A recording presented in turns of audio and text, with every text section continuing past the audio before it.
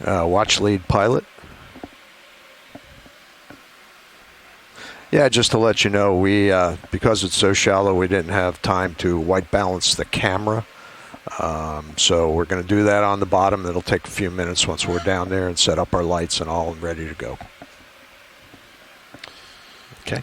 So just to update folks on shore, as the ROV approaches the bottom, they have a little bit of work to do with the video system. They're going to white balance the camera to make sure our images are optimized for the correct color. And so you'll see them doing that. It'll take a few minutes on the bottom here. That's something they usually do in the water column, but we're at a fairly shallow dive site today, so they'll be doing that on the sea floor. All right, we got clear bottom now. Just to follow on with that previous conversation that Dan mentioned, the ephemerality of these seeps. We've seen in our research in a number of different situations that these seeps may be present when observed at one point in time with the ship sonar, and then maybe you return a year later and they're no longer there.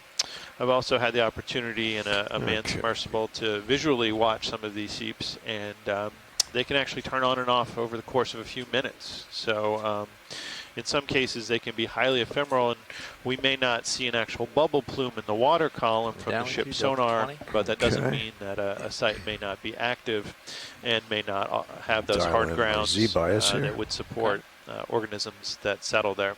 Additionally, just because we don't see a plume in the water column doesn't necessarily mean there's a gas seepage. In some locations, the gas may be emitted from the seafloor and be emitted in a way that's so diffuse that you don't get a nice, well-defined bubble stream that the sonar can pick up. But nonetheless, gas is being emitted from the seafloor. It's being consumed by chemosynthetic autotrophs, those organisms that metabolize that gas, and in some cases is being used to create by bacteria and archaea. It's being converted into calcium carbonate, which forms those hard grounds.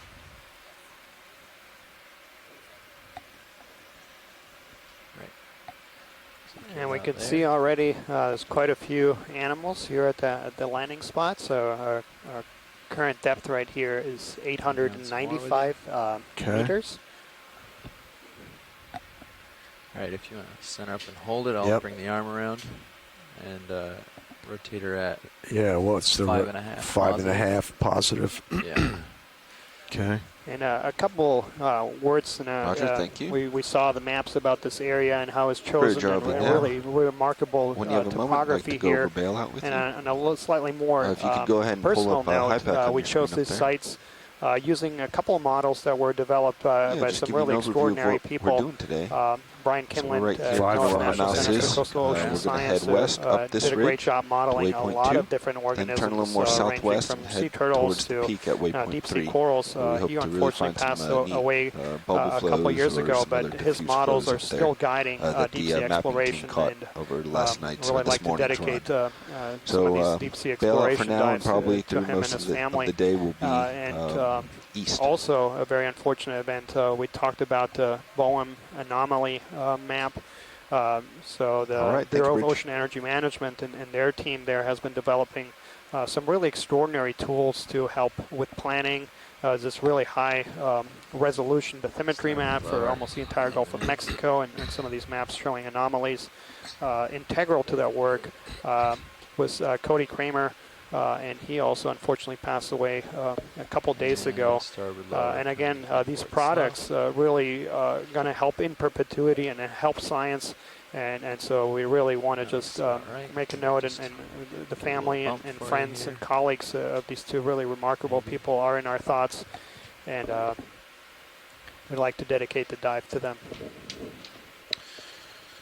Absolutely, Daniel. And just to echo that, I think in the work that both Cody and Brian did, there's going to be a legacy that stretches on for many, many, many years into the future of exploration and science driven by their efforts. I can work with that. That's really a way that they're the work they did the camera, check the blocks. Well into the future. That. And as we're waiting here, I also like to take a moment to welcome some of our shore-based science teams. So today we got a really diverse audience already, coming from far and near.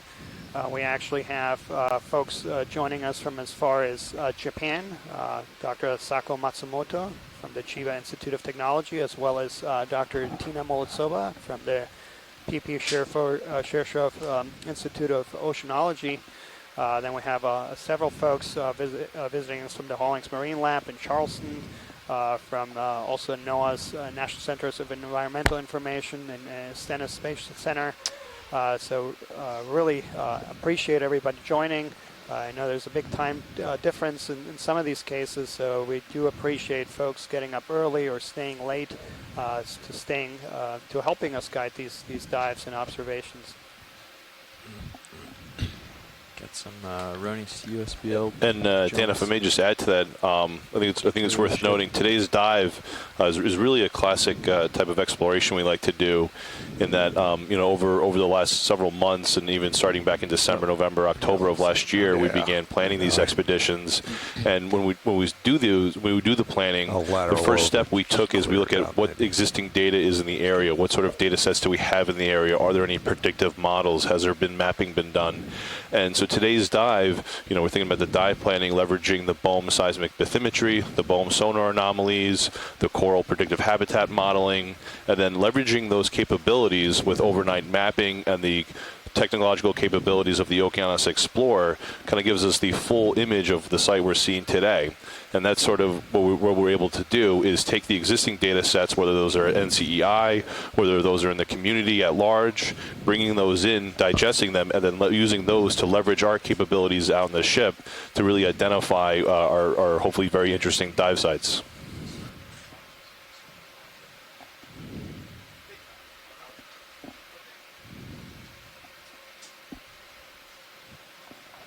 Okay, you can rotate for HD2. Copy.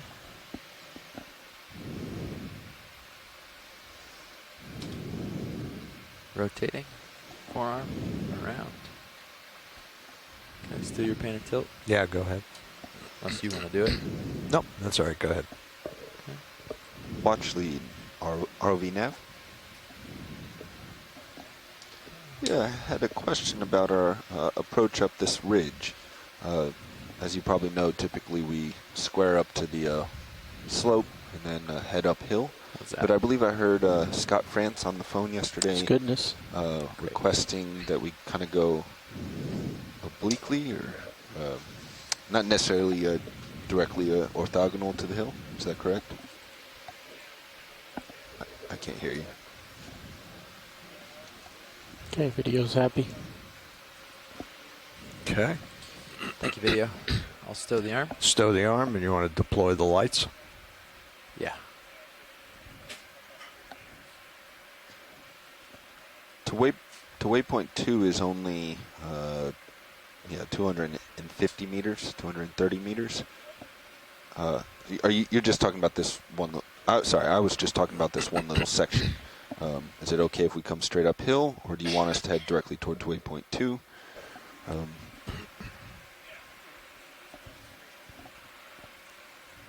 Okay, we'll see if we can manage that. And then, of course, from there we will turn south and do that move towards waypoint 3. That's the dog leg you were saying.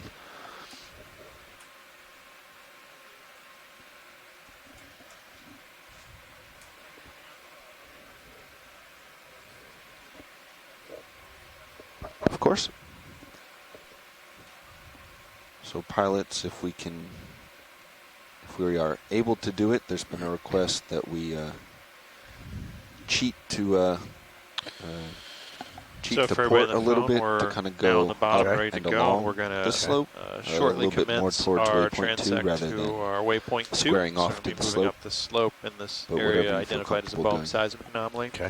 For those of you, for those What's the scientists following along on direction shore, to the in the waypoint? chat log, you can look Direction at the nav is, data, which is being 253. streamed to the chat 253. log. That will provide you, you with yeah. our latitude, longitude, depth, You temperature, don't have to do salinity. exactly that. Yeah, If you want to right. Just Is do all 10 dots degrees onto off the water orthogonal, at the that's ROV. fine. And we also encourage all of our scientists following along to get into the C-Scribe system.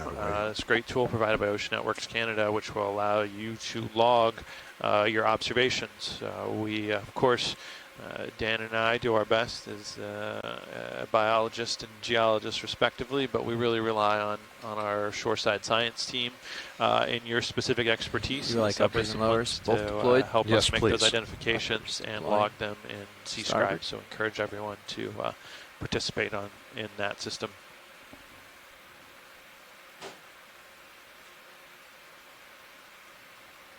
Down.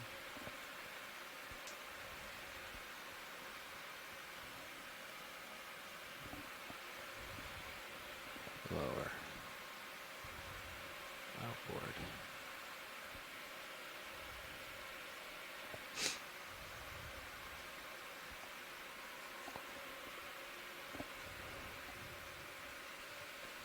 And before we get started here, we'll have our pilots introduce themselves here in a second.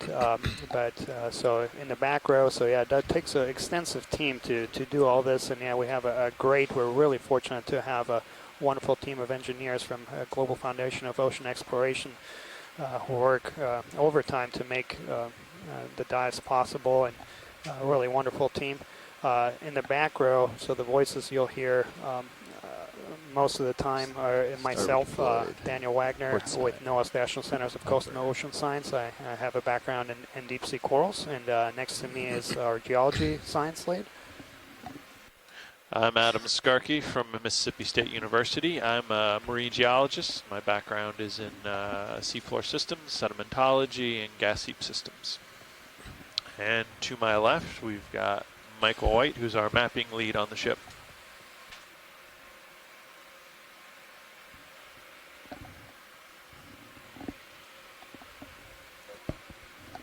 And up front here, operating the robots today, as Daniel Wagner mentioned, we're all engineers from the Global Foundation for Ocean Exploration.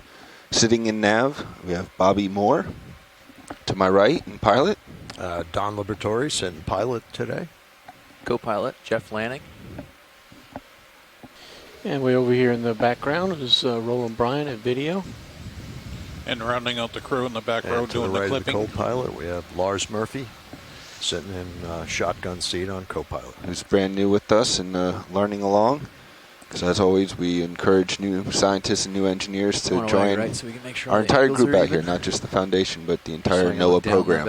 It's a very important part of what we do out here. And I'm not sure we heard you back there, but we have Bob Knott sitting clipping with us. Yeah, that looks good.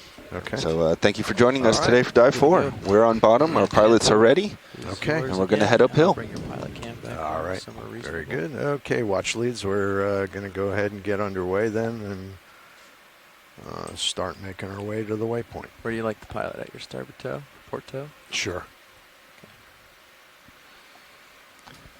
See, what is that, a fish over there on the bottom?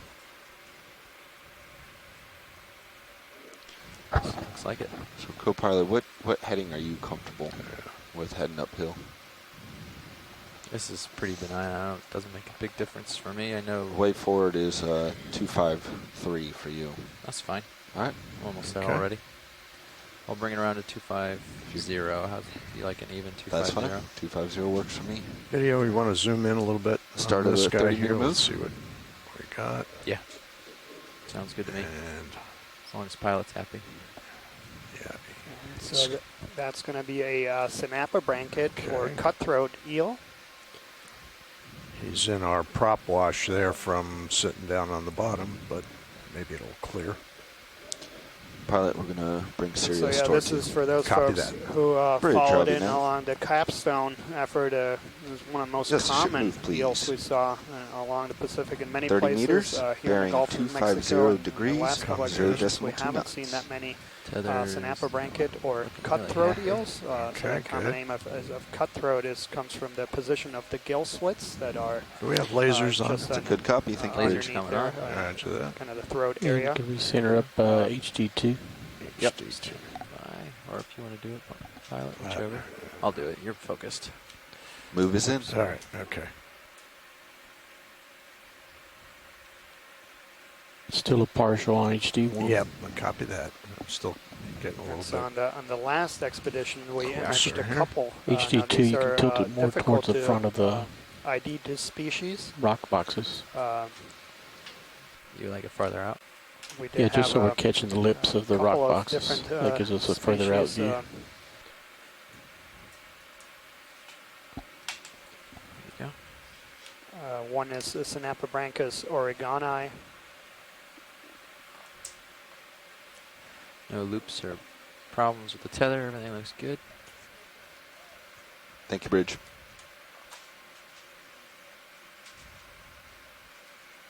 Gotcha.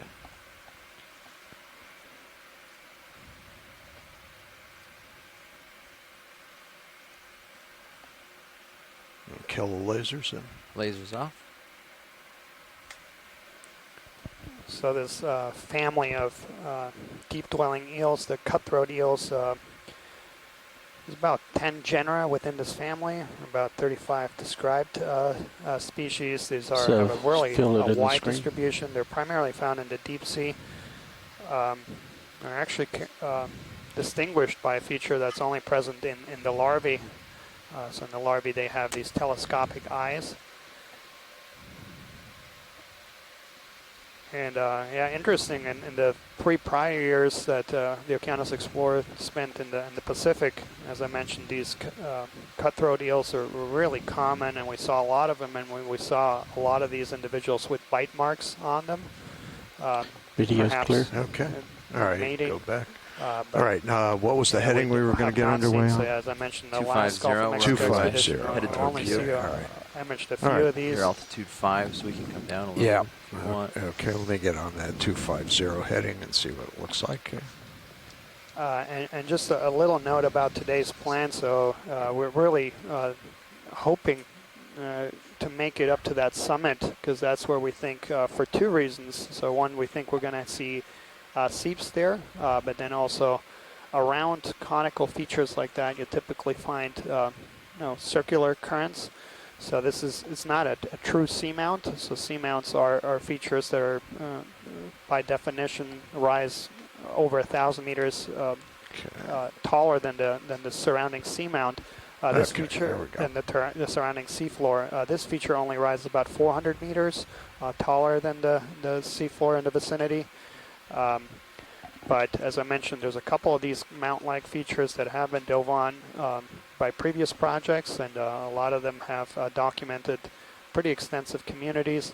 So when you do have these conical features and there is any kind of current flow in the area, it basically, just like in seamounts, it basically will create a current pattern that's circular around the mount feature. It's a different kind of fish at the bottom left. These features, circulation features that physical oceanographers have described from seamounts in Taylor columns as these circular current flows that are on the top of these pinnacles. Same type of fish at the top. A lot of nutrients, and yeah, we have quite a few animals there, so maybe we can get a snap zoom on my note is 650 bottom of the screen. Yeah. Snap zoom on this fish. Watch lead, Nav. I wanted to just give you a idea of our layout here. It's about 1,000 meters to waypoint 3 via waypoint 2. Yep. Our typical speed is about 0.2 knots. That will take just under 3 hours. And right now we have 6 hours and 50 minutes on bottom. So unless there's any surprises or we really slow down, we should have no problem getting to the top.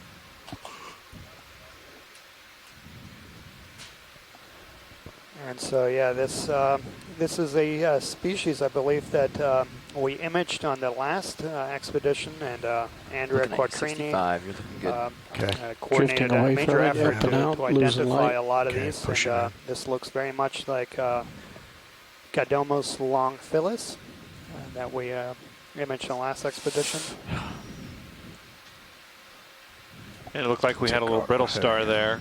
And a echinoderm right next to that guy when we went for the snap zoom. So he has a little bitty fish around. Remember the Astrodea there as well. I'm sure they're just bumps.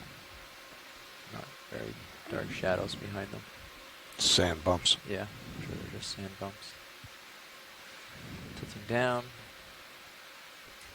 Got you at move is just about 80 complete. degrees. Copy that. Thanks, Nav.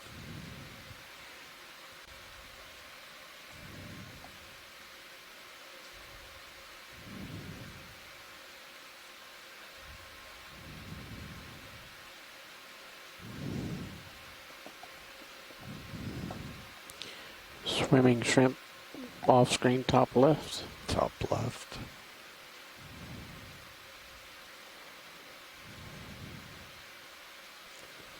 And maybe we can get a snap zoom on that guy as well. The shrimp or the fish? I would guess the fish. Thank you, Bridge. Go for fish. the shrimp. Oh, the fish. Okay, copy that. Go ahead, video. And that's another one of these Cadomas lung fillets we just imaged there. Let's get the little guy then floating by.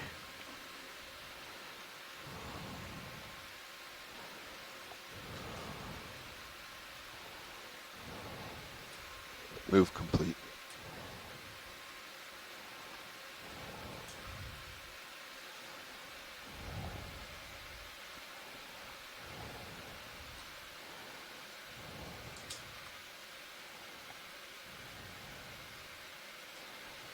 So our navigator has provided an update. So okay, pulling out the wide. plan is to go about 250 meters here to waypoint 2, and this is right over a positive anomaly where we believe we'll see some hard substrate, and then we'll have another 750 meters, so about 1,000 meters total to our target point.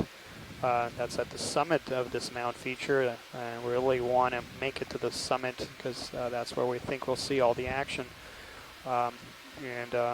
We anticipate it'll take about 3.5 hours to get there, but we do have a nice extended dive here today because of it is so shallow, so we won't have to leave the bottom till pushing ahead.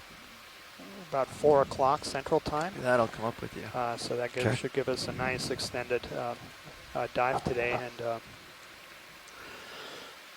and actually, if another different kind of fish on the right. There's actually a second the one on the bottom summit, or the water column? To the water column feature right that we're targeting. Darker. But yeah, just from this first few moments of the dive, we see quite a few more organisms here. We of course are a little bit shallower than what we dove on yesterday. Yesterday's dive was about 1,500 meters. Go ahead, video.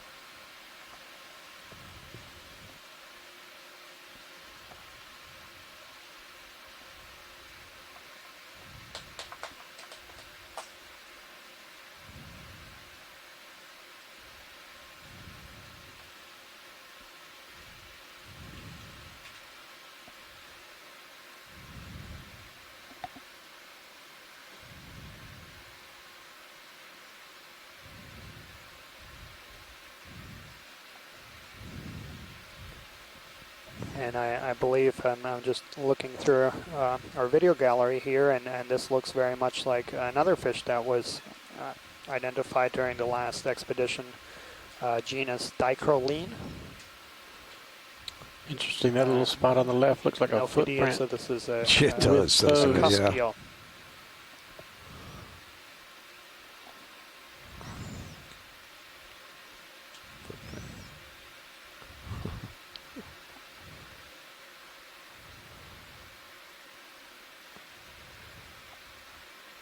Let him swim into the frame fully. Okay.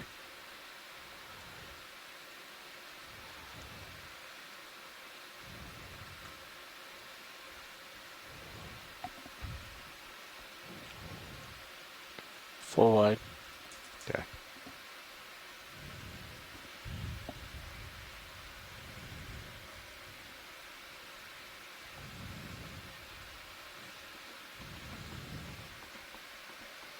Crab up there. Yep, squat lobster. Yeah. And eel to the left. Maybe couldn't get zoom there on that crab or. Okay.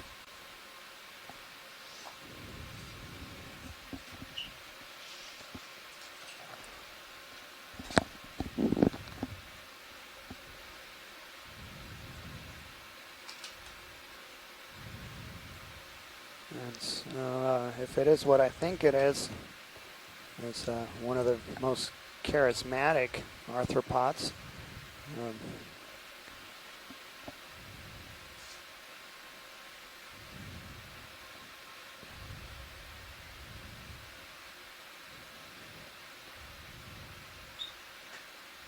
Okay, video. Little tilt down. Tilt down, coming up.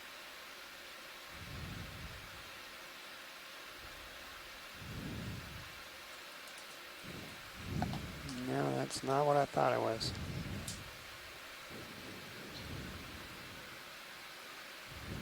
Off too, so you can drop down a little closer. Yeah, I do have a little bit down right now. Think your back side maybe 2 meters off, but your front side's about to touch down. Yeah. No.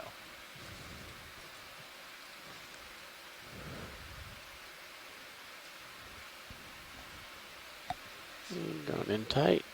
Okay.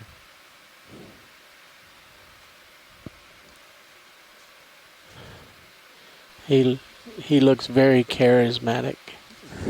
Yeah.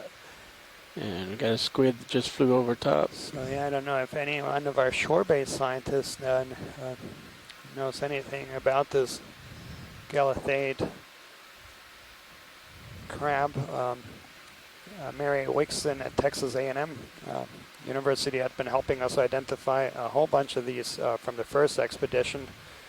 I don't know if she's watching or listening.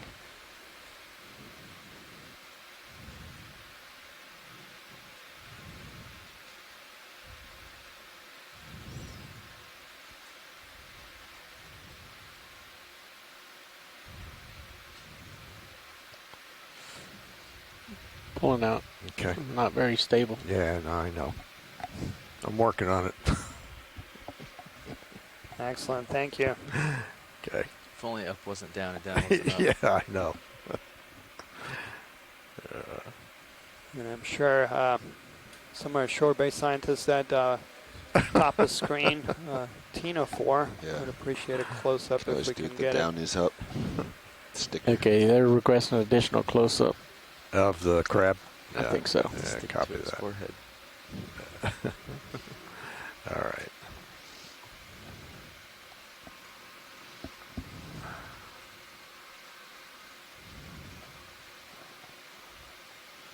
Just the sediment is so soft here, I don't want to touch down. I like sediment when it blows behind us. Yeah. It makes for stable shots. Yes. So our current depth here is 890 meters. For those folks who might have just joined us, this is the fourth dive of the 2018 expedition to the Gulf of Mexico. Okay, go ahead. NOAA ship Okeanos Explorer.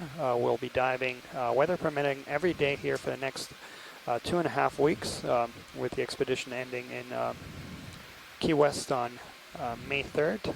So it's getting a little two-shot there dives every day, and you can all in follow the image. Copy. Via the live video streams. You can see at oceanexplorer.noaa.gov/Okeanos.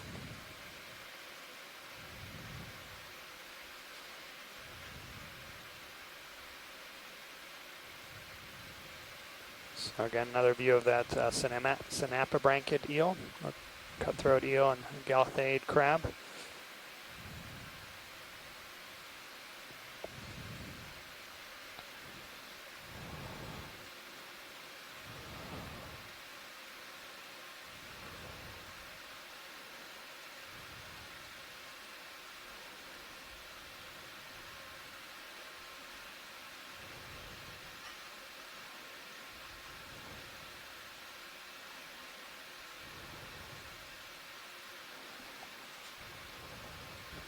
So, pilot, you want to take my camera tilt, please? What can help you in a situation like this done is to put a little forward in? That's what I just did, yeah. Okay. Because if you're putting just down on the slope, yeah, it's going to takes you downhill. Yeah. Max zoom. Okay. Would you like to tilt down? Yes, please. Yeah. Just looking here through the guide, and it does look like perhaps the family Munidopsidae. Just give another bump to frame it.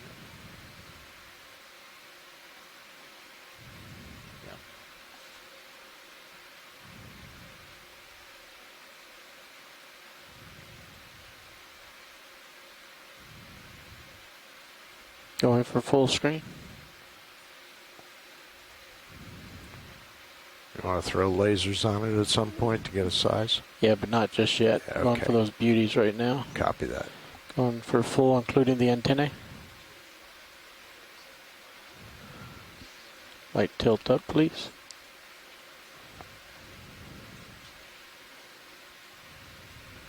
That's great, thank you.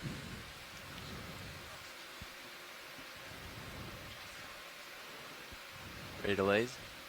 Not yet. We just lost the leg. We didn't get the 8 seconds of full screen. I think it's time to move on from this crab, guys.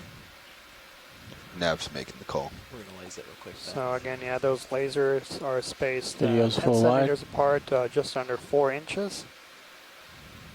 Cool crab. So that would make that guy about 3 inches. Indeed, but we're hoping for cooler things uphill. Length. You got your camera back. Okay, thank you. Okay. Thanks for the help. And so today's dive again, we are diving in a completely unnamed feature. It's only known by the lease block of this area. This is East Breaks EB1009.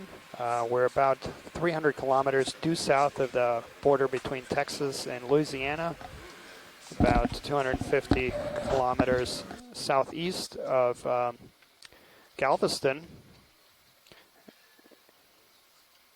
And so yeah, many of these undersea features don't have a name. The closest named feature is a mound that's about 10 kilometers north of us. And yeah, we're going through a little personnel change here with our piloting team, and as soon as that is complete, we will try to get us zoom in on that fish on the top of the screen. And as we're waiting here, a few folks online have noted we're not seeing hard ground yet. I just wanted to speak a little bit about our priority here. We chose this site because it was identified as a seismic anomaly by the Bureau of Ocean Energy Management, which indicates it could be a hard ground location. Just to give you a little sense of how those are identified, when the seismic data is collected by ships, their goal is to create profiles of the sediment underneath the seafloor in the Gulf of Mexico. And so they use some systems that produce very loud pressure waves that travel outwards through the ocean and then down into the seafloor. And then as those pressure waves reflect off of the seafloor and layers of sediment under the seafloor, they bounce back up and are picked up by what are called geophones, which are, or actually hydrophones, which are devices towed behind the ship on a long cable that can pick up those reflected pressure waves. And what the ship is looking for is echoes from layers of sediment in the subsurface, in which it can turn into profiles of sediment layering. And when they look for these specific seismic anomalies, they're looking at the reflection right from the seafloor.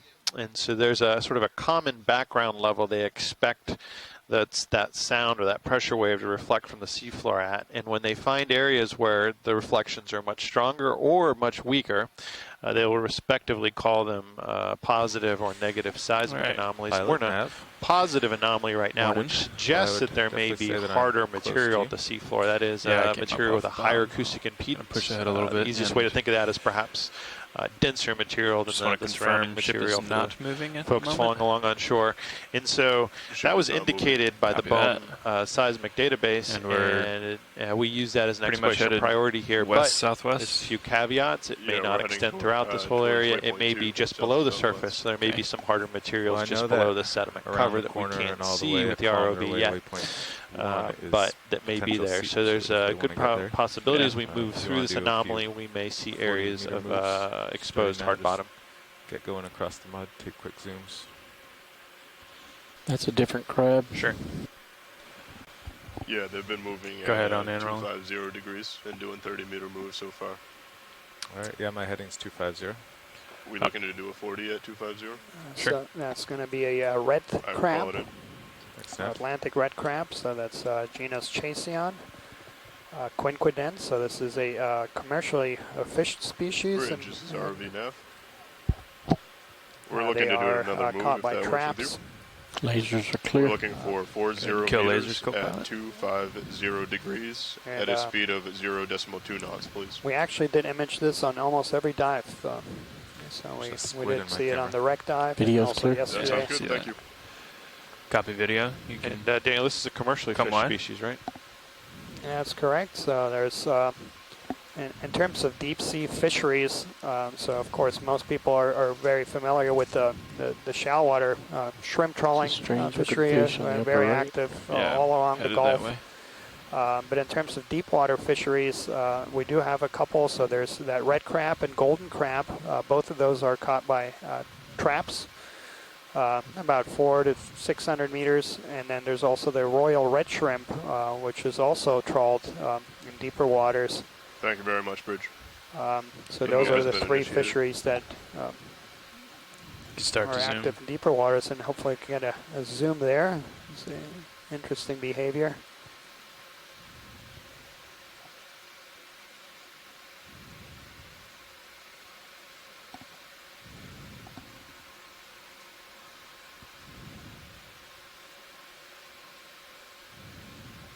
Oh, there's a brittle star.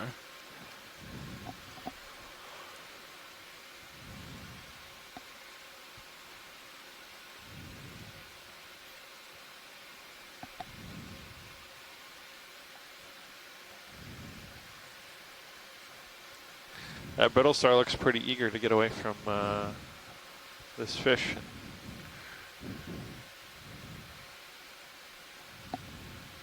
Video's clear. Copy. You can come on.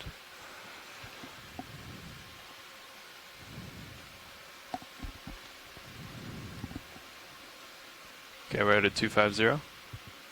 Right? That's correct. All right. For 40 meters. Copy that.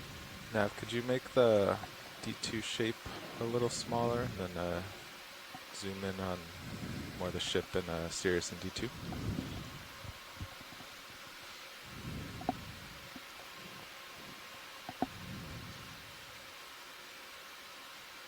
Looks good. So for the shape, you do vessels up top.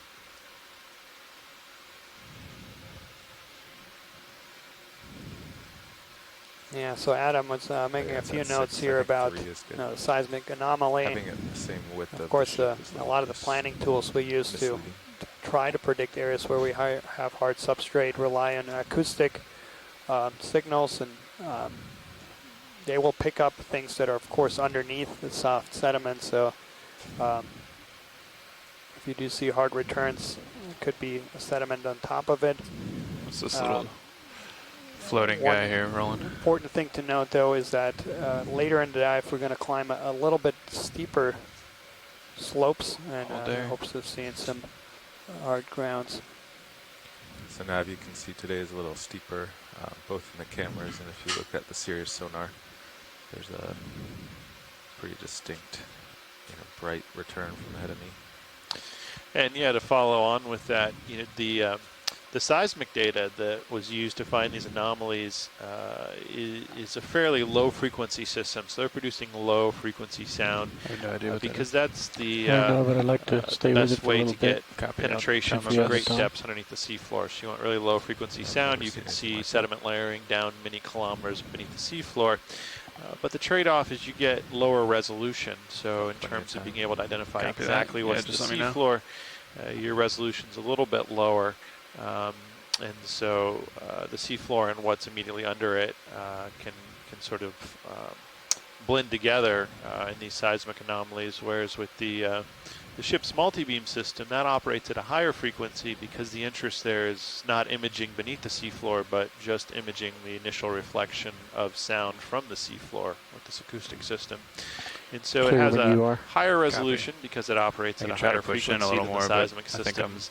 And so that backscatter adds some context to the seismic anomaly data and gives us a sense of where we may find hard bottoms. And we expect here to find, or the ship sonar today is showing that we have I'm starting to high backscatter intensity later in the dive as we move up the slope. So again, even some greater probabilities of seeing hard ground there later in the dive today. Came up a little ways. What a cool find. We were capturing some really remarkable video there of a tiny, that's actually a mollusk, a pteropod. It's really beautiful imagery there. So when we introduce ourselves, we should click on OKX for a second, right? So just everyone hears. Yeah. Hey there, Mike Vecchione here. Hey, Mike. I actually was going to call in because of the Pteropod, but then I saw a squid briefly. So it's a twofer. Yeah. We've seen this fish today, I didn't hear anybody talking about the Pteropod, and I thought the listeners might want to know what that was on the screen.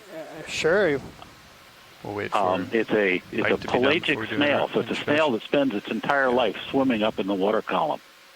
And okay, you can start to zoom. The flapping that you saw were called, their structures called wings. The pteropods come in two different varieties, the shelled pteropods and the naked pteropods. That the second variety whenever you're clear. Obviously doesn't have a shell because of its name, but eats the first kind. So they're a really interesting group, and not many people have been working on them for quite a few years. Some interest has picked back up in them because some of the shelled ones are indicators of acidification in the ocean, because the shell dissolves really easily when the ocean becomes more acidic.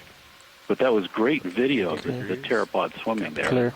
I think that was a pseudothecosome pteropod, so it's a subgroup of the shelled pteropods. But I want to look at this video more closely to figure out what it was. Excellent. Thanks so much, Mike. And the squid, I've seen several squids, and they all look like a bird squid, Ornithoteuthis antillarum. So that's one that we saw earlier on the dive, and they're very common in deep water in the Gulf of Mexico. Can you repeat that species name, Mike? Yes, Ornithoteuthis, like bird squid, antillarum. Roger that. Thank you.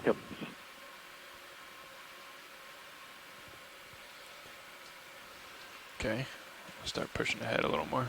Excellent. Thanks so much, Mike. If you keep eye on when the keep ship it up. stops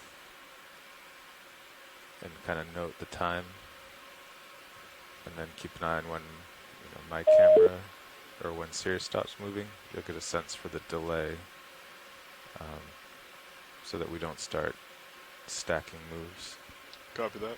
We should almost be completed with the move. It's not very steep today, but it's good to start. Is that a squid or a fish? I think it's a squid. Go ahead. Steeper days. Yeah. Thank you, Bridge. The move has been completed.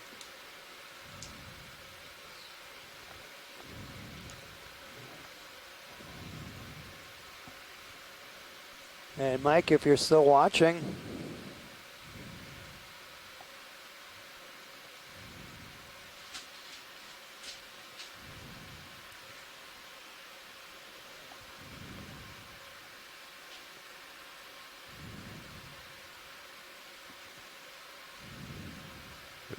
It'll probably be hard to tell when I'm moving because I'm going up and down and moving my camera.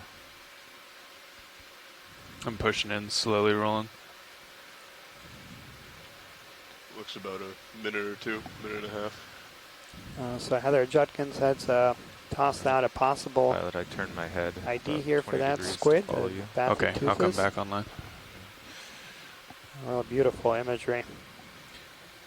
Roland, does that help you if I tell you if I'm pushing in, or do you just figure it out on your own? Okay. No, it lets me know because I'm guessing So because I see earlier the we light heard Mike increase as well as the focus. from the Smithsonian Institution NASA Museum of Natural History. It's Mike, also is that good you? for me to know that you're aware. Hey, Mike Vecchione back here. I shouldn't have hung up. Gotcha. That really nice close-up was a mastigo-toothed squid. Those are probably the most typical squids of what's called the bathypelagic, the really deep waters, deeper than 1,000 meters. But I know we're not that deep here. Sometimes we see them close to the bottom over continental slope areas. And they maintain neutral buoyancy by concentrating low-density fluids Something large in their above you, tissues. So fish. they don't have to swim very much, and they can hang motionless in the water Rotate column. around his side. That particular one wasn't feeding. When you see them feeding, they're vertical in the water column with their arms spread, and then the two long tentacles dangling down from the two long arms. Maybe hold there for now. Are the ventral arms. Do you want to try to get lasers on it? Thanks, Mike. And yeah, we're coming up here. Yeah, we can go for lasers now. Yeah, there you go. Somebody else is going to have to tell you about the fish. Yeah. That's good. Okay. Lasers clear. Lasers off.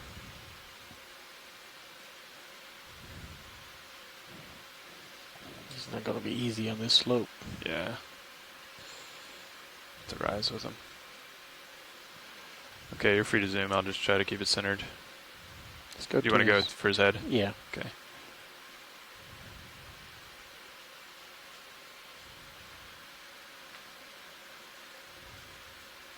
He's big. Yeah, he is.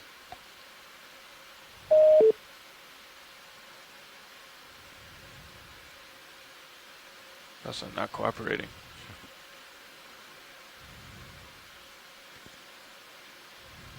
So now you can see we're so shallow that I've almost definitely stopped now.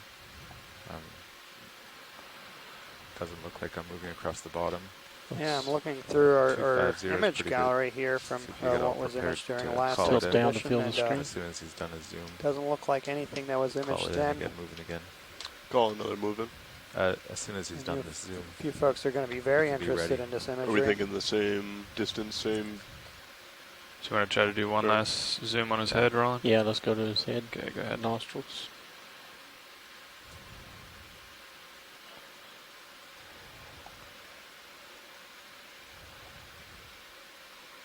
He keeps turning. It's just rotating out of the way. Turning away from the bright lights. Well, okay. Yeah, whenever you're clear. Let's laser him one more time. This angle. That's good. Okay. All right, I'm back at 250. My sonars look uphill.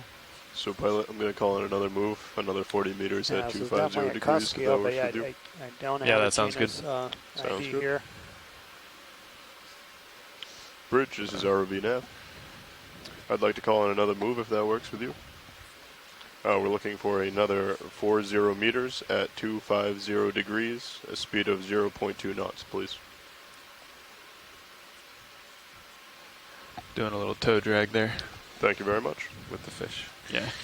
So we're so far today seeing a lot of sediment cover, similar to what we saw on yesterday's dive. Although we are seeing a higher abundance of benthic organisms today than we saw yesterday on the dive. You also see a number of excavation burrows, just like we saw yesterday.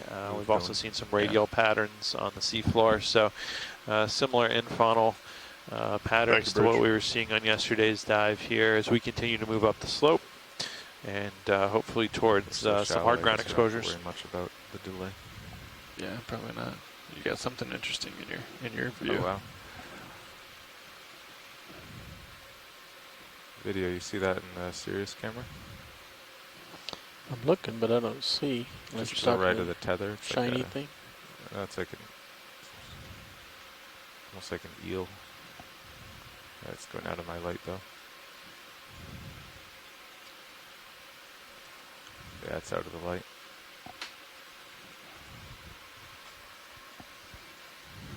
Can I turn off your aft light? Yeah, I don't I usually turn that off anyway. Should be the upper one, I think, or lower. Lower, yeah. Yeah. Okay, I'm fully stretched out. Floating jelly there upside down? Just dead ahead? Yeah.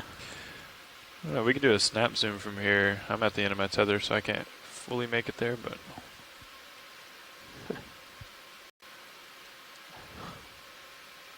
Yeah, that's one for our science team. Yeah, not sure about that one. Wow. It's like a combo between a ctenophore, skate, and a sea cucumber. Yeah. I've never seen that. We've got a little more tether. There's a challenge for you. What is that? Okay. Yeah, that's remarkable. That's stumping all of us here in the back row so far, but we're checking out the ID log to see if we can figure out what we're looking at here. Yeah, give it a little more.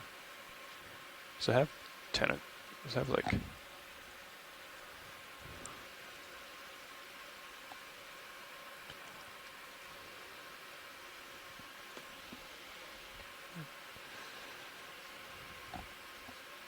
Sort of looks like some type of octopod with its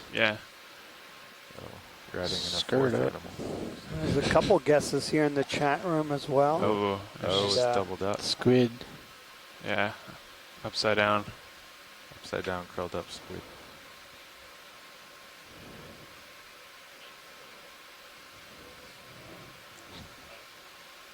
Yeah, so it does look like a squid, so I think... I see an eye. Yeah. Yep, there we go. So Scott was right. A really wonderful imagery, yeah, so that is a squid. Yeah, I wonder if that's almost seemed to be in disguise there on the seafloor. I wonder if that's common behavior folks on the line have seen before. Maybe Mike or other squid experts can keep comment. rotating to the right. Yeah, you keep going right. Yeah, it looks like, Mike, it's Mollusk Tuesday here on the ship. We're seeing a lot of them.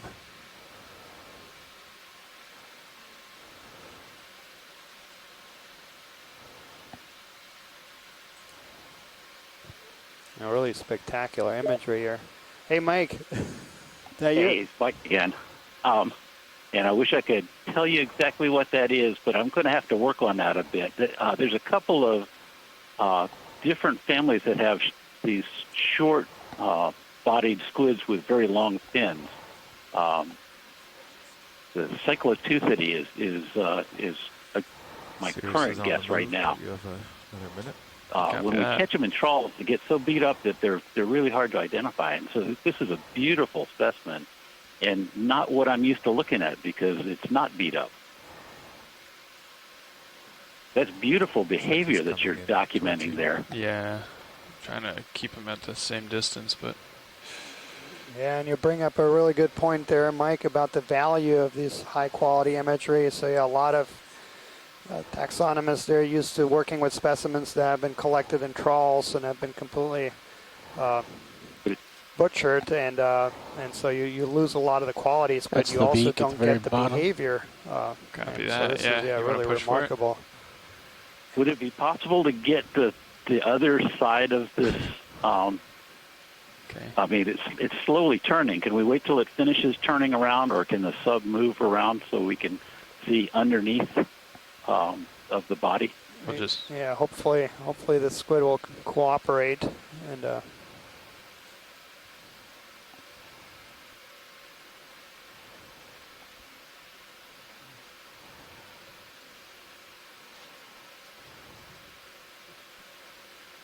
While we're waiting for it to cooperate, when this came up, I was actually working on that other squid, and I've got a possible ID on that. I think it might have been a Okeanos atlantica. Yeah, it's a little rotisserie action. Thanks, Mike. Okeanos atlantica. Go ahead. Yeah, it's a Mastagoteuthid. Sure. Yep.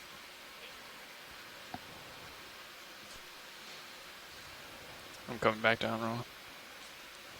Maybe I'm looking 80 degrees down. You just have a 10. What we're looking at right now is copy that. You want to get probably the most bizarre squid I've ever seen. Lasers at are least on. in that posture. I don't know if you'll get them.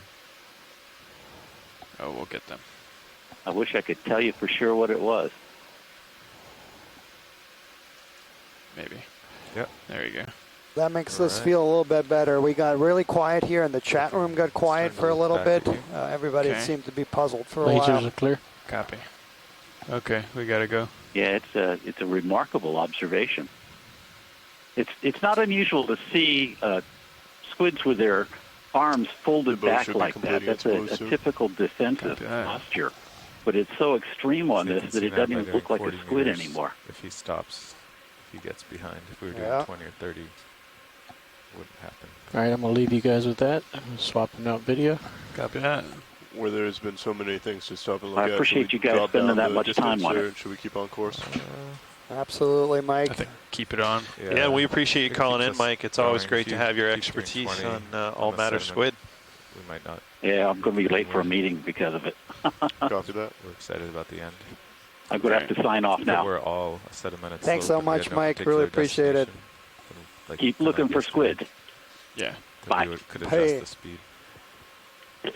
Actually, now will you zoom the So yeah, that was Mike Vecchione from Smithsonian Sensors. Institution's National Museum of Natural History, Department of Invertebrate Zoology, expert on a lot of these mollusks. Yeah, quite a few we've imaged today already. So, while yesterday's dive was kind of a TINA 4 dive, so far we've a lot of really remarkable mollusks.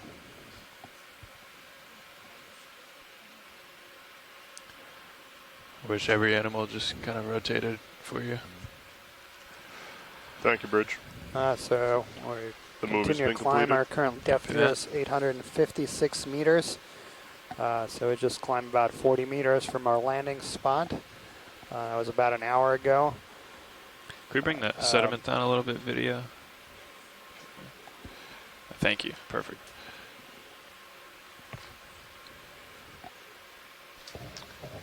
Do you want to keep the Sierra sonar at 50 meters? Yeah, it looks good.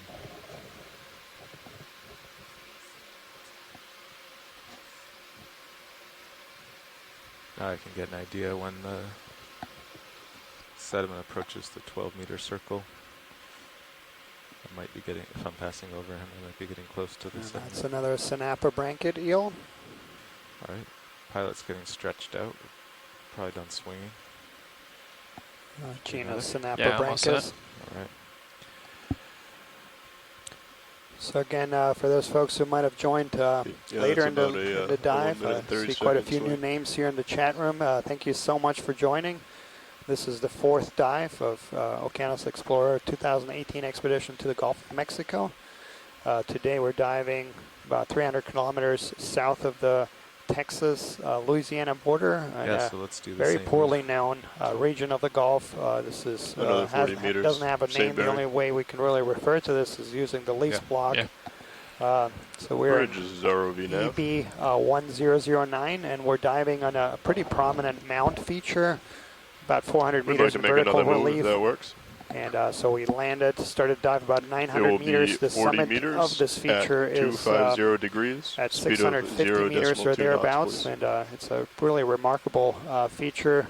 Our mapping team actually mapped the feature last night.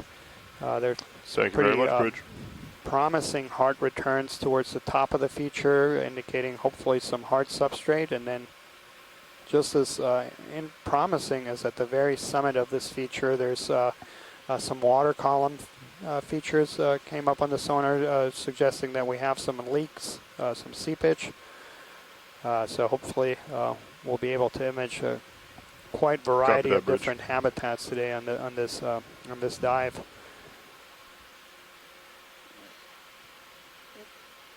So yeah, after a couple of weather days we had on the weekend, really wonderful conditions today. There's another squid there.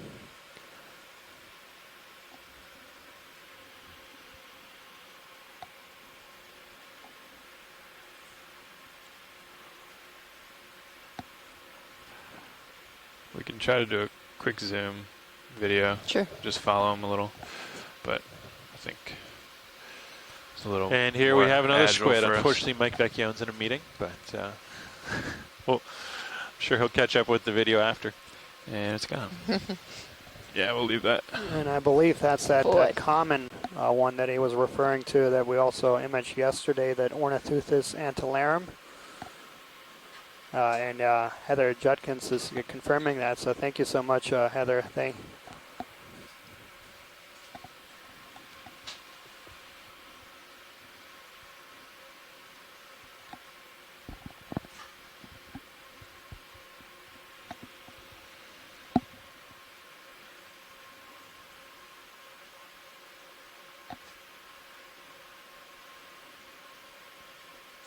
We're 120 meters from waypoint 2, so just 3 more moves on this slope.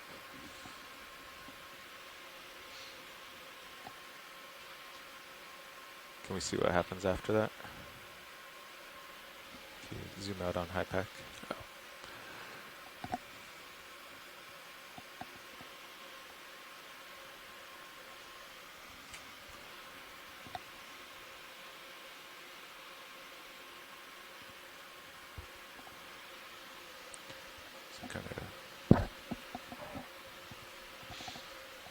And just to orient our viewers, so after so we're waypoint currently 2, looks like we're heading south, in the southwest towards southwest waypoint direction. 3. Yeah. And that's also the first part of the dive is kind of in this direction. So it's going to be another about until we hit 750 meters from waypoint 2 to waypoint 3. And then at that point we'll take a slightly more southern route towards waypoint 3, which is at the top of the summit.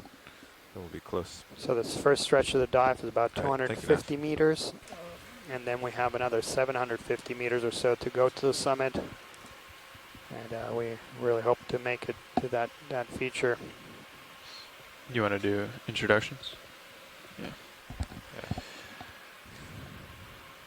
Watch lead, is this a good time for introductions?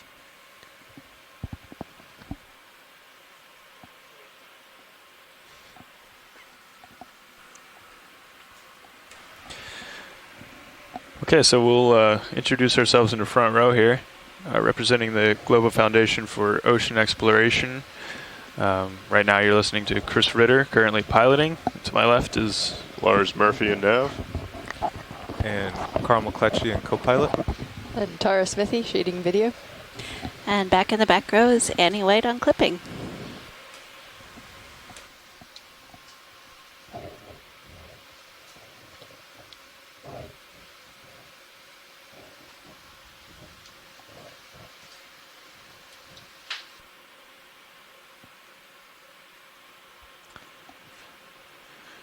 Anything interesting on sonar?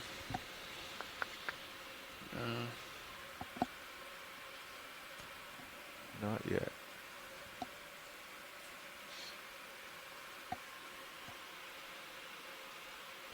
As we continue to make our way up the slope, we're looking for any organisms in the water column of the seafloor, of course. We're also keeping an eye on the scanning sonar on the ROV D2 to see if we see any hard returns or indications of interesting features up ahead.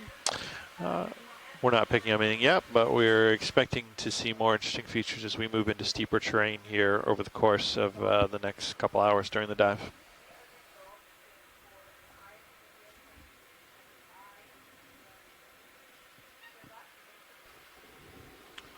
Watch leader, this is ROV Nav.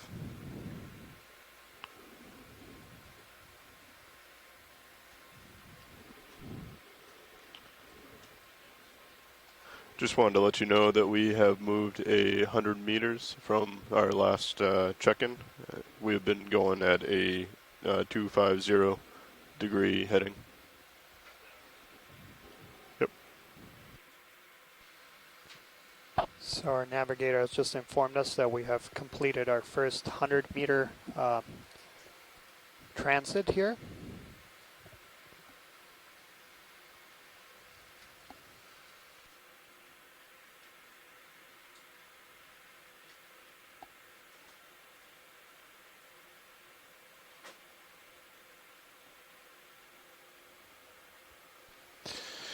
In this view, you can get a sense of the slope that we're working on here. It's probably between 12 and 15 degrees based on our mapping data.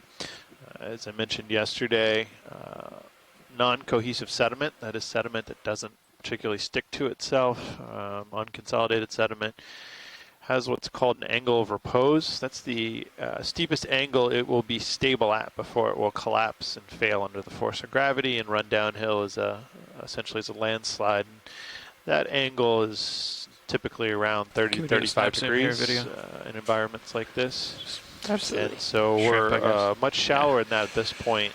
But as we move into steeper areas, we may expect that the slopes to get closer to 30 degrees and therefore have a higher potential of sediment being removed and exposing the underlying rock under the force of gravity, pulling that sediment down slope.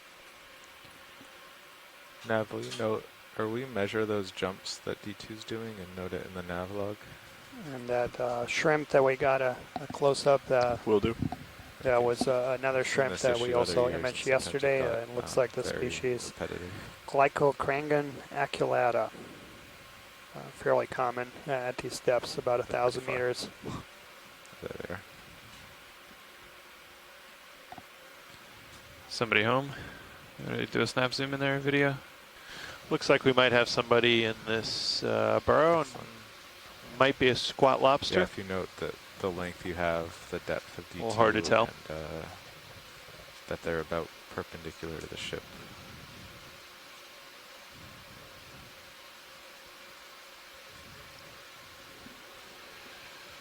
Yeah, I think that's how we're Copy going that, Bridge. to Thank get you. there. And actually, so this looks very, very similar to something that was imaged in the last expedition.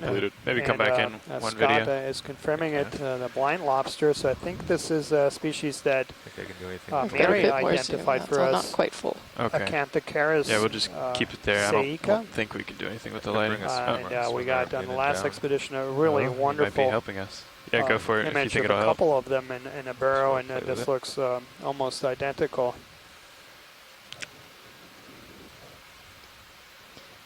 If I zoom a bit further, it might cut out some of the sediment. Okay.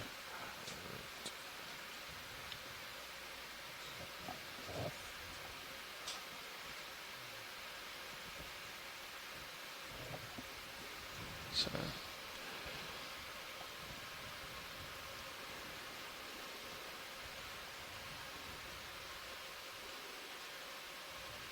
Real invasion of privacy here. He thought he was hidden. Sirius has stopped its swing. So yeah, Scott made a note here. So yeah, it's, as I mentioned, we did see these on the last expedition. There you go. So they appear to be common inhabitants of these burrows, perhaps even creating them. We'll give it another couple seconds here. I think that is better lighting, yeah.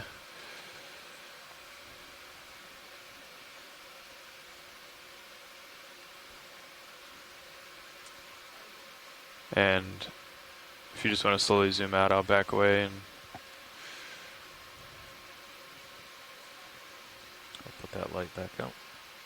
Great, thanks. Really wonderful imagery there again. Thank you.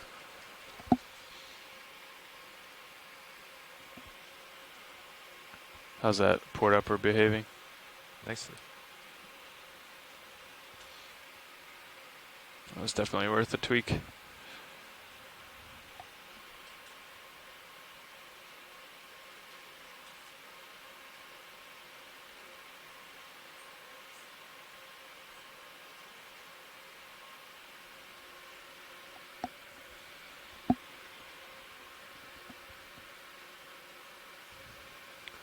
We ready for another move? Yeah. Continue with the 40 meters at 250 degrees. Yeah. Sounds good to me. Bridge, this is ROV nav. We'd like to make another move if that works. It will be another 40 meters at 250 degrees, a speed of 0.2 knots.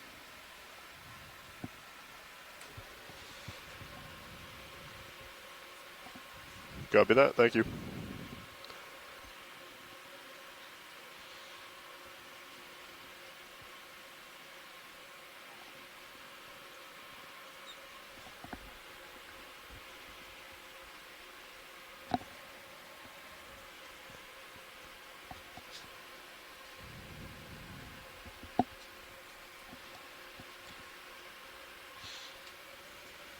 Copy that, Bridge. Thanks. So I think that aft cam, Jeff probably knows, but I think it cuts out when you use the axials, when you turn. Well, I don't know, because it was on when I was going ahead, so maybe it's the lats. Axials makes more sense. Are you doing anything right now? No. But it's off, right? Yeah, but I think it takes a little bit to come back. Watch leader, this is ROV nav. Well, we'll see next time it's on. I'll do a couple tests.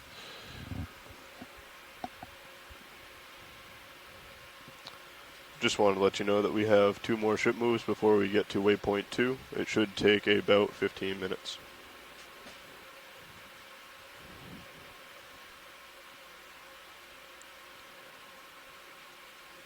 We can do a snap zoom here video. I think that's just something blowing in the breeze there. So we're currently waiting for a ship move here. Okay, thanks. So for those folks who might be seeing this type of these videos for the first time, so it's actually quite an interesting maneuver. So you think about, so we got the ship, and then there's, we're about half a mile deep, so there's about half a mile of cable between the ship and then a overhead remotely operated vehicle, the Sirius.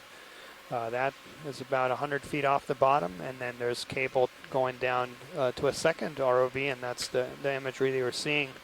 So there's basically 3 vehicles, 2 ROVs, and then the ship that have to synchronize the movements.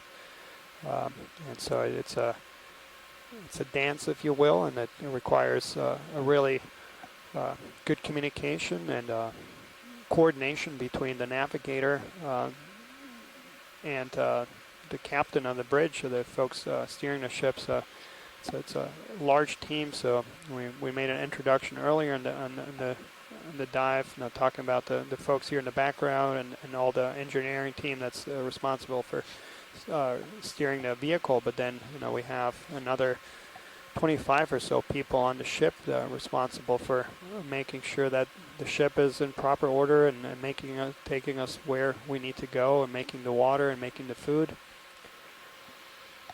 And that's just part of the team here on the ship. So we've got about 50 people here on board, and then there's just as many on shore also supporting the mission. So really remarkable example of teamwork. We can do a quick zoom on this Roger. fisher.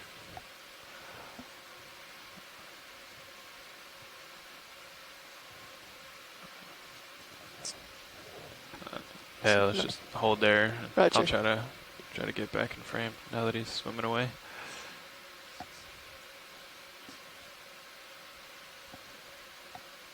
I think we've seen this a couple times. Just wanted to check them out.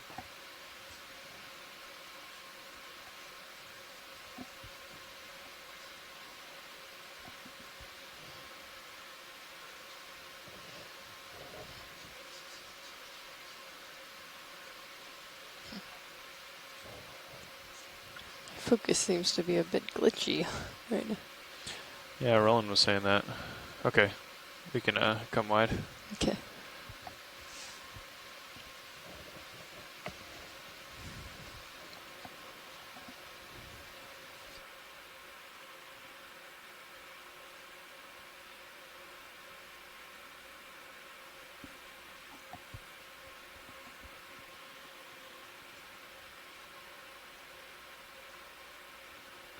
I should be moving now.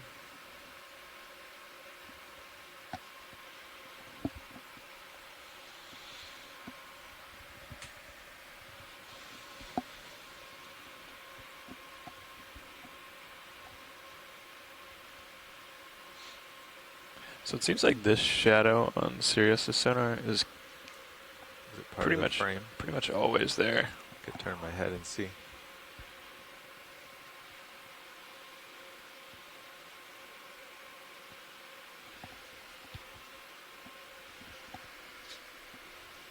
Don't be scared.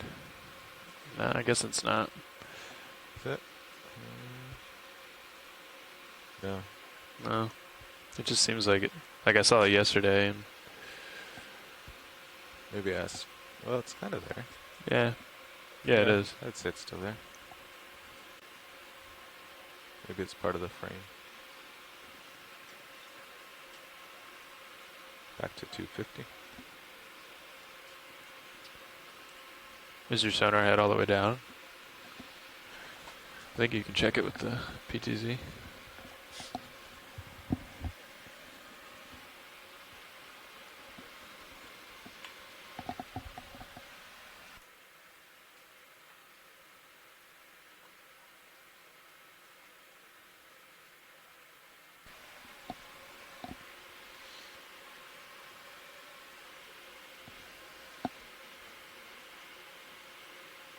That seems like it. Yeah. Yeah, I think if they were up further, the PTZ wouldn't see it. Yeah. Because they're both going up and down.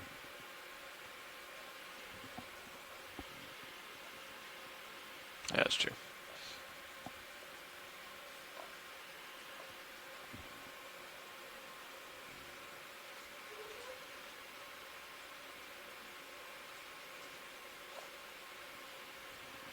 See what this is. Coming up. Yeah, let's snap zoom on this guy to see what we got here. Sure. Like a shrimp. Go ahead and snap zoom video. Do lasers at the end. Yeah, it looks like some variety of shrimp there. Partial. Copy.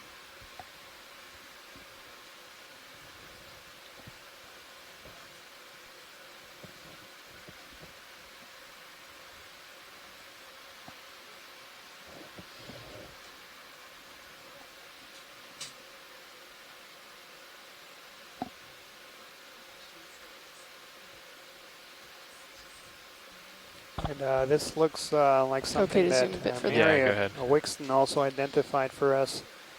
That was in the genus Cerataspis.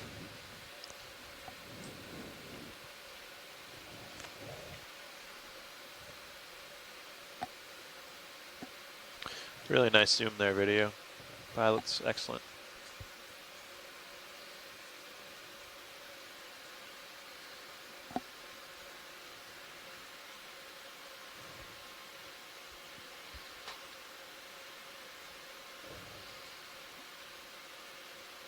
Okay, video, whenever you're clear, we'll get the lasers on. Roger. 2 more seconds. Sure. Okay. Coming out for partial. Copy. There's lasers.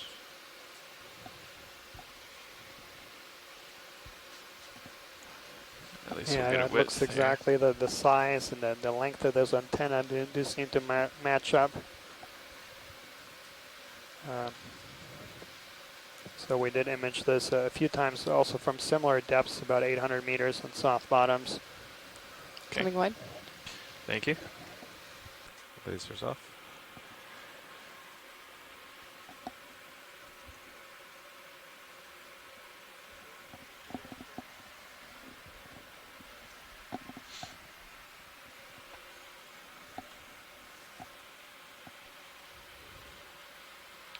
The ship should be completing its move in a short minute here. Are we looking to go directly on to the next move after that? Yeah, how far are we from waypoint 2? We got 46 meters from waypoint 2. Oh, okay. Yeah, that'd be okay with me. Stretched out. The bearing to waypoint 2 is 275, give or take. Are we still looking to move at 250? Yeah, it's more of a guideline. When they dropped them during the science call, it just meant start at the bottom of the hill, go up it. Copy that. So we don't have to, as long as we're within, 20 or 30 meters of the area.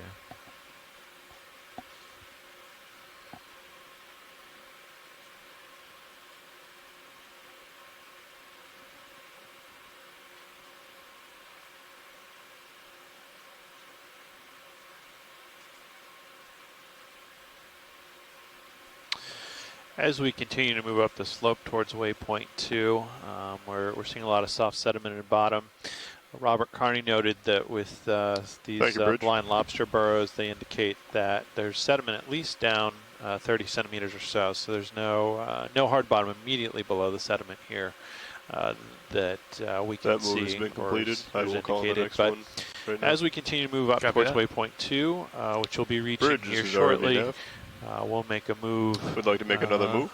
More to the south and It start would be up 40 a much steeper meters slope at 250 degrees, that speed of our 0.2 sonar knots, backscatter please. indicator harder returns, and hopefully we'll find a bit different seafloor environment in those locations. It's always nice to see a variety of habitats across the course of our dives.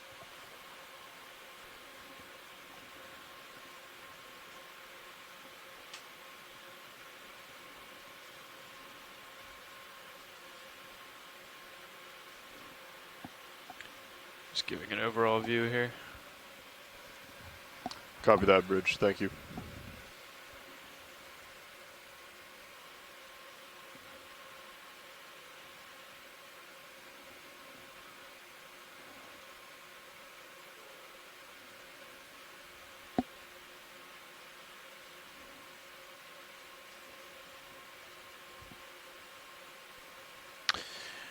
I should also note that while sometimes we emphasize sort of seeking out hard grounds or areas where we think there might be highly abundant communities of benthic organisms, as we were mentioning yesterday, so little of the deep sea is explored that any opportunity we get with a vehicle like the D2 and the Okeanos Explorer to open up a window, it provides a wealth of information. And in a sense, this is the true exploration when you don't know what you're going to find when you get to the bottom. It's got a good background, and it seems. So, for instance, on yesterday's dive, we didn't necessarily find hard grounds and abundant communities of benthic sessile organisms, but we did find some very exciting ctenophores and other midwater organisms. See that.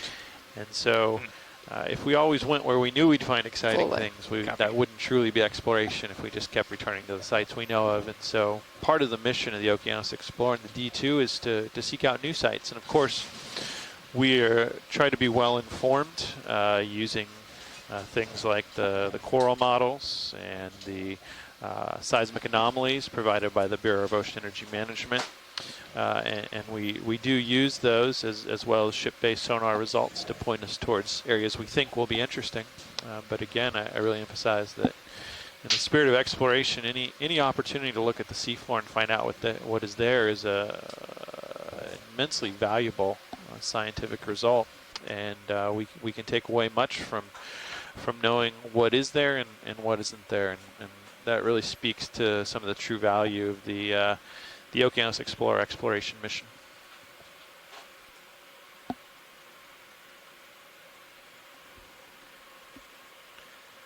Watch lead co-pilot.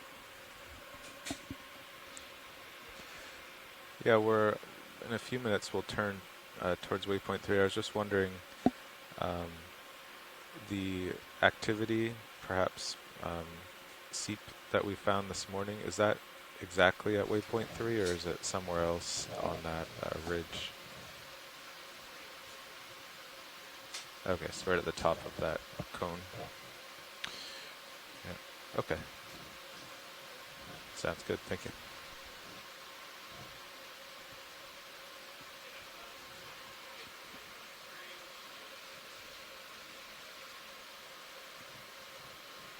Copy that. Copy that, so. Did we see it in the water column up a fair ways? Yeah, I think. Something that we should be able to pick up in one of our sonars? Oh, maybe.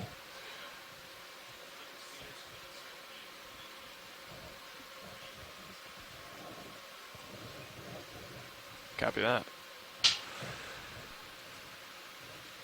We'll keep our eyes peeled. Let's do a snap zoom here video. Figure out what that is. Shrimp, probably. Yeah.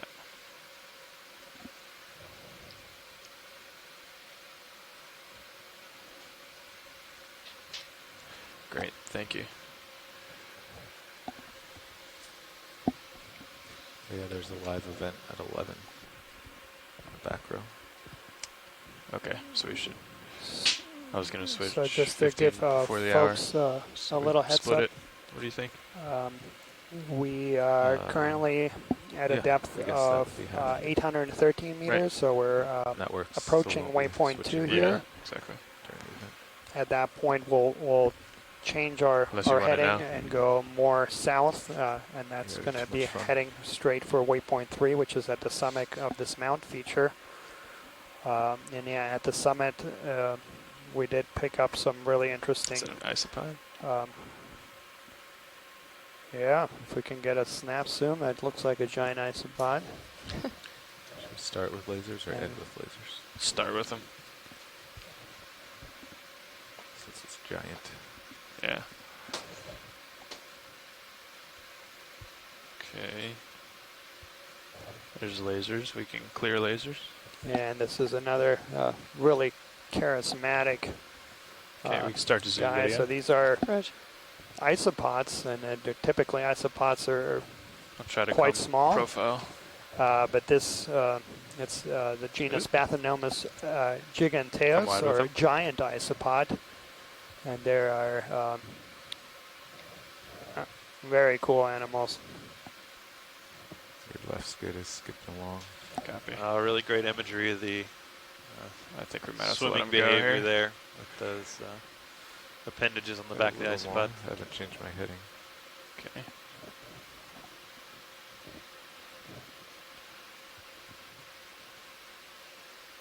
Yeah. Okay. We'll let him go off in the distance there.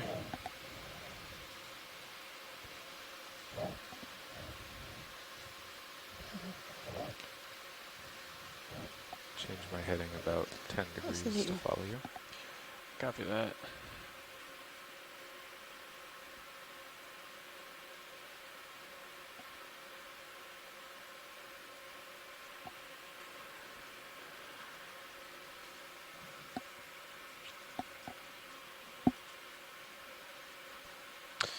And we're starting to see subtle indications of sediment ripples on the seafloor again, which is a feature we noticed yesterday on the dive. This can be indicative of current flow over the seabed and sufficient current flow to pick up and suspend some of the fine particles that compose the seafloor.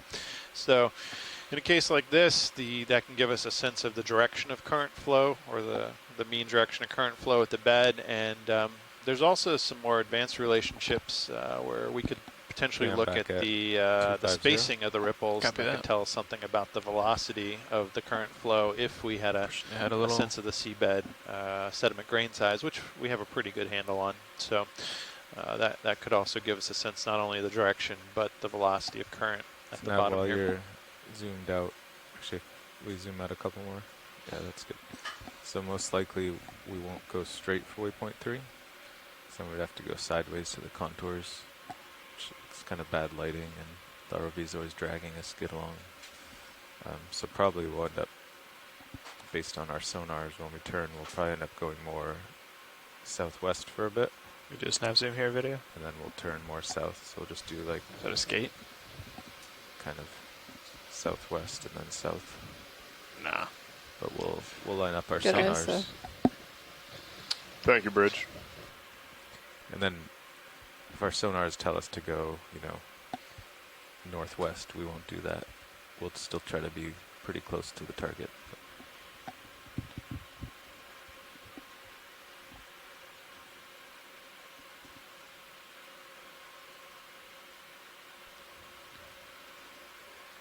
So to go over that again, you would like to head southwest first? Well, once we get to a stop, we'll line up our sonars with the uphill, and hopefully it'll be about southwest. And then we'll head that way. Copy that. They just finished the move, by the way, at 1528. Excellent. Sirio should stop swinging around 1520 maximum. Copy that. Yep.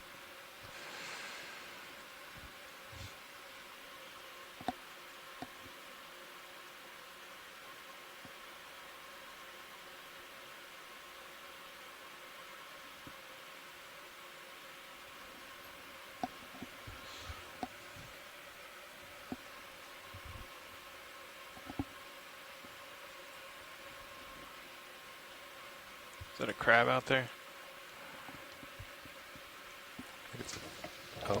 out center. Yeah. That one. Running away. Suspicious.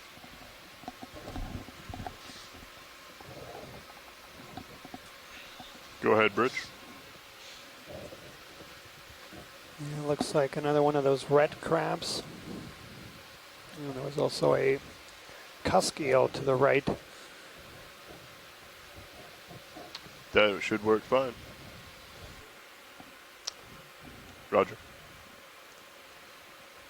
Bridge is making a heading change to 185. Copy that.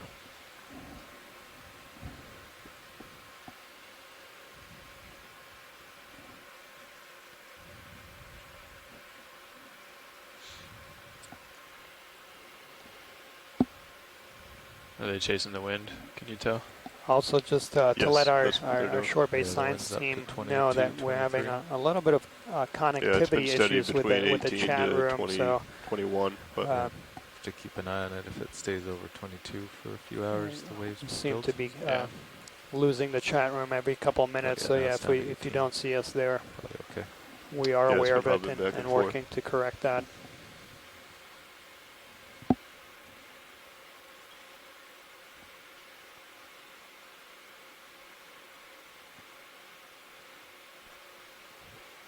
Well, should we maybe do another 30 meters to get serious, kind of over waypoint 2 before we turn? Otherwise, we'll turn. Yeah. Yeah, maybe. Yeah, that sounds good. 30 more meters at 250. I guess just move serious over waypoint 2, whatever that distance and bearing are. That sounds good, because then it'll probably be uphill more. Yeah, that's about 26 meters. Okay. Yeah, let's do 30 then. Bridge, this is ROV nav. We would like to do another move if that works.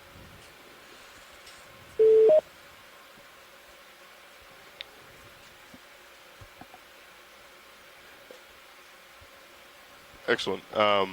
It will be 30 meters at 250 degrees. So we're just putting in another ship move here, so we'll just hang tight for a couple minutes.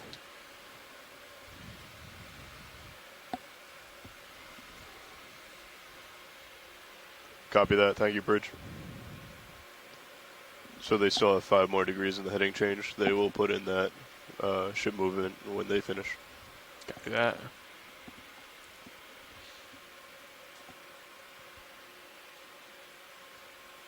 Did you want 250 or more like? Oh, whatever the bearing to waypoint 2 is. They're about the same. Oh yeah, okay. Yeah.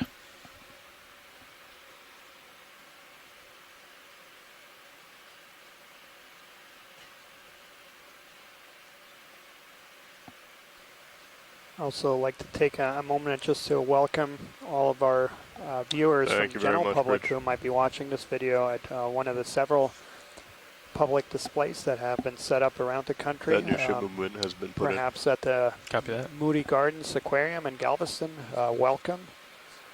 You're watching the live video footage collected actually just about 250 kilometers southeast of the location of the aquarium there, and we're about a half a mile deep in the middle of the Gulf of Mexico, studying an area that has never been dove on before. And we're very excited that you can all join us, and you all can watch this live video footage daily for the next 2.5 weeks. There will be dives every day, weather permitting, through May 2nd. And if you don't happen to be at the aquarium, you can also catch this footage online at oceanexplorer.noaa.gov/Okeanos. And there we have another Tina 4 comb jelly.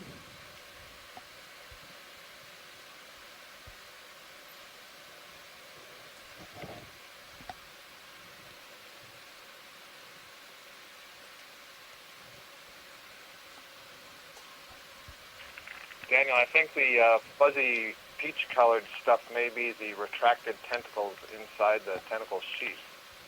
Not 100% certain on that. They're in the right position for that. Coming back up. Excellent. Thank you, Scott. Okay, we can let that guy go. Roger.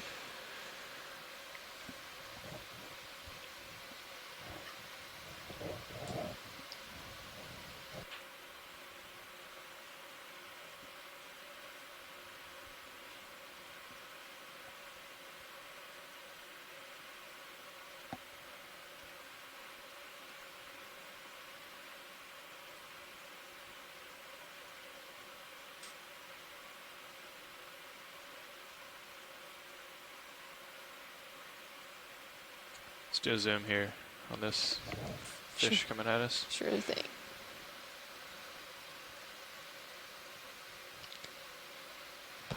And feel free to zoom to keep it in frame.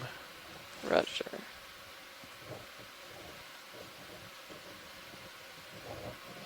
Yeah. So now a good check of progress is to see how far and G2 is this looks like a Thank fish you, Vinny, where we that got to the bottom. Tracy Sutton had identified for us Mandicus mandarensis. And then just, check that speed and see if we make that average speed for the rest of the day, how we'll progress. I'm guessing we'll have averaged about 0.1 knots, maybe a little faster.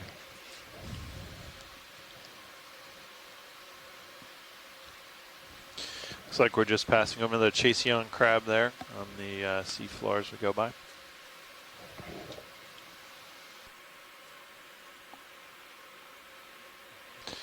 And just to let those of you on shore know, we're video switching out. Made it to waypoint 2, and we've turned to the south, and we're starting to move up towards waypoint 3, and we'll begin ascending the steeper portion of this feature here in a little bit.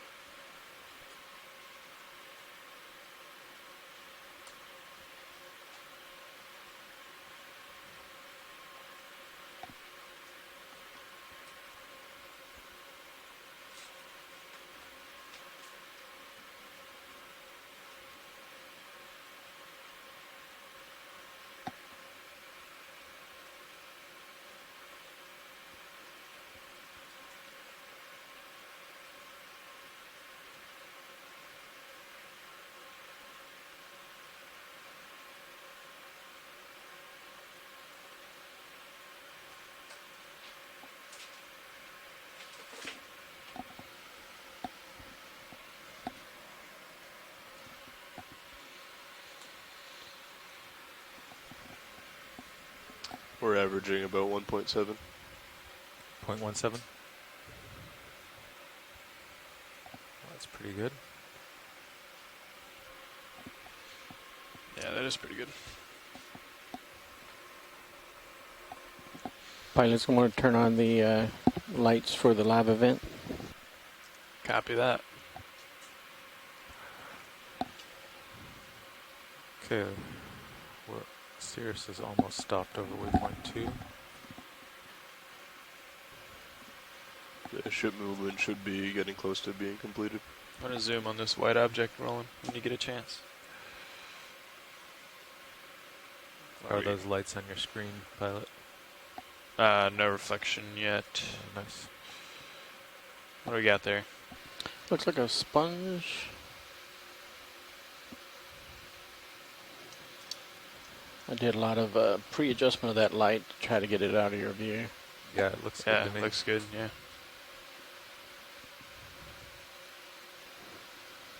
So we have our first sponge of the dive, a couple of ophiuroids.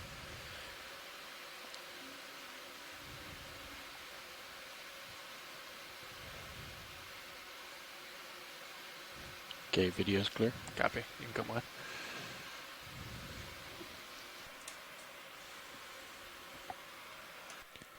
And that shrimp is that same that we imaged a little while ago. Clycocrangan Copy that, Bridge. aculeata. Thank you. The move has been completed. Okay, well my sonar shows it pretty much flat all around me.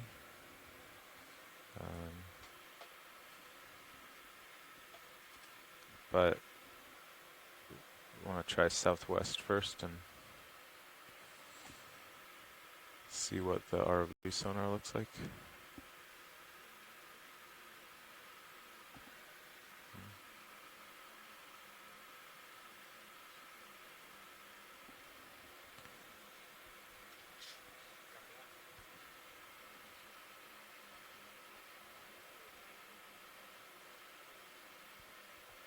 Okay.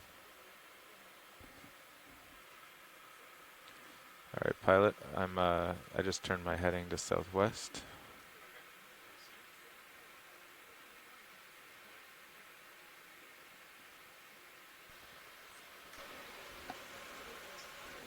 Around 230 would be the new bearing. 230 is the way to, is that the way to waypoint 3? The bearing to waypoint 3 is 203. Oh, okay. But you said we wanted to head southwest first and then probably based on the way the terrain looks in there. Yeah, whatever uphill is. Yeah. I don't think my sonar will really show it, but I think the D2s will. Yeah, let me get a strike here. You can see if we were going to head this way, half the screen would be black and just not very good video. But if we line up with the hill,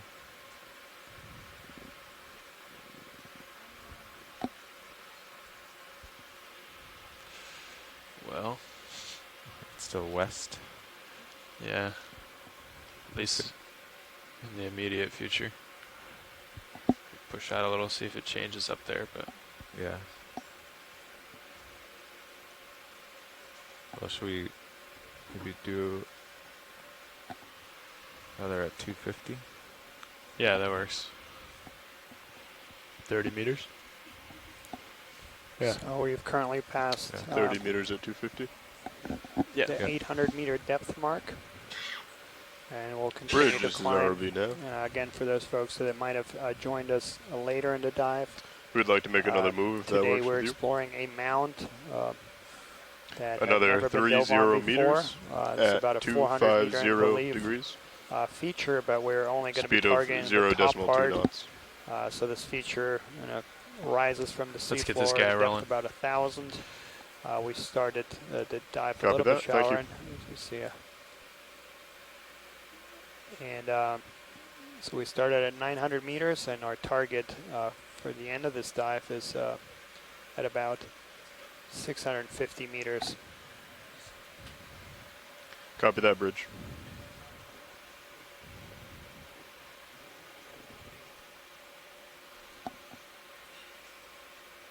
Is that full zoom? So Scott No, it's not. has noted that this is an Just wait for it to be amphipod. more centered. Gotcha.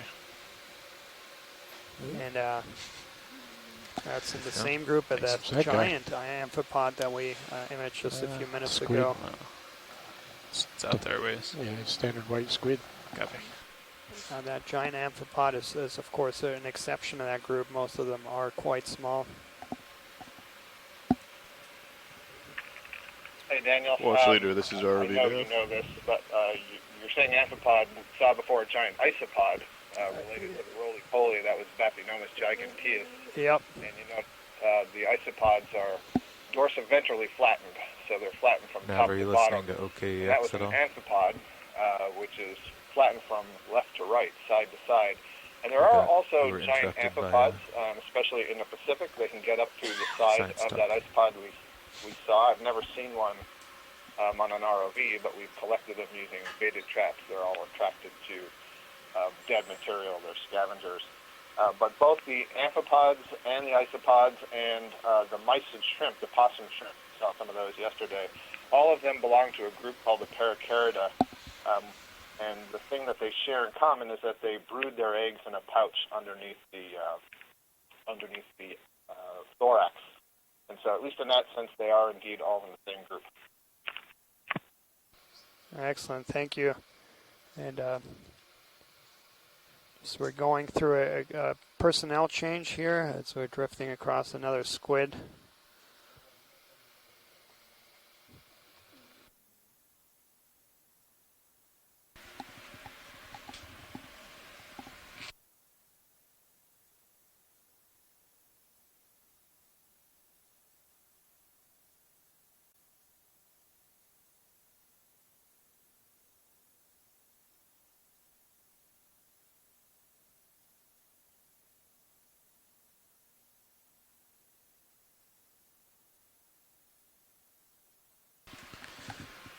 Okay. So we got 30 meters at 250 going? Yes, that's correct. Excellent. Now I'm on 250. So we'll hope to keep shifting that a little bit each move until we're at 208 or whatever it will be at by that point. I've got you at 35 degrees. Okay. On camera. So I'm pretty far out there still. Yeah, and I think you're just... I drifted up on you. Okay. Coming back down. So Z-bias is 26 today. Yeah. Yesterday was a little odd with the current coming up. Yeah, I think so too.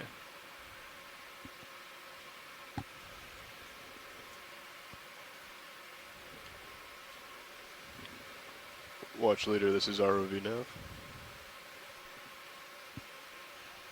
Just wanted to let you know that we've moved slightly more than 100 meters since the last call out.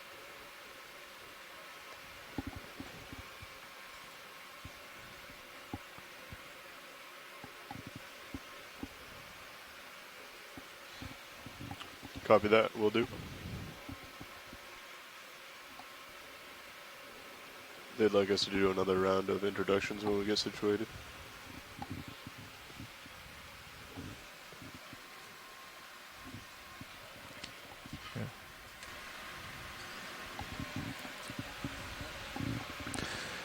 All right. Welcome everyone to the Gulf of Mexico. In the front row driving the remotely operated vehicles, we have an engineering team from the Global Foundation for Ocean Exploration.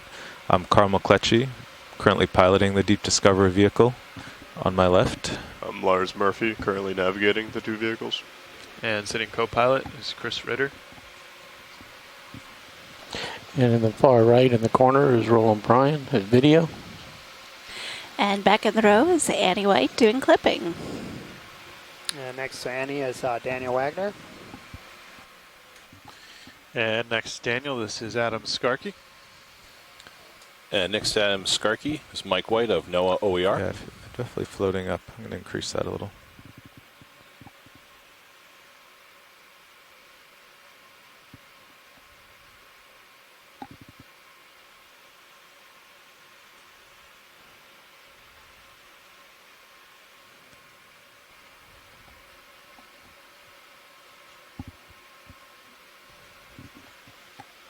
Copy that, Bridge. Thank you.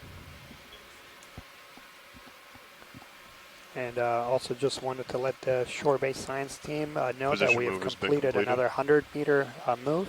Copy that. Copy that. So we're about well, uphill still showing 300 about meters 260, total. but maybe we should linear aim area serious, since more we like started to dive 240. a couple hours and ago. Split the difference. Yeah, I think so. Our current depth here is about 790 meters.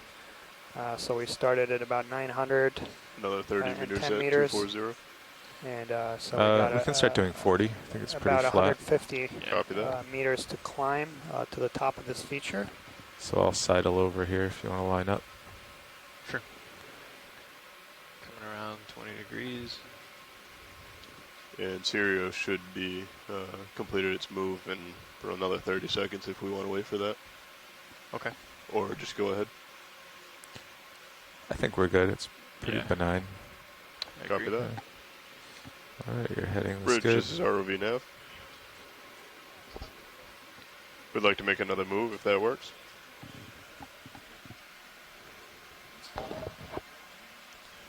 We will be going 40 meters at 240 degrees, a speed of 0.2 knots, please.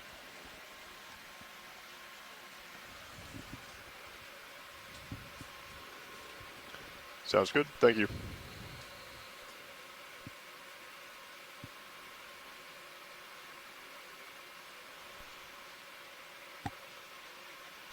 This is a comm check by video on the OKEX party line. I'm here myself departing the ship. Can Copy those that, on the Bridge. shore Thank you. hear us? If anyone can respond back on the OKEX conference call party line. Hi, Roland. Scott France. I can hear you loud and clear. Okay, thanks.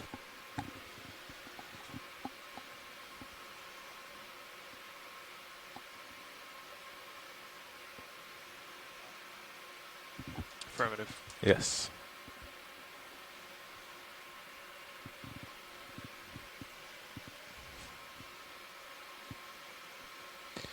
Copy that video. Thank you.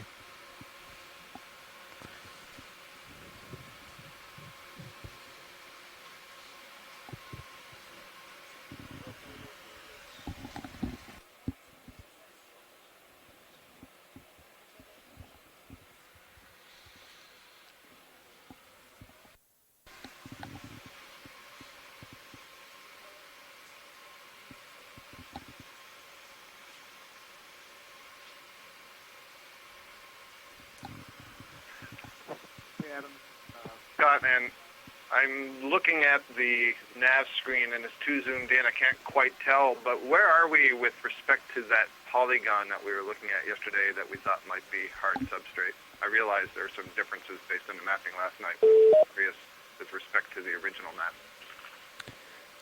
Scott, so we landed inside that polygon. And yeah, transit about 200 meters inside that polygon, and now we're starting to transit out of that polygon. You want some zooms? Yeah, that looks great. Thank you. And I think just saw the nav screen. Tara and Chris got okay. Good one. We can go on then. Yeah.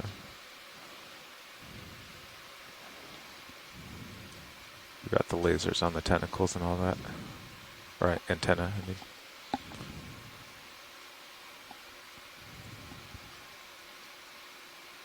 Okay, I'm at, come around at 240, drifted to 233.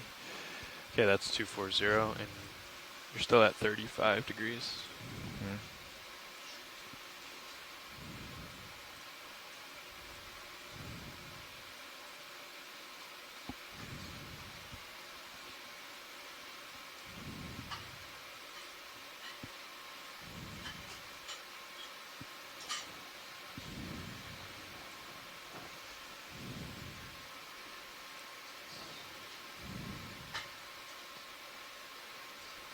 So there to the lower right is another one of these Cerataspis shrimp.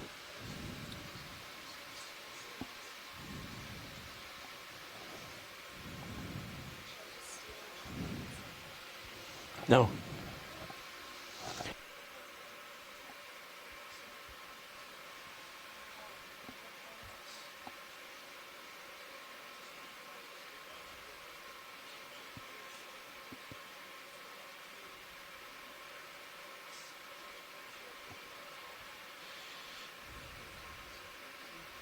We'll have to find something interesting at 11.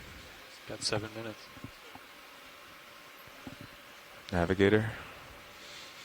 Take us somewhere interesting. Just post up on this crab. For 7 minutes.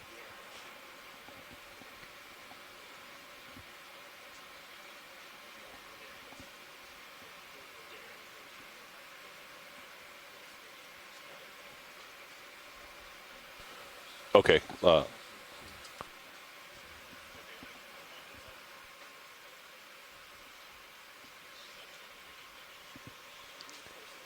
So just to let folks know, we're just preparing here for a live interaction. So.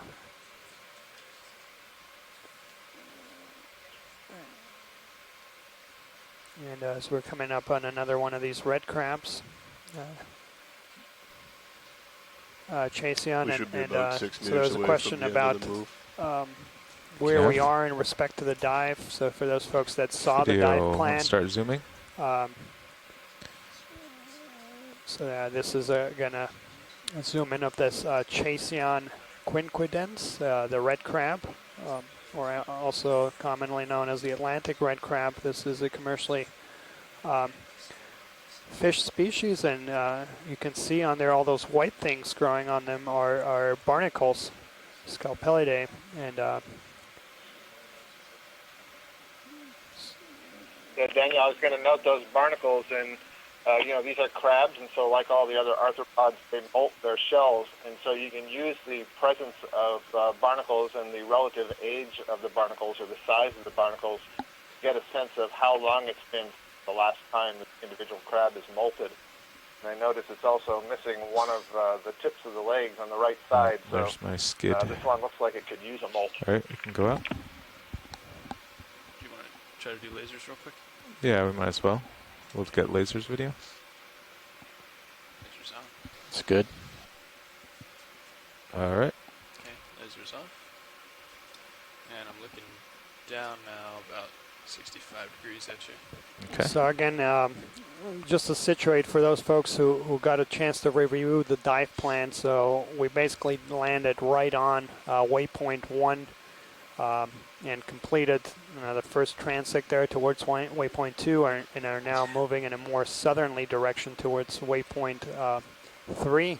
And so we kind of transverse this positive anomaly now and are just outside of it. So the first part of the dive was and what in the Boehm seismic anomaly map showed as a positive anomaly. And so we'll start climbing here a little bit steeper slope. So the beginning was about 15 to 20 degrees. Now it's going to go up to about 25 degrees. It's going to get a little bit steeper.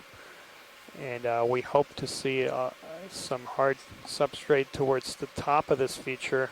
We did map it, so our mapping team was very busy throughout the night mapping. Did a bunch of lines over it, and the backscatter data shows hard returns over the summit of this feature. How's that ship move doing now? But again, as we had noted before, that backscatter does... We should be there in a bit. Pick up things that could be underneath I thought the it was sediment. a 30 meter, not a 40 meter. So when I said 6 meters, I was. And so we're hopeful that as we go further up and it gets a little steeper, that we'll find some places where apology accepted. The sediment is now we're about about 3 clean meters by away currents from the end of the ship move. or the steep slopes. So let's see. Yeah, I'm still 260 uphill. I guess we can keep on it. Yeah, I'd say maybe one. Hopefully, only one more. Yeah, 240 or so. As once they call down, say they're done. I think another 40 at 240. Roger that.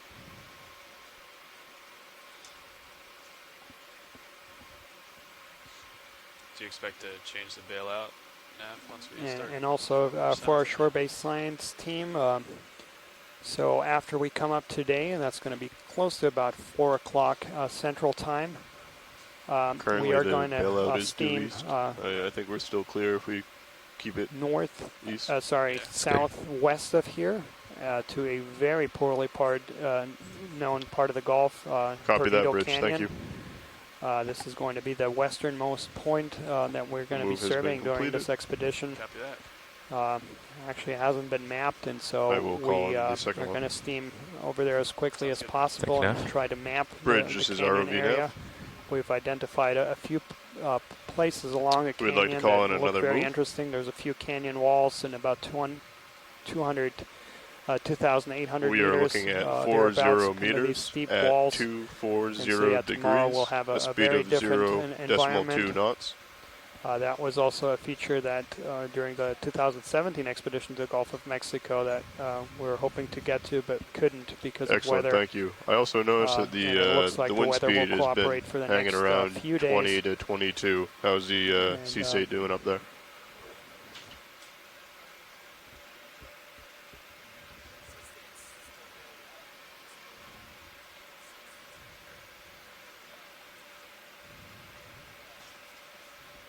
Excellent, thank you very much.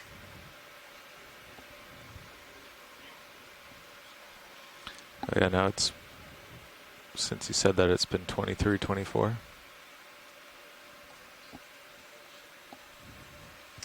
He said the sea state's only about 2 to 3 and it hasn't changed much since this morning, so. Actually, as a check. Thank you very much, Bridge. That's weird. That one only says 15, right?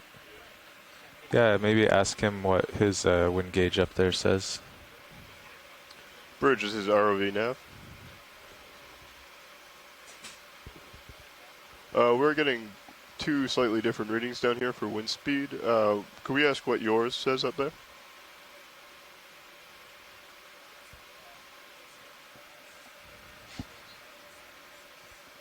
Okay, excellent, thank you. Oh, so our analog and theirs most likely something's wrong with the SCS displays because I believe it's one or two instruments and their data feeds into SCS and then it does corrections for the ship's motion. Yeah.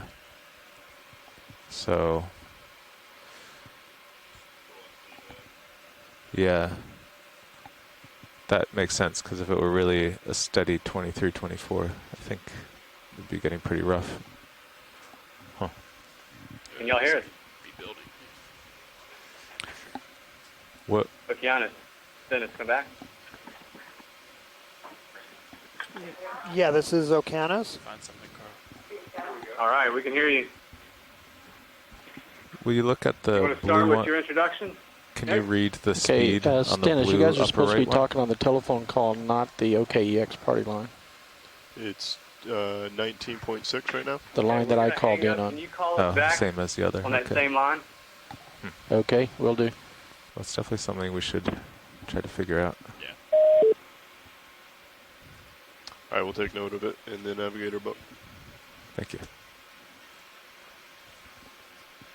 Okay, I think I'm moving. Okay.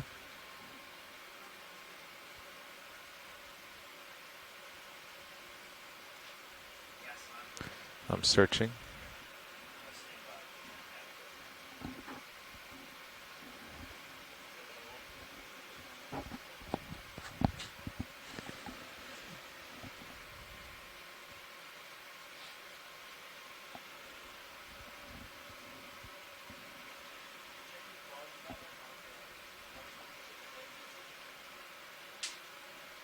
Pilot's off comms for a minute. Happy.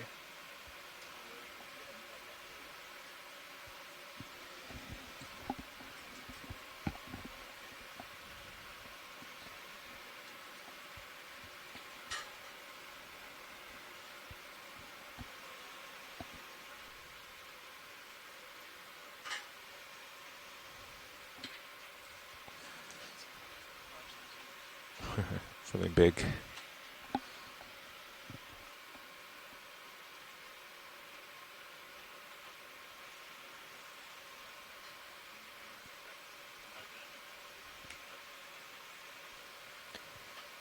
So our current depth here is 780 meters. And we're currently preparing here for a live event interaction. Do you want to try this object in the water column? But for those folks that it's just might have mucus. joined later in the dive. Okay, we can let it go.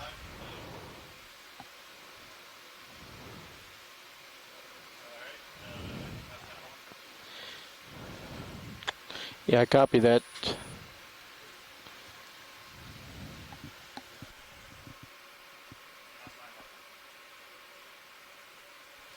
So Scott, I just noted that that was a larvation house. So there's Will you zoom past the skids? Just solitary free swimming tunicates, the larvations, and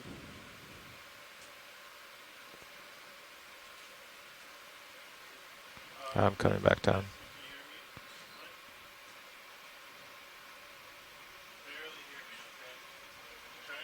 I don't know.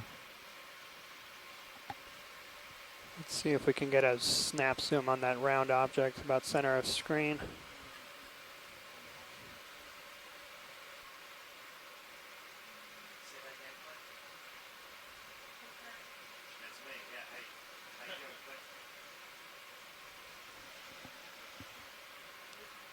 Video, can we adjust light levels?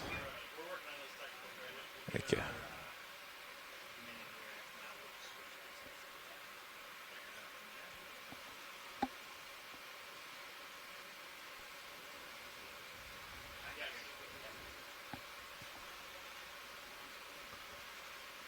Watch later, this is ROV nav.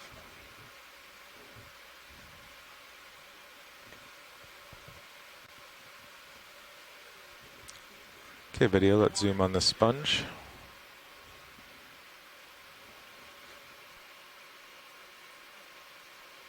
And so this is a hexactinellate sponge. Coming to starboard. Glass sponge, and we see some zoanthids growing on its stalk. And so yeah, just the second sponge we see today. So this is in a completely different group of sponges that most people that are scuba divers or people that snorkel in shallow waters and see sponges. So hexactinellids or glass sponges are a completely different group, and they're characterized by their microscopic skeletal elements. They have these six-sided. We should be completing very soon. Sclerites, and they're quite beautiful. Yeah, if you look at them under the microscope, and they the shape, size, and arrangement of these microscopic features so used to differentiate these sponges.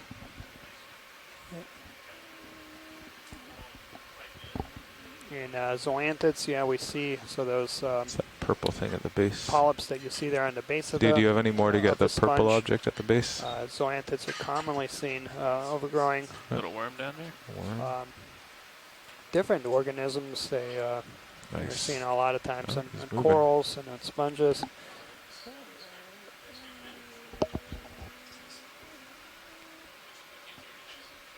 Oh, and there's also a crab back there.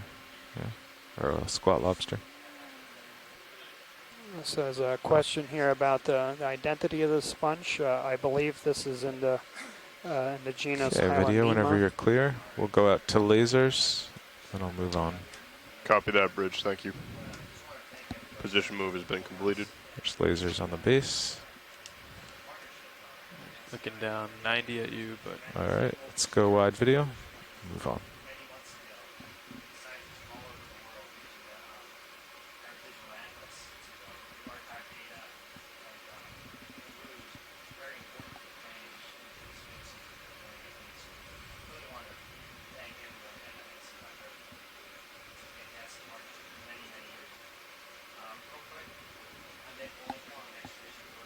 So it looks like the target bearing is about 198, 199 from where we are currently. Okay. Do you want to, let's see. Yeah, let's get another. Should we do maybe 220 or something? Sure. Cheat south a little. Yeah. Looking for another 40 meters or a 30 meters? I'm okay with 40. Okay, we will go 40 meters at 220.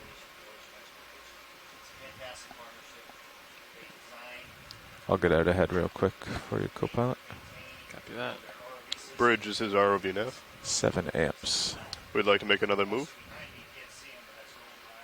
It will be 40 meters at 220 degrees, a speed of 0.2 knots, please. I'm going to port. Copy that, thank you. All right. I'm heading to port if you want to follow me. Sure thing.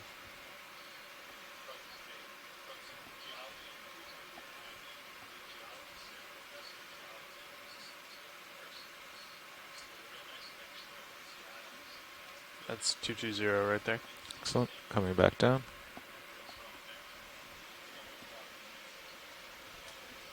Copy that, Bridge. Thank you.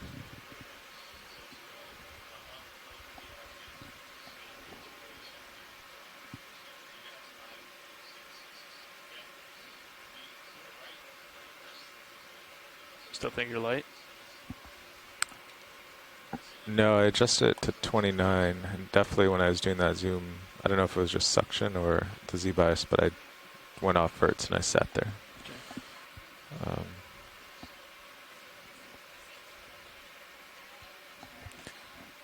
Might just, normally we're on rocks that are more 30 degrees and you adjust your height.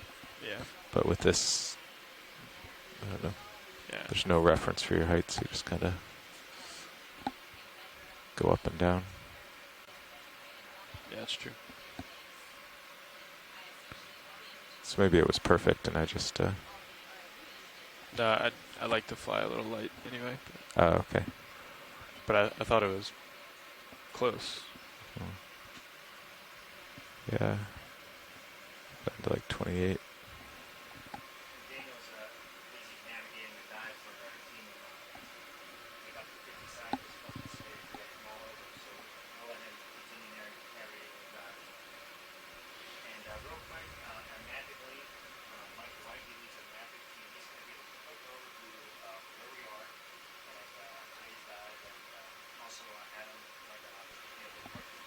I won't go too much further. I'm getting stretched out. Nav, can you drop, can you put the markers up in my sonar? And I think... depth here is 776 meters. Actually, maybe... see if I can... I'll just... Yeah. So if you right-click...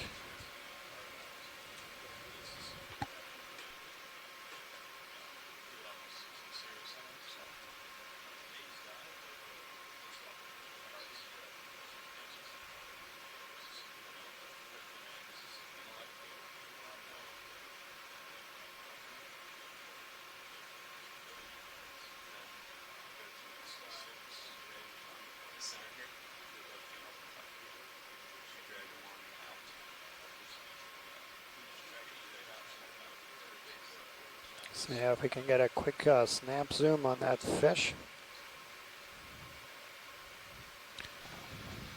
I'm going to do a zoom on this fish video. It's kind of making a mess, but...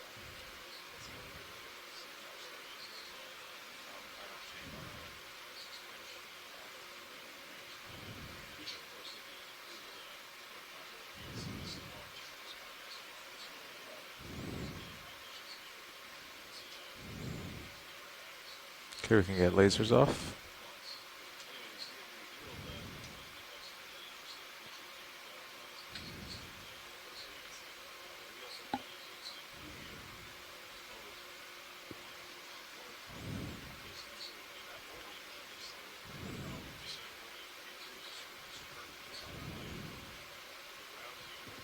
Sediment. But that's more looks when like we that finish the same ship move, correct? Not when the ship is that moving. we imaged a while ago, and Tracy Sutton had identified this rouse from the last expedition. That's the species Mandicus madarensis.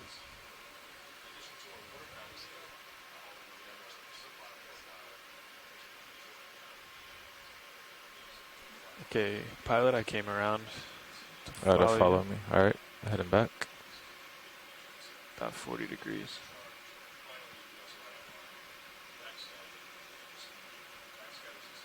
We were 220, right? Mm-hmm. Yeah.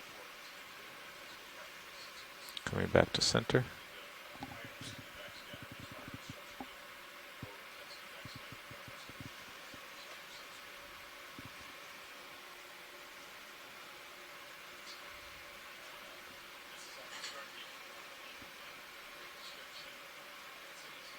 All right, there's 220. Okay.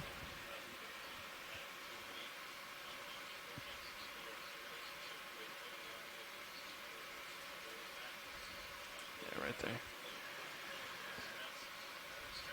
So you should be in the middle of your move, huh? Yep, definitely moving.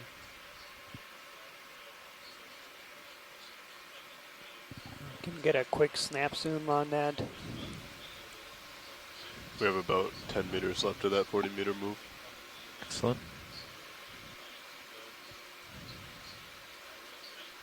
Did you copy watch lead? As science wanted to get that fish we just passed over lower left. Ah. All right, fish lower left. I'd actually turned... Drifted off to your bottom left. Yeah, actually turned them down when they were talking about the live interaction.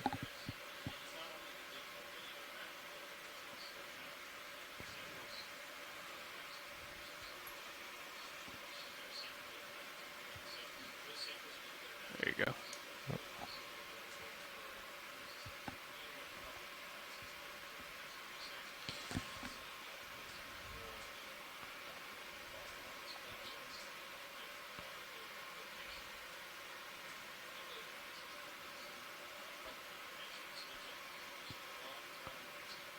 Okay, video, let's start zooming from here before we scare him.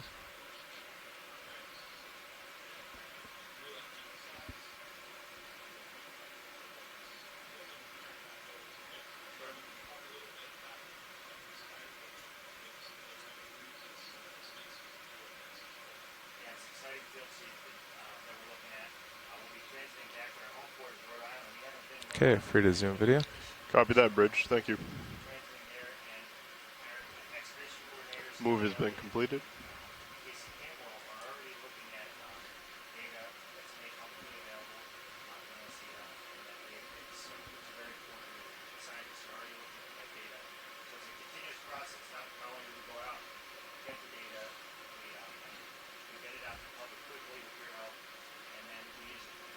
Looking down 80 degrees. Okay. Okay, moving after this. Get the lasers on him as we pull out. Yeah, let's pull out to lasers. Lasers are on. There he is. Nice. All right.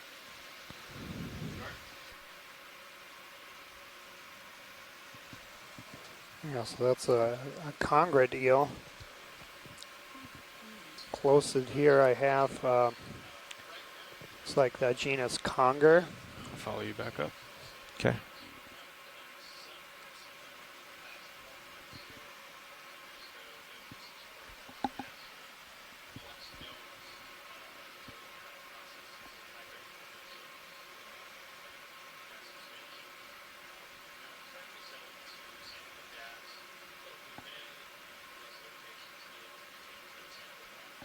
Okay, it's 50.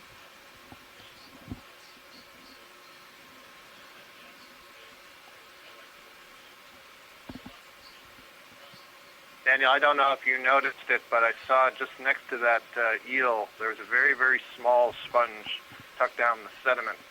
And I mention it only for listeners to realize that we may be overlooking an awful lot of organisms because they are so small or their color is such that they blend into the background. So those opportunities that we do have to sit and zoom in on the bottom are really quite valuable because it reveals things to us that are otherwise overlooked. Absolutely, and it's a great point, Scott. Video, let's do a quick zoom here. It's actually documented quite well in the literature. I've heard it being referred to kind of the Disneyland effect, is that a lot of times you zoom in on the big things and overlook all the small fauna and infauna.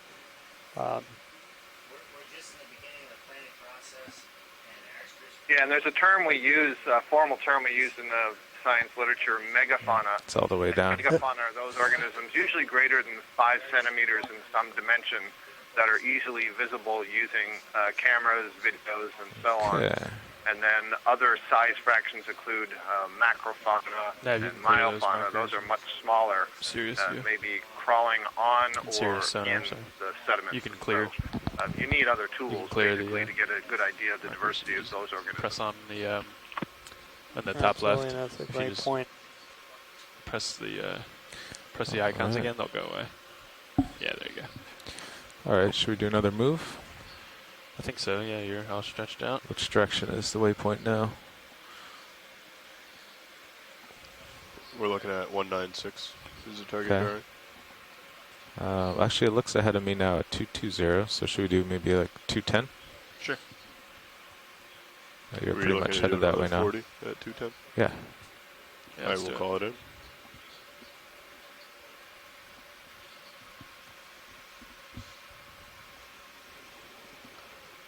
Bridge, this is ROV nav. Would like to make another move. It will be 40 meters at 210 degrees with a speed of 0.2 knots, please.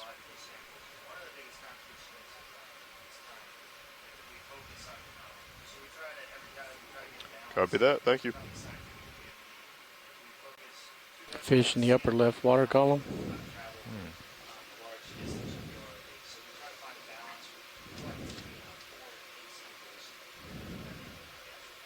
Okay, free to zoom video.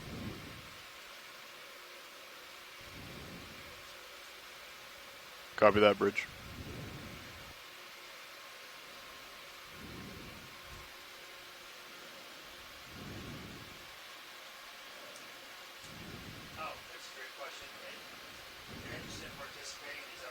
Start creeping in.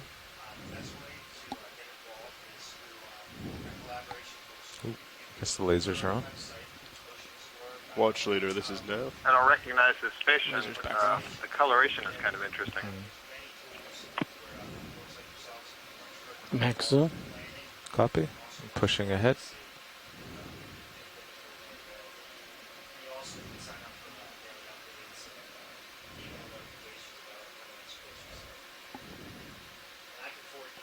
Got plenty of time. Look good. So yeah, I think this is once again that same species. Mandicus matarensis.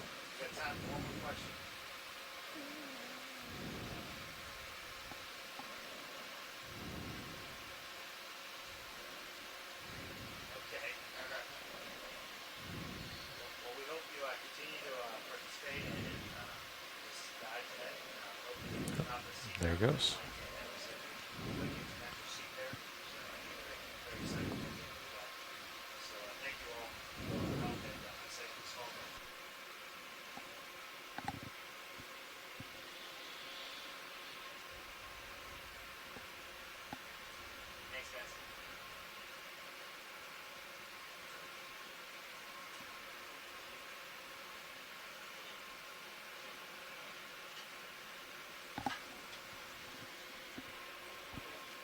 Copy.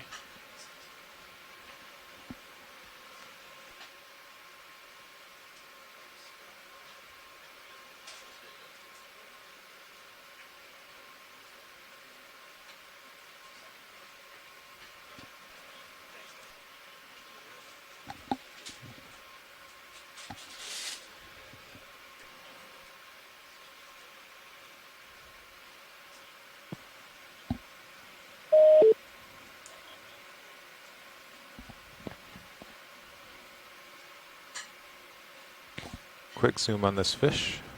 See if they'd like more.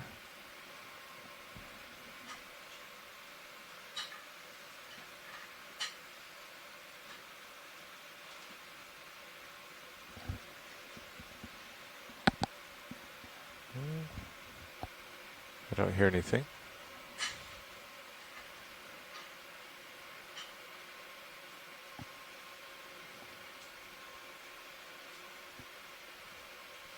And this looks like another species that was ID'd for us by Tracy Sutton, genus Epigonus.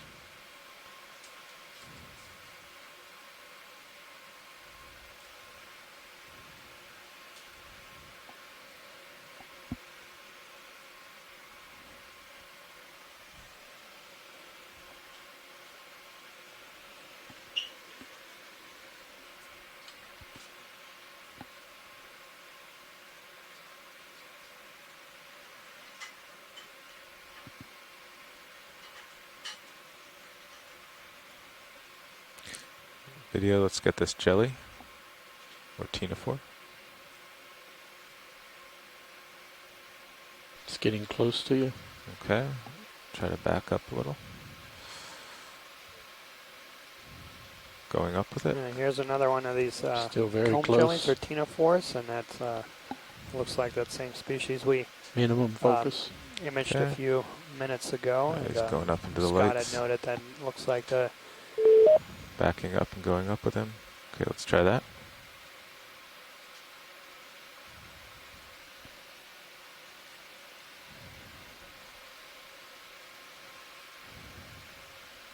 Nice. Almost.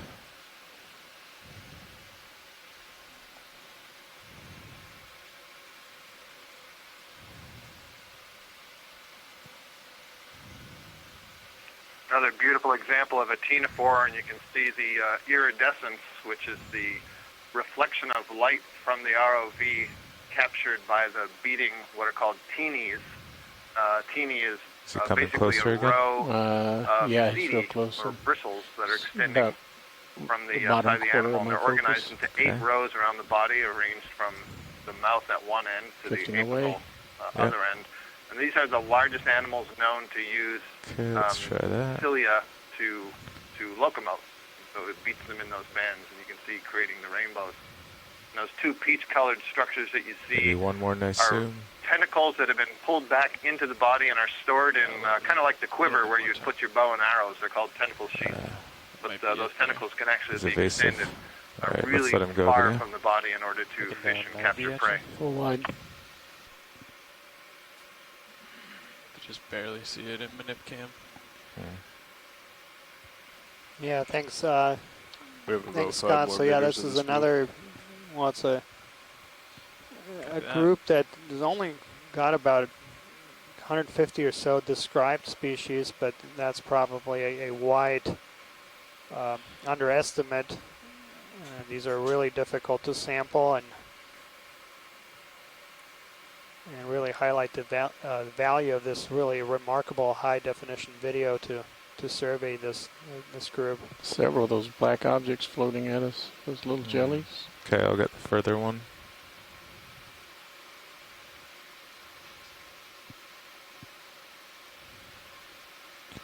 Okay, give it a try from here.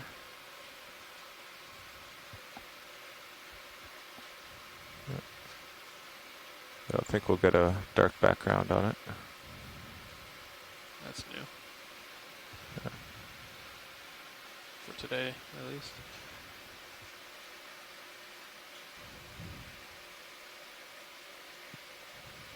Looks a little bit like a periphylla jellyfish.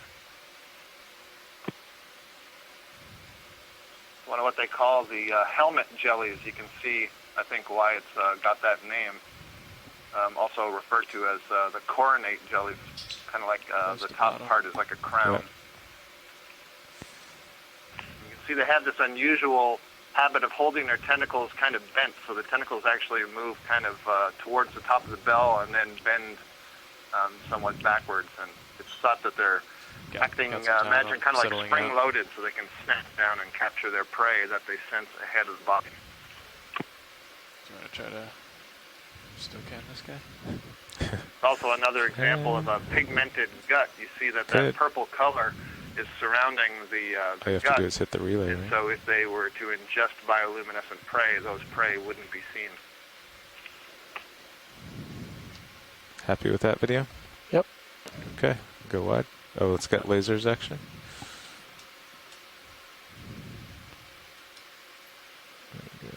Yeah, let him get up there a little bit. Hopefully it's in the focal length. Oh, for the still cam? Yeah. Is it on now? Yeah. Okay, you can put lasers off. Lasers off. So my tilt is -7. Didn't he? Oh, nice. Let's go in on his tentacle video.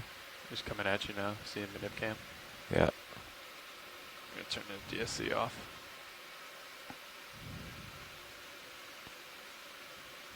He's hunting. Yep.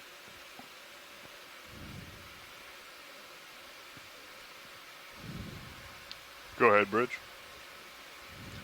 Roger that, thank you. Yeah, really spectacular imagery here. Nav, can you take a note for me when you get a chance? Okay, we'll let him go now. Go ahead, co-pilot. Just write 1627 still cam images of jelly. Thanks.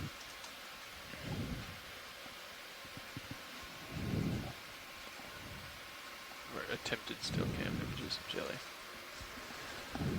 It's probably a little too small, but we'll see. Copy that. Okay, I'll get out in front. Copy that, 210 there. I'll follow you out.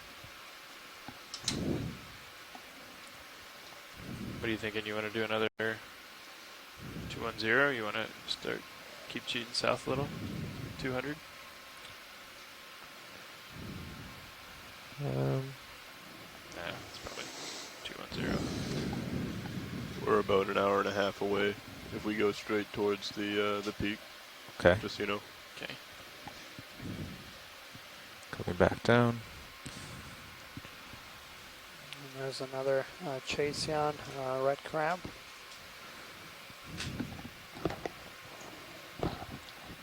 So now it's bearing 195. Yeah, let's do 205 maybe. Sure. 40 at 205.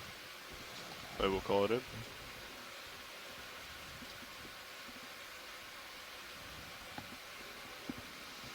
Bridge, this is ROB nav. We'd like to make another move if that works for you guys up there.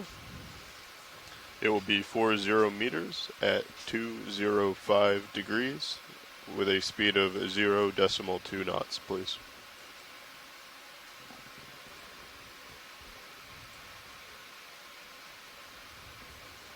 Copy that. Thank you, Bridge.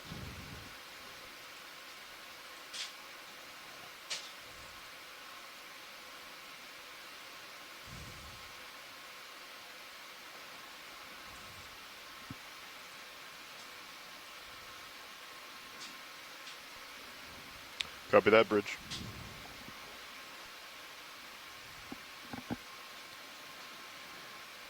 Okay, pilot, I have you back at 60 degrees in my camera. I'm actually getting altitude locks, so that's new. That's good. Tether looks good. Video, can you make out anything on this floating object center screen?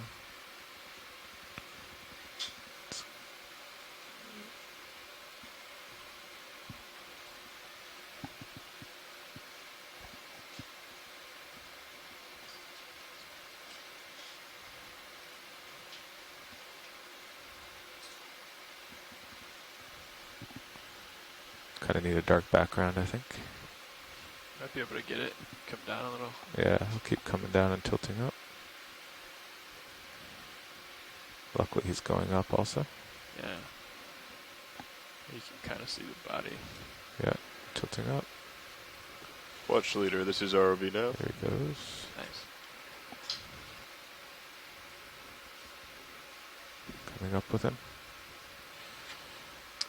Just wanted to let you know that we have moved probably about 175 meters since we last spoke, and we are about 1 hour and 10 minutes away from the base of the peak.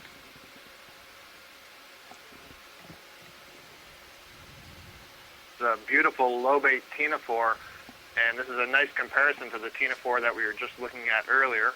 So collectively as a group, these are referred to as the comb jellies.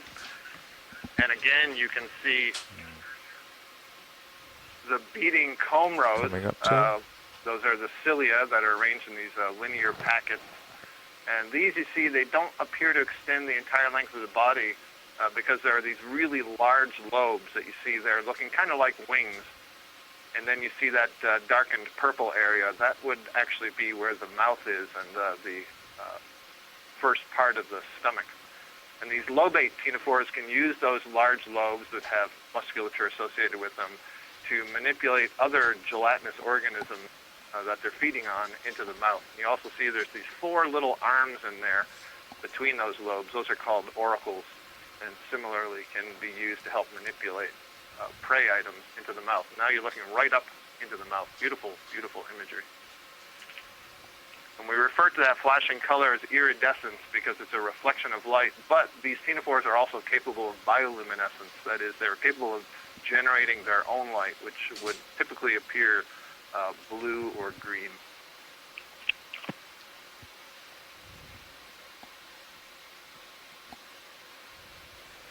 Thanks, Scott. And yeah, as this comb jelly got into view, I just got an update here from our navigator. So we have completed another video switch now. 100-meter move. So we've transited about 500 meters.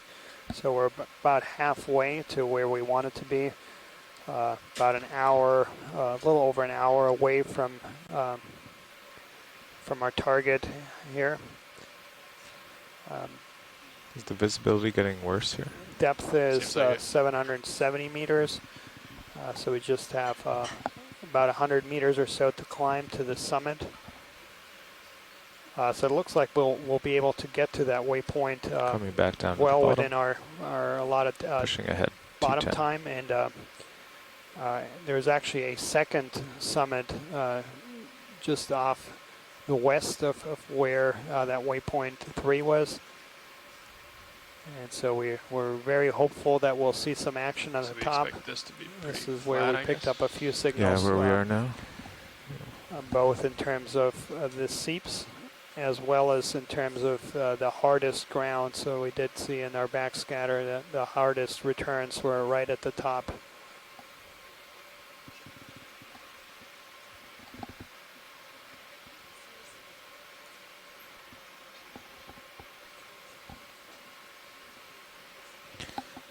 Video, could we there you go. And just to recap a little bit for those folks who might have joined recently or later in the dive. So how today's dive, we were hoping to see some hard grounds. So far in the dive, we've seen a lot of pretty heavily sedimented areas. About 30 meters of it. Okay, so Sirius got is some moving. really spectacular video footage of a whole group of different mollusks, so a couple of squid. 8.3 is too fast. Pteropod. If we just keep stringing these together, well because I have gotten 90 degrees twice, or in each move, comparisons to yesterday's dive, the substrate is very similar, but we do see quite a bit more life. We are, of course, quite a bit shallower. But we can certainly, start the next one as soon as that we'll see this some one starts. hard bottom. Make it almost continuous. Keep climbing this feature. Yeah, I think so too. Yeah. Are we thinking about moving to 200 rather than 205, or stay at the 205? I think this is going to be pretty flat. Yeah, we could do. Why don't we just do a couple straight there? Yeah. Yeah. Could do a couple at 195. Copy that. Yep. And still at the decimal 2 knots, or are we looking to bump it up? Decimal 2? I think, yeah. Carl made a good point. Yeah, I think it's good, because in each move, as I do zooms, he passes over me. So if we go faster, that'll just get more exaggerated. Yeah. So as we continue up this feature, we see still see these faint ripples in the seafloor, which I mentioned earlier, are indicative of potential current flow over the bottom here. Thank you, video. And that's good. As we move higher up on this feature and higher into the water column, we expect that we may get higher velocity currents that move around the feature. And so we're hopeful that that plays a part in exposing a potential hard substrate. I will call the currents removing 40 sediments that may fall on that hard substrate. And that, in combination with higher slope, could lead to those exposed hard bottoms, which tend to create large, diverse communities of benthic organisms. We're looking for another move.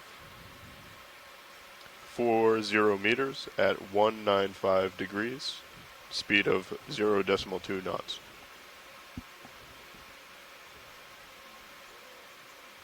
Thank you very much.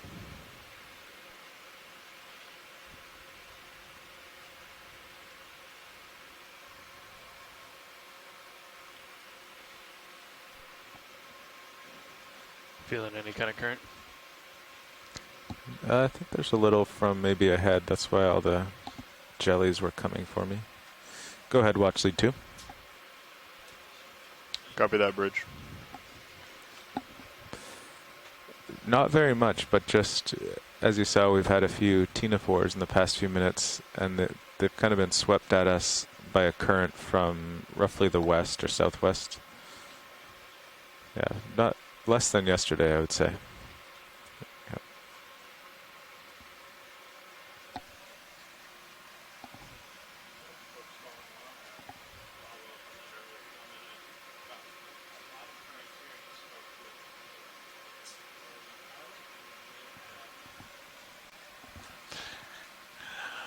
Following up on that earlier comment about bottom currents, I just spoke with the ROV pilot, and he indicated that they've been noticing pretty weak to almost no current on the bottom today, although some of the recent ctenophores we looked at have been swept towards them by a current, but it is fairly weak and weaker than what we saw yesterday on the crest of that ridge we were climbing.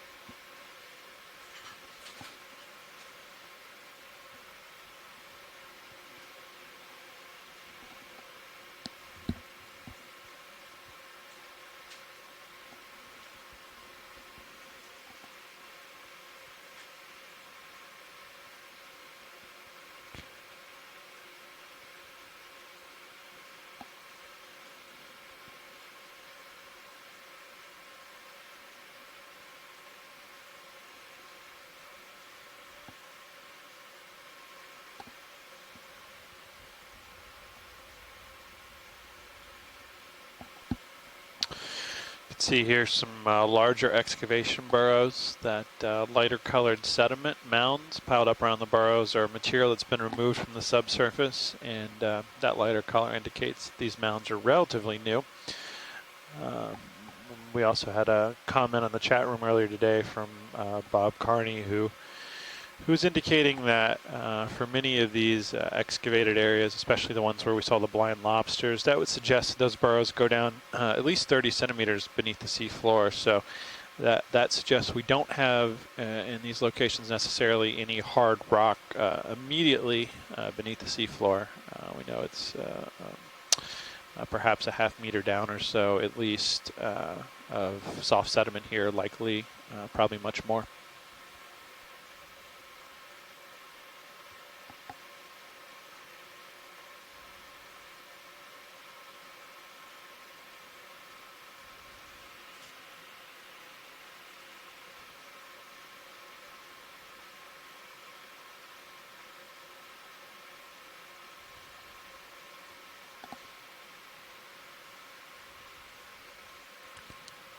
Video, quick zoom on this object floating.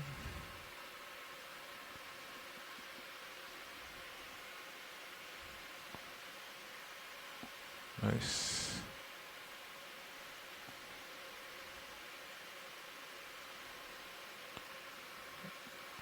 This looks like a colonial siphonophore. Yeah, as Scott noted, we might have a colonial siphonophore here. So that's touch bottom. Got at least, looks like.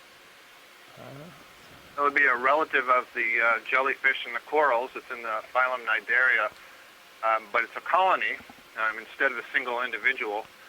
And basically, at the left side there's a collection of individuals that squeeze little bells just like a jellyfish does, and that's what's causing the locomotion, causing the whole colony to move around.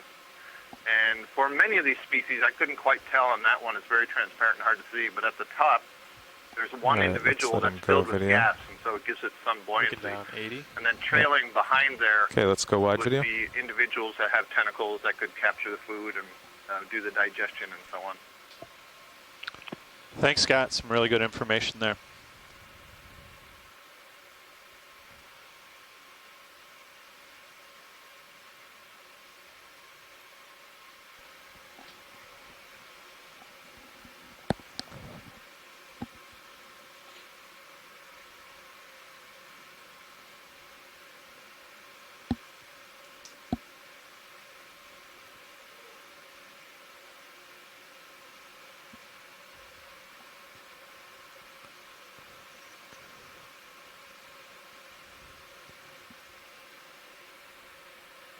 Just going slowly by this fish to see if there's any interest. And moving on. Another fish there.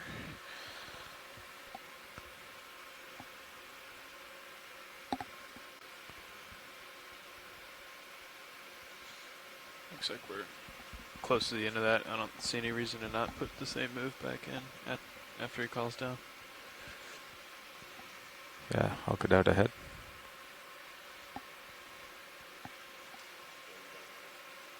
We got about 3 more meters left in this move. Cool. And then we'll do the exact same thing, 40 meters at 195. Yeah, may as well while we're flat here, because I suspect we'll have to go a little bit more west once we get to the base. Yeah.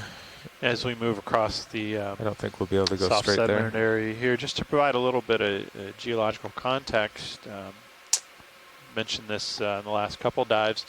The part of the Gulf we're currently in has a particularly rough topography. You see a lot of crest of ridges and associated valleys and low spots, and if you look at it on a bathymetric map, it seems to be much more rough than many other parts of the Gulf of Mexico, and somewhat unique in most ocean basins in terms of the roughness of topography. And the geologic context behind that is that this entire portion of the Gulf of Mexico is underlain by large salt deposits, which I'll speak about more in a minute. We can go ahead and get a quick zoom here on this organism. Zooming. Stand by, let me sit down. Feather star. Looks like our first crinoid of the day, I think. All right, crinoid, sometimes referred to as a sea lily. Free to zoom. Yeah, what's actually nice is you see just to its right there's a sea star. And those are both members of the phylum Echinodermata. Translates as spiny skin. They have calcium carbonate, what are called ossicles, embedded in their tissue. And one of the nice things about the comparison here, this crinoid that we're looking at, as you said, a feather star or a sea lily. The mouth is oriented upwards, and you see on all these arms there are these side branches called pinnules. You see the dark lines in those pinnules, and then there's one wavy dark line going right down the center of that main branch. Well, in those grooves are the tube feet that you would associate with a sea star. And those tube feet are constantly trying to flick water particles out of the water, food particles out of the water into the groove, and then they're channeled down the groove toward the center where the mouth is. And you can see at the base on the sediment here, there are what appear to be kind of like legs. I will call on the next one. I have 40 meters at 195 as soon as I get confirmation. Once in a while, we're lucky we'll encounter one of these swimming through the water column. Roger that, Bridge. Thank you. Yeah, stand by on calling it. We'll wait till I'm done this soon when we get out ahead.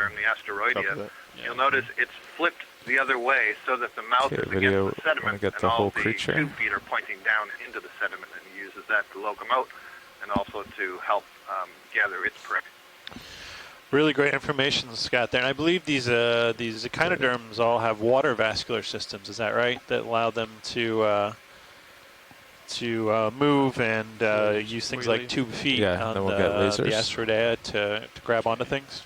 Okay, zoom out to lasers yeah, the whenever water you're ready. vascular system is basically an internal system of, call them water pipes if you want, and channels that's under pressure. Okay, now I'll so that sidle when over muscles to squeeze the around them, it can shift the water from one part to another, and that's what can cause the tube feet to extend, and then other muscles can cause them to sort of move back and forth and create either the locomotion or the ability to capture the prey. Fantastic, and I know the one of the co-science leads on our previous cruise at the end of 2017 in the Gulf of Mexico was Chuck Messing, who is an expert on crinoids and has spent a great deal of his career studying these individuals of the echinoderm group. All right, let's give that a try. One of the world's leading experts, Chuck Messing at Nova Southeastern University in Florida. And I guess it's also a good time to mention those two red dots are lasers that are 10 centimeters apart, so you were able to get an estimate of the size of these two animals. And as we're focusing on this asteroid sea star, I noticed that pattern on the top of the disk. I'm pretty certain we saw this species yesterday as well. Was this the one we saw where it looked maybe like it had been engorged or recently consumed a meal? I don't think it was the same one. I know the individual you're talking about, and I don't remember seeing the pattern on the top of that individual, but it's possible that because it was engorged, that wasn't able to see the pattern. I don't know this particular species how much they change their shape when they feed. Some sea stars definitely will engorge themselves, and that central disc is where the main part of the stomach is. Actually, kind of a fun fact for the sea stars, their stomachs extend into their arms, and I don't know the extent to which the stomach extends in this species, but sea star, that's the case. Maybe that's Chris Ma to help us out more. It is. Ah, fantastic. Welcome, Chris. That max zoom video? Yeah, I'm just slowly watching to see what we're focusing in on. Good old Nymphaster arenatus. So I was complaining a little bit during Diva's dive that this was one of the most commonly encountered sea stars in the Gulf, and we had only seen one at the end of her trip. Now I see that we are, in fact, living up to the hype, and we are seeing Nymphaster arenatus regularly and, if not abundantly, quite frequently. So this is a goniasterid, and this is a widespread species, actually. It occurs all throughout the Atlantic, both on the Western American side, but also on the European side. And this genus, Nymphaster, is also quite an old group, as far as we know.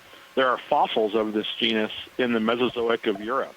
So, I often talk about how looking at goniasterids on the seafloor is like looking at the Cretaceous seafloor, and sometimes I really, it doesn't take much to sort of think about that, especially when you often see goniastrids alongside pteropods, which have a very prominent fossil record.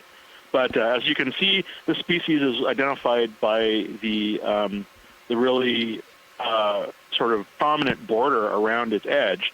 And what's really odd about Nymphastor especially is that the marginal plates, the plates that form the peripheral ossicle system, join, they abut over the arms. And so they actually form these elongate triangular sort of tips. And these can get quite large. The largest one that I've seen gets to be almost 1.5 feet across. And the arm tips can be very pointed. To the extent that Video, you can go out to lasers? Put your eye out with one. Oh wow! This one, I get the impression this one's quite small, and also some of the arms are broken off. That's sort of what one would expect from having long, kind of fragile arm tips. The flattened body shape and the elongate arms have never really been studied. I mean, the unusual shape, but it's probably because these things live on very soft substrates, and as such, they have almost a living snowshoe type of biophysical approach, which is, to splay out as much as possible, and thus, sort of spread their weight out so that they don't sink or okay, video, you can really, go wide. We'd like to call it another move, so that they can 40 meters at maneuver over really light, speed of unconsolidated sediment. These are essentially omnivore scavenger type things. They find gut in their stomach and so forth. So they're not. They're probably quite important, but again, despite their abundance, we don't really know a lot about them. I'm always happy to see them alive because, like I said before, I'd seen them in collections plenty of times, but until I'd actually seen them alive, I'd actually not realized. Copy that, Bridge. Thank you. Even that biophysical interpretation was just a guess until you actually saw it in its living habitat. So videos like this, and the more we see them, also explains to us a bias of the collecting record of nets and so forth. Because when these are collected, they're often collected by trawl nets, sometimes in the tens to hundreds, but you don't get an idea of the spacing. There might be one of these sea stars every couple of meters. Let's go for this video. In the real world, and in a trawl net, they're all just kind of close, I think, thrown together, and they appear extremely dense. So, video like this is very informative, and always happy to see them alive, of course. Absolutely. Thank you, Chris. That was really great information. And I was going to ask, as you mentioned, it looked like a few of the arms were missing from that individual. I believe this part of the echinoderm group has the ability to regenerate appendages. Is that correct? Yes. The ability to regenerate is present in most sea stars, but the ability to regenerate like a whole body from the arm is limited to only a few groups. Okay. And so, in other words, even though they have some limited abilities, seeing a sea star like this broken in half would just result in the two halves of a dead sea star, rather than that old fisherman's myth of regrowing two whole sea stars. Sure, of course. But this one could regrow the end of its arms potentially over time. And in fact, I'm certain it will. It's just a question of how quickly, and there are always questions about how much energy it takes to do that, how long it takes to do that, but the way that the arms are shaped, one could not help but see it as an inevitable consequence that they're going to break arms eventually. It's just a matter of when. Mm-hmm. So presumably that's something that they have the capability to do, in a fashion appropriate to their life mood. Like I said, it might be very quick, or it might be very slow relative to our time scale. It's hard to say. Absolutely. And looks like we're now focused on, I believe, a ctenophore. Yes. Okay, well, have a great day, and I'll catch up with you guys next starfish. Absolutely. Hopefully we'll find you some more starfish. Thank you, Chris. Please do. I'm getting a little bored staring at ImFaster all day. Have a good one. Let's go in a little tighter video. It's behaving. Yeah, Adam, I was just writing in the chat room an observation. I just noted a minute or so ago when we first saw this particular ctenophore. It moved away, and I was describing this before as having these very large lobes. They're hanging down. Right now they're sort of pointed to the right, moving upwards. And you can see on the right side those beautiful comb rows beating.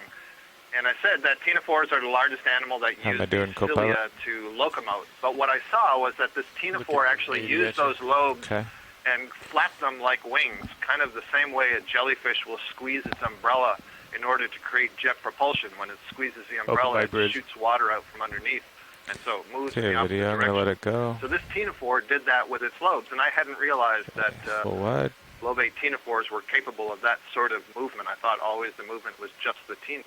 So that was a really nice observation. That's a really great observation, Scott. And really, it may be that no one's realized that yet. We'll have to check with the experts in the field. But certainly, that's some of the value of the video we're getting here is to observe these organisms in their natural habitat and get some of these behaviors you can't see through. Certainly almost impossible to even collect these organisms through trawls and things like that because they fall apart in nets. So real value here to some of this video we're getting. Okay, going ahead. Yeah, I didn't turn it off, so you're on track. Nice.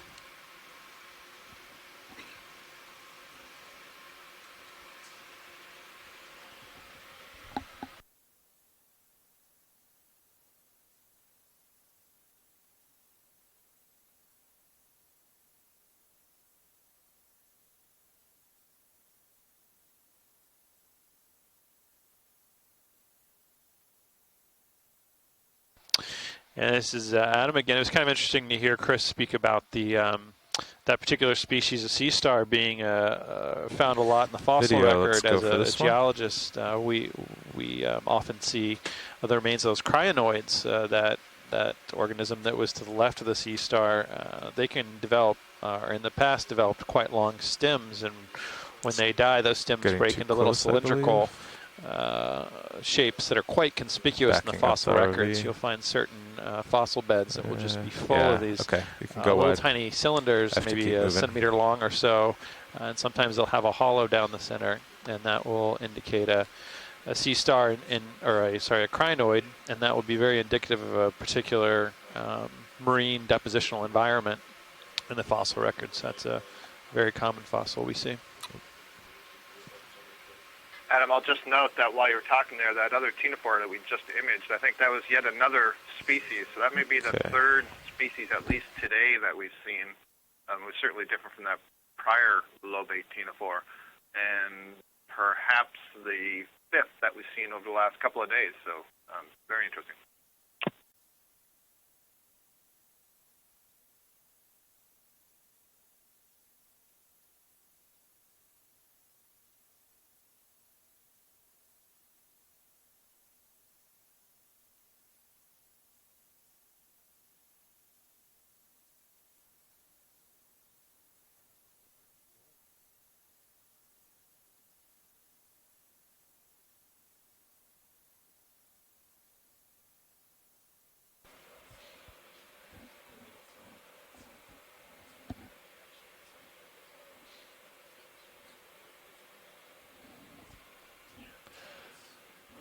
Well, actually, this is co-pilot. We're just doing a quick pilot shift up here.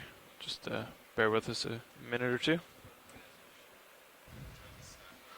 Copy that, Bridge. Thank you.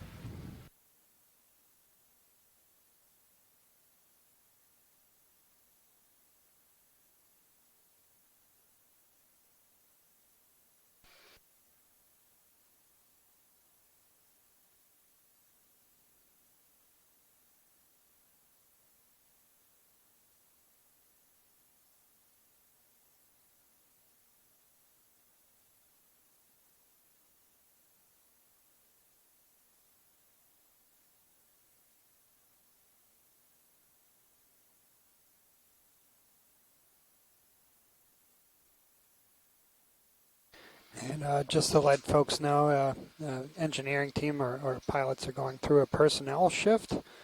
It's lunchtime here on the ship. So we'll get going here in just a little bit. And as we were preparing for that change, we actually looked like a snipe eel passed right by the camera. And that's a group that we hadn't imaged yet. We have a pretty big delta. I came up while he was under me, but I have you at 53 degrees in the camera. All swing arms are out. Copy that. Just going to adjust the Z-bias a bit. Yeah, you might have to. Does he just like to fly heavy, or was there a reason we were? I'm not sure. I had it at 25 when I was flying. Yeah, looks like like it's maybe just like preference. 27, 28. Yeah. Oh no, I had it at 26. So 26. Okay, yeah. It's pretty close. We'll try this. And we might have been picking up a little mud too as we went. So. Yeah. 28 looks pretty close. But okay. We're moving 195. 195. Yep. And as you'll quickly find out, it's not exactly so current depth upslope. here is right. 700. But we're just we're trying to hit going to waypoint 3, right? Okay. Which I've selected. And 195 so is we're just right to waypoint 3. 100 meters from the top of this feature.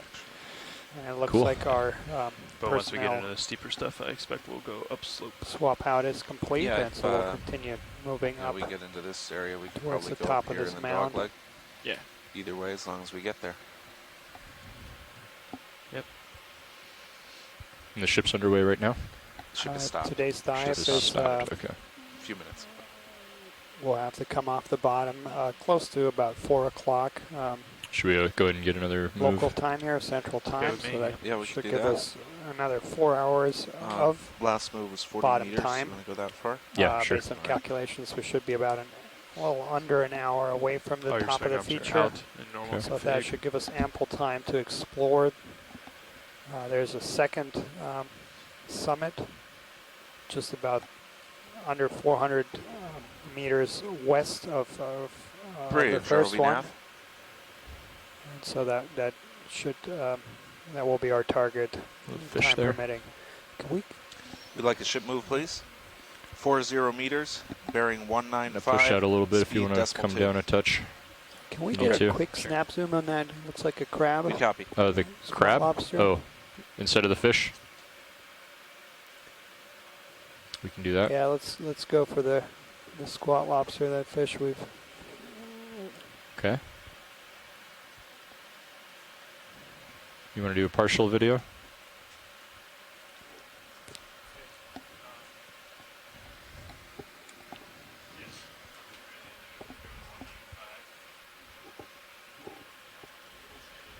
Thanks, Bridge.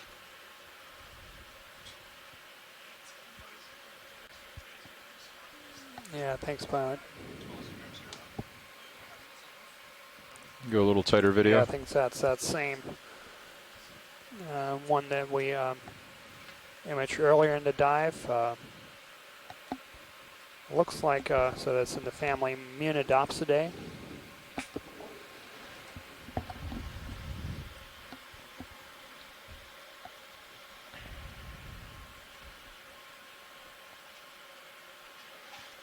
All right, so we're all set on this.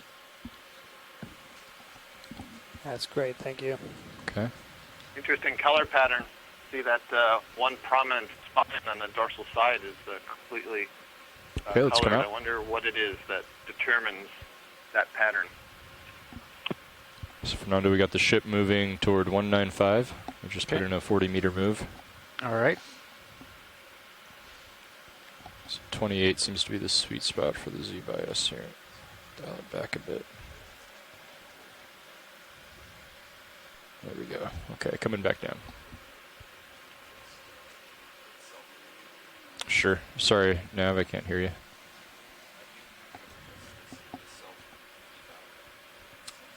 you. Menu, and then what is it? It's a service, and then side tone level.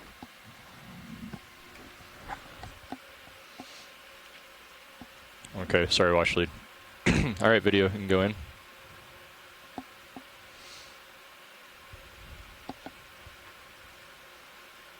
Hold that.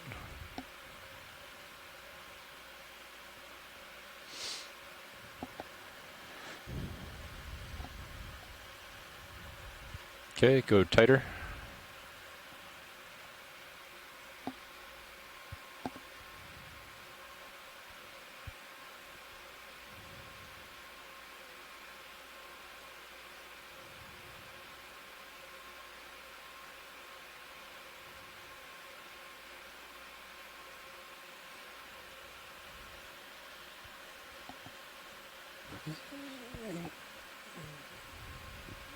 Yeah, I'm glad we did. So this is definitely different than all the fishes we imaged on the first expedition.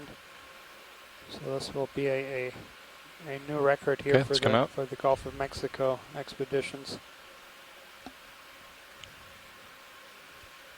And you can feel free to always zoom past the skid. Yeah, Daniel, I'm not a fish guy, so I'm not all that much help, but something in my memory is saying either duckbill eel or snipe eel. I don't think it's a snipe eel. I don't think the snout is slender enough, but okay, 195. Duckbill eel might be a way to do a search. Yeah, we're still collating here. But yeah, definitely very different than everything we imaged on the first expedition. Test. There we go. Oh yeah, we got some really good video there.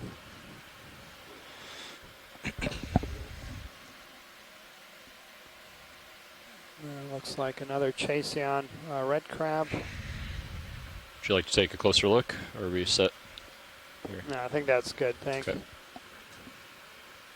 Anything else? The shrimp, the fish. Yeah, I think we can keep moving. Thanks, pilot. All right.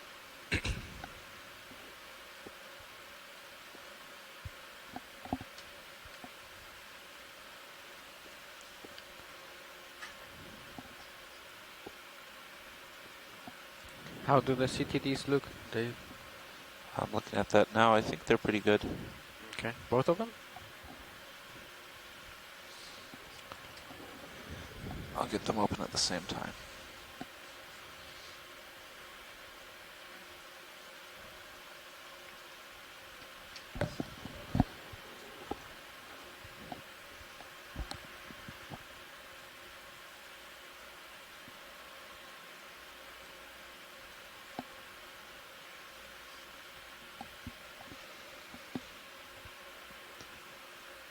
Yeah, they agree very well. They both look reasonable, more turbid, closer to the bottom, as you would expect. Everything else is about the same. Can you do a quick zoom here? Good. Hold there.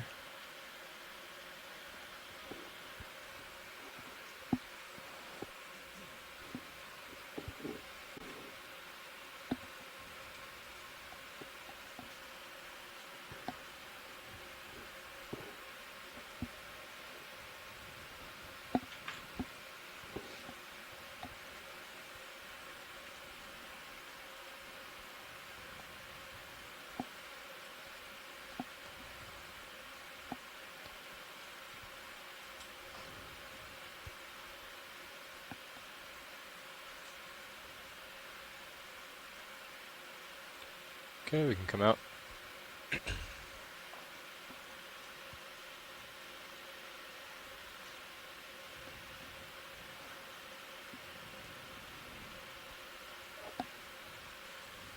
So that was another snapper blanket eel.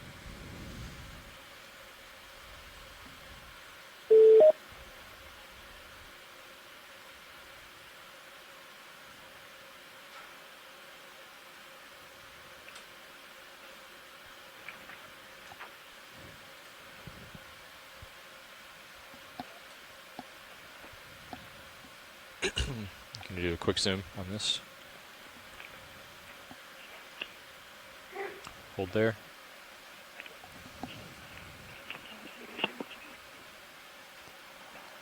He's swimming away. Hi guys, can you get me?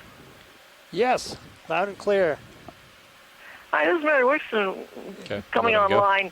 That handsome crab you saw just a little while ago, the squat lobster, it could be Munidopsis spinosa, which, as you notice, has those huge spines. And if that is what it is, it could be a range extension. Most of the records are from the Caribbean. So let's try to keep the ship moving. Oh, excellent. They're almost Thanks, done Mary. with this one. I was wondering and hoping that we would hear from you today. Yeah. Great. Well, I'm actively teaching and on committees. Yeah, I understood, yeah. 400 plus meters. But yeah, we got some really remarkable footage but we do have almost of that guy. 4 hours, so we should make that. Okay. Let's just go ahead and do 50-meter moves because we know we're going to keep going that way. And, Thanks, Bridge. So Mary, so how, what's the closest that particular species has been recorded from? Is this like Caribbean or Atlantic species? It says Cuba and Dominica, 600 to 990 meters deep, but there may be more recent records. Excellent.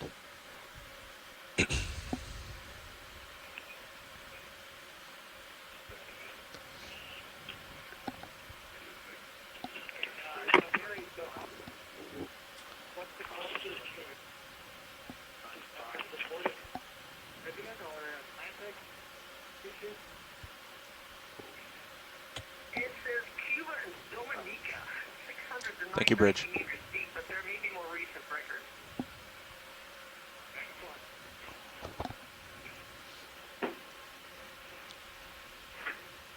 Yeah, so thanks so much, Mary, for calling in. That was Mary Wixon from Texas A&M University, who's been our expert in everything arthropod and has really been very helpful in helping us ID a lot of the serious. Squat lobsters and other arthropods that were imaged during the last 2017 expedition to the Gulf of Mexico. And yeah. Oh, so they're just left of screen. I believe there's a skate or something big.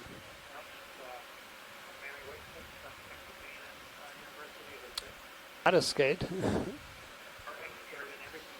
Okay, do you want to do a zoom? Partial zoom? Hold that, please.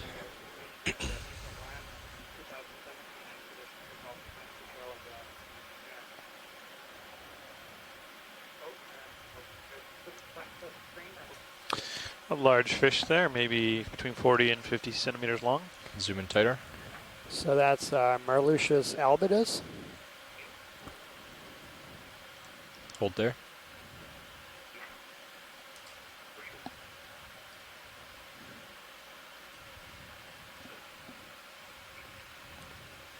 Also commonly known as hake.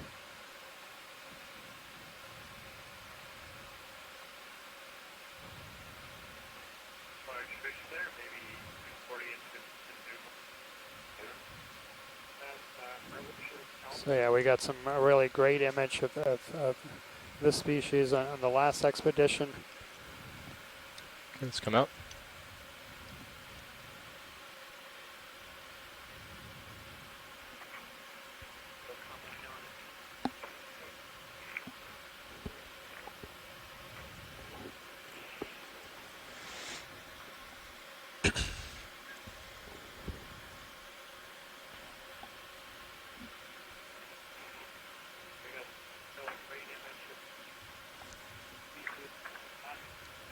Quick zoom.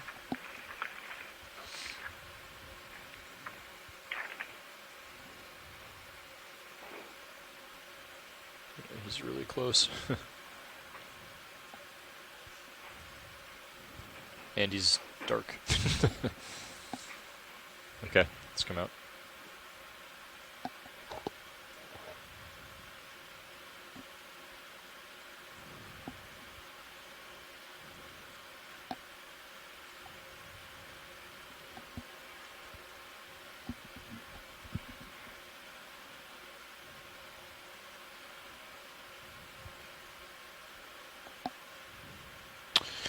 And for those of you on shore following along, we're making our way from waypoint 2 to waypoint 3, and we are starting to approach some steeper terrain here, so we're expecting the slope of the terrain to start picking up.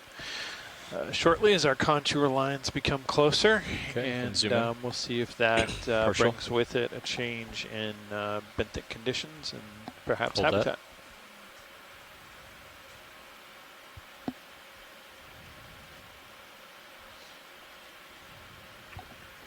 For those of you onshore following along, we're making our way from waypoint 2 to waypoint 3, and we are starting to approach. And I just want to ask our shore-based science team that if you are not talking to please mute your phone. We're getting a little bit of echo, so please do mute your phones.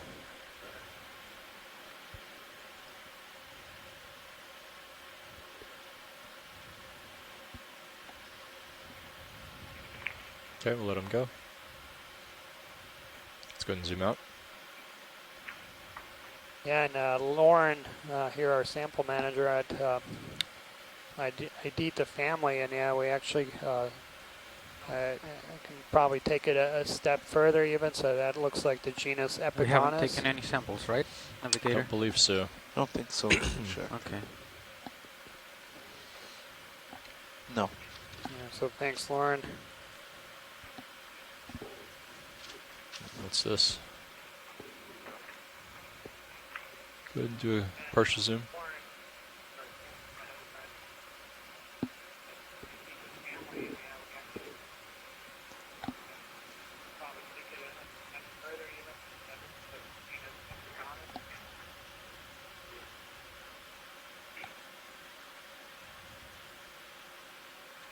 And I believe this is another one of these gonostomatids that we imaged earlier. Okay, go ahead and zoom out.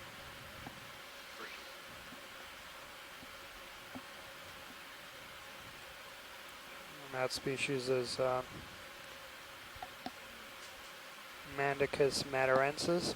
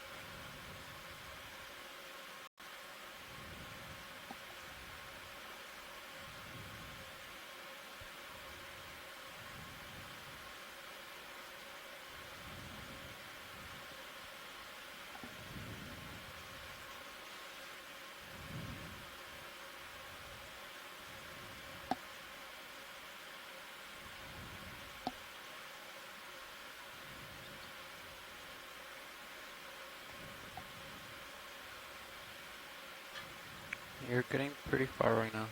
Okay, coming back.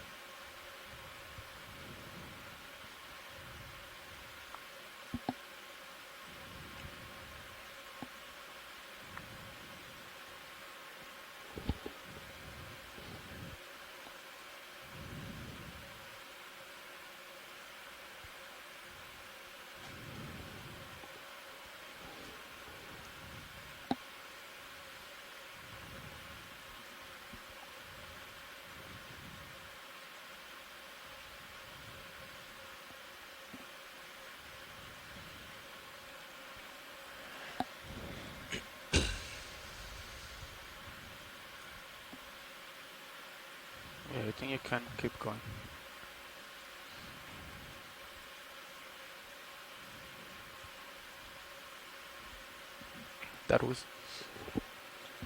Thank you, Bridge. If you want to call in another move, that's fine, Dave. Yep. And okay, the bathymetry predicts should start picking up right around here. Okay, so let's do 40 meters. 40 is probably fine. Really starting to see a lot more burrowing activity moving in this direction. Some more excavated burrows, some pretty high mounds there around each burrow, so it looks like a little bit more in-faunal activity in these locations.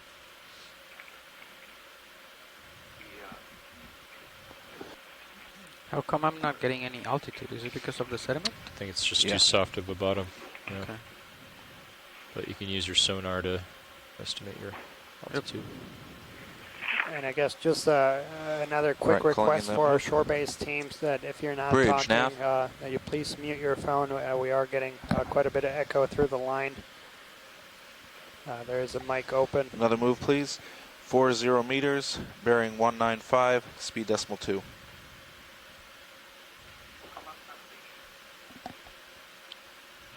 Good copy. There's something.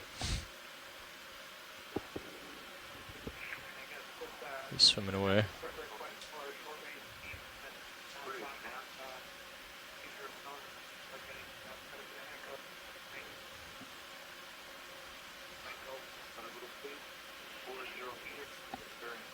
Thank you, Bridge.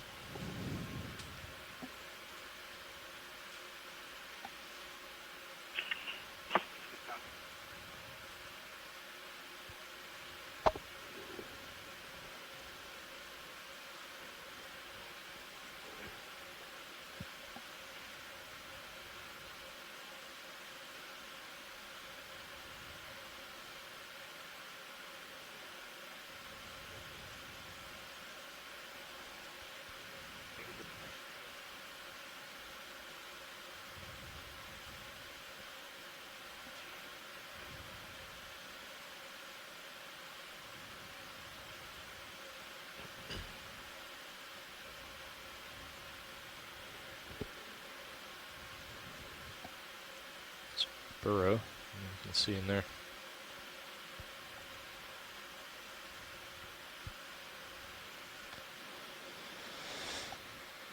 Okay, you want to do a partial zoom? You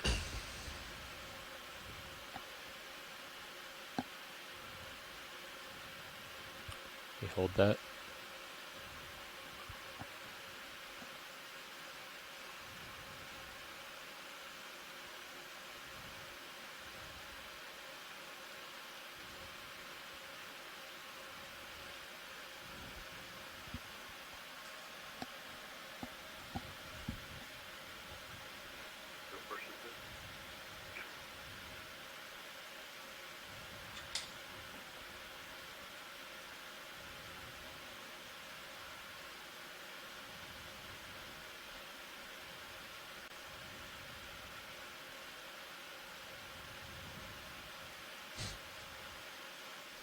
There's like a little crab on the side with his own burrow. You see that?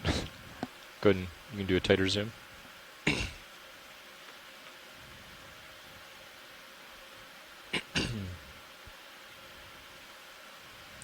so there's a tiny squat lobster in the small of the burrows.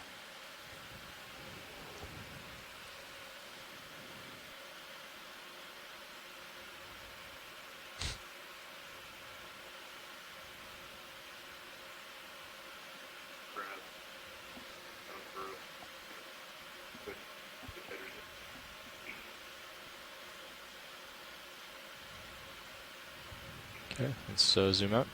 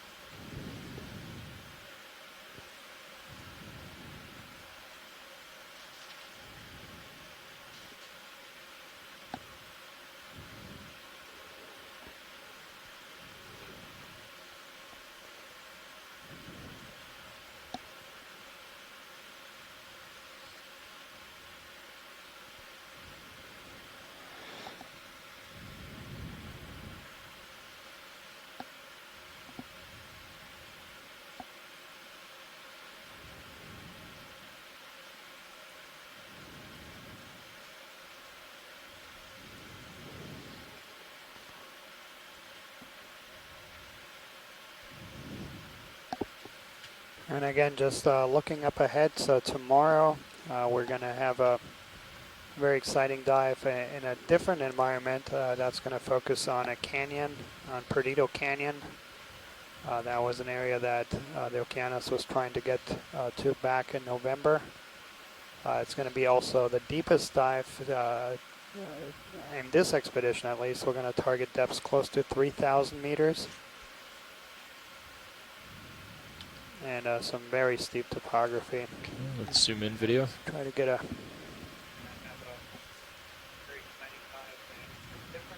Hold that.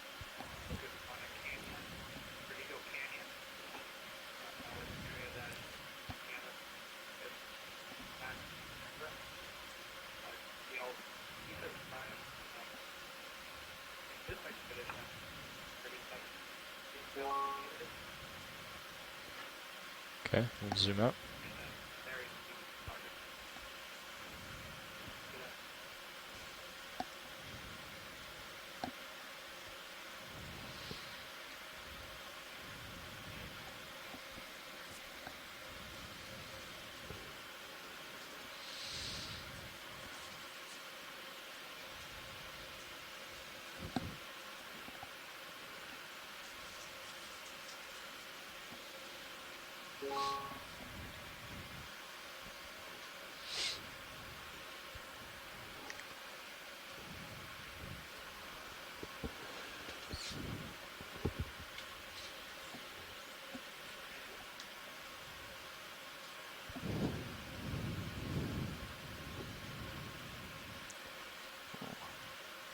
Yeah, let's try to get a zoom. We're just out of screen now, but just to the bottom.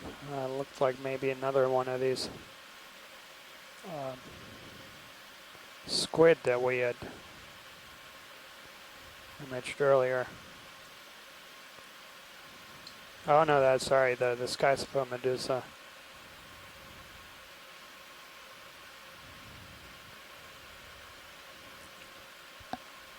Okay, let's zoom in.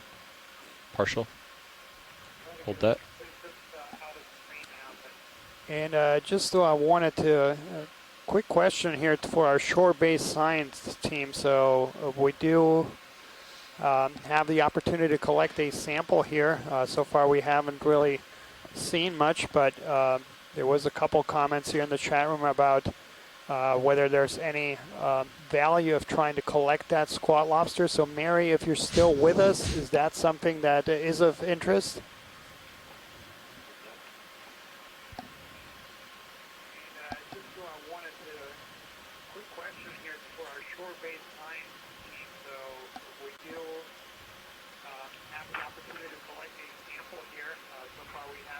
It's cool.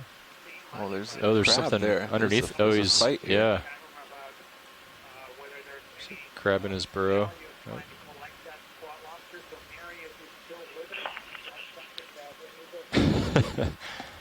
He's defending himself. Yeah, sure, if you can get him. Okay, let's zoom out. So just, I wanted to ask the rest of this community if you think this is, so yeah, we had posed in terms of what the priorities were for sampling, and one was possible range extensions, and as Mary had mentioned, this could potentially be a range extension. It is a tricky collection. These guys will move, so just want to ask the rest of our science team if they are okay with this. Ship stop, not much swing. He'll probably end up right over you. Do you want me to move the camera a little bit? Yeah, just watch your altitude. I think you'll be okay, but you don't have to rotate all the way. Just keep me on the side. All right.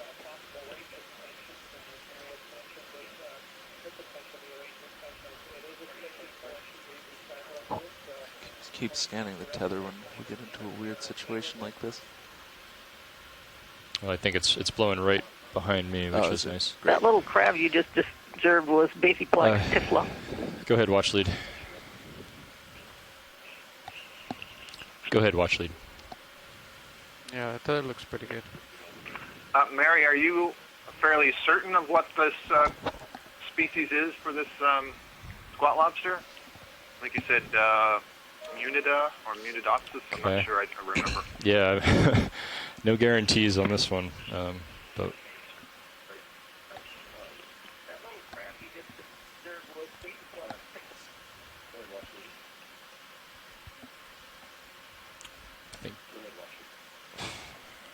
think we'd have to grab it.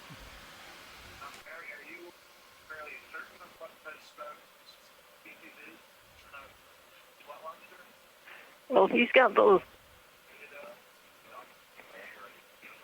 There are only two species that have those big, sharp dorsal spines, and the other one is completely scarlet red, so I'm pretty sure it's not that.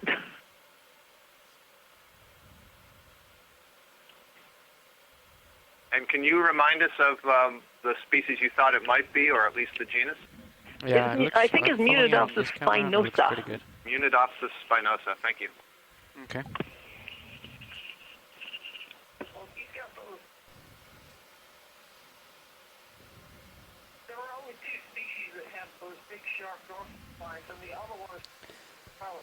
So Mary, I think we have a mic open, so we're getting quite a bit of echo. Can you remind us of the species you thought it might be, or at least the genus? I think it's Munidopsis spinosa. Hydraulics are ready. The drawer is ready to be open. Just let me know what you want. Or if you want another camera here as well.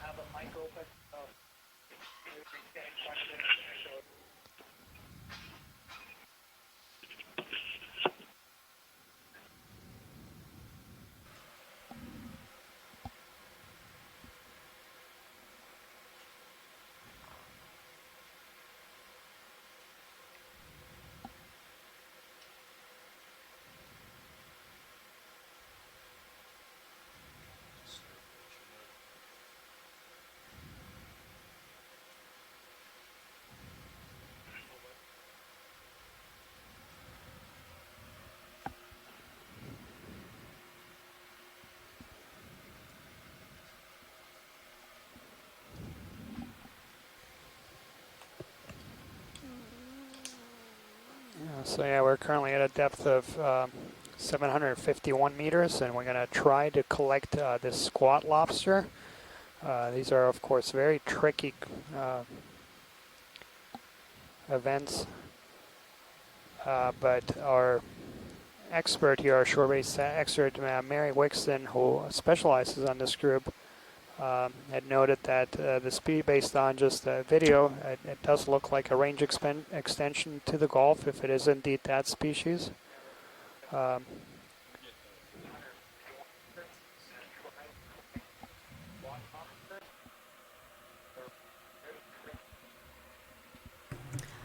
go grab him.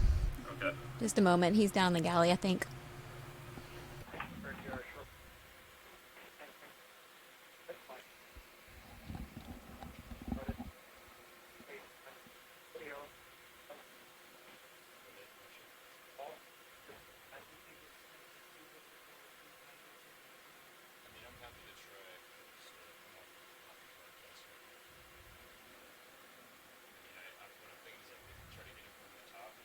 I'll go grab him.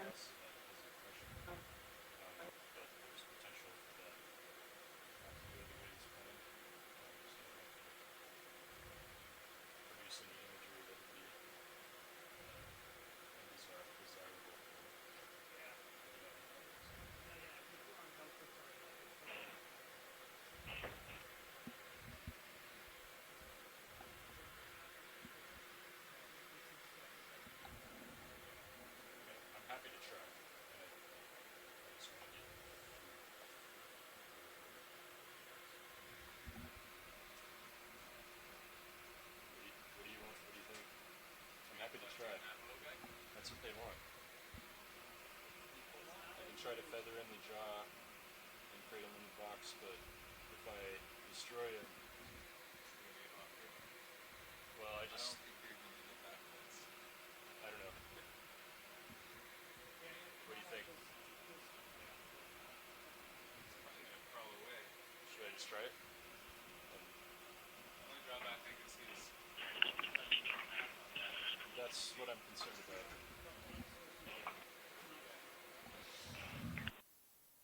Just for the record, if you try to catch these guys, they flip their abdomen and go backwards pretty fast. So watch out from behind. After consulting with our GFOE team lead, I think we're going to pass on this particular sample. So we'll keep the ship moving and head up slope.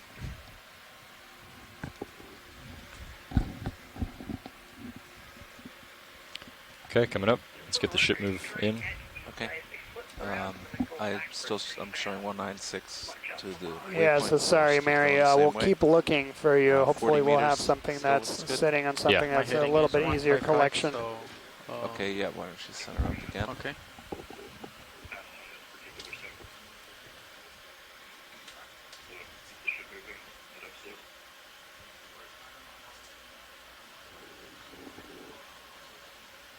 You can zoom past the skate video. Are you ready for that move? Yeah. Okay. Bridge, nav. Another move, please. 40 meters. And Mary, if you can hear us, I think your mic is open. If you could please mute that. We're getting quite a bit of echo through the line.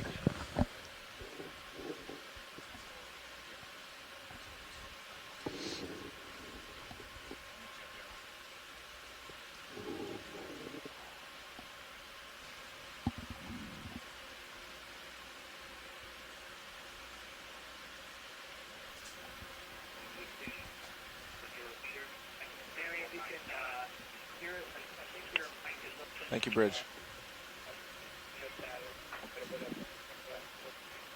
And we're underway.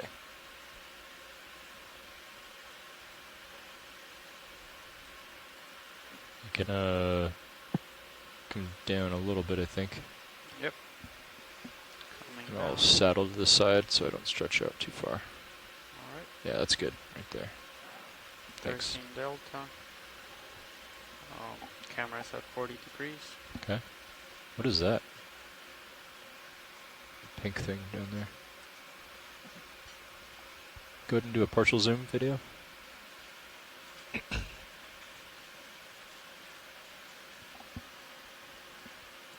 old crab shell. Seems like a shell of something, but it's very big. What do you think, watch lead? Just based on the size and shape of those claws, it looked like those blind lobsters that we mentioned earlier in the dive. Oh, you saw some of them earlier, huh? Oh, but this is puzzling. Neat looking.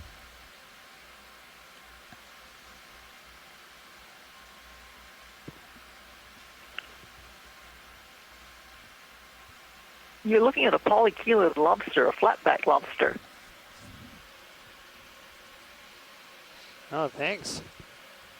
Okay, let's zoom out.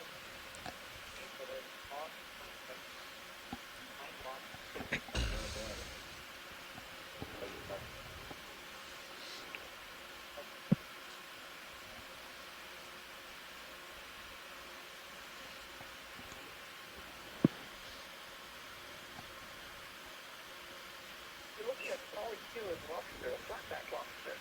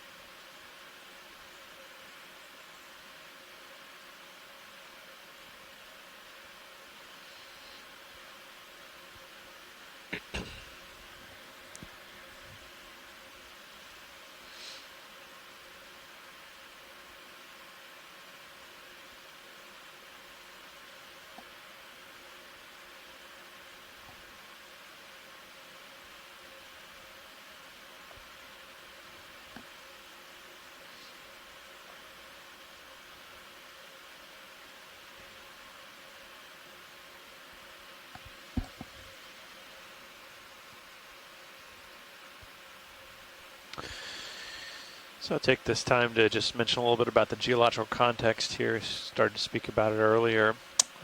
We're still in the portion of the Gulf that is underlain by a very large salt province, and so the seafloor bathymetry and geomorphology we see here is really a result of a process we call salt tectonics.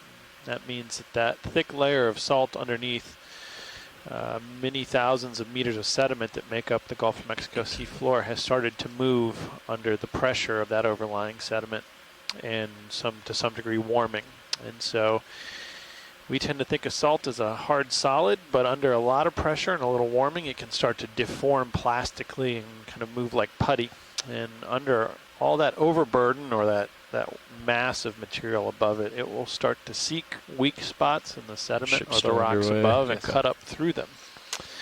And so if you look at a seafloor map of the northwestern Gulf of Mexico, you'll see an area of particularly rough topography, and that's a result of salt underneath the surface cutting up through the sediments and causing upheavals in some locations into domes, and in other locations where the salt begins to dissolve and seawater collapses, where voids underneath the sediment collapse and create depressions in the sea surface. And over many hundreds of millions of years, it's resulted in the complex seafloor we see north of the Sigsbee Escarpment in the Gulf of Mexico. So this particular feature we're diving on today is a localized high point in bathymetry, and is likely a result of areas surrounding it falling away and collapsing.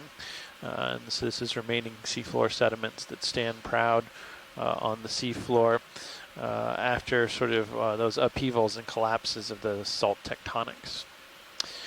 These salt tectonics, this movement of salt as a plastic underneath the Earth's surface happens all around the world, but certainly some of the largest provinces and the most clear indication of those processes on the Earth's surface is here in the Gulf of Mexico. So it creates a rather unique seafloor environment in the Gulf of Mexico that can lead to some of the wide range of habitats we're going to see on this dive.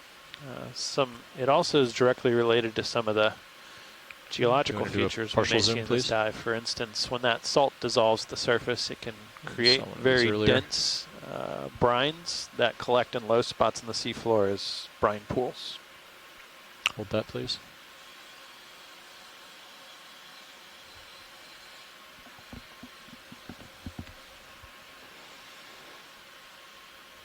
Okay, zoom out. Looks like another epigonid, genus Epigonus, and in the background another red crab or chasion. Let's do a partial zoom.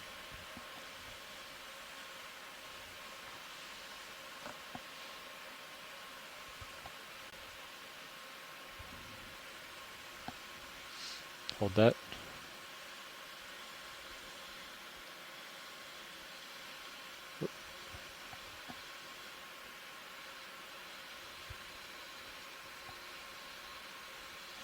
It's moving away.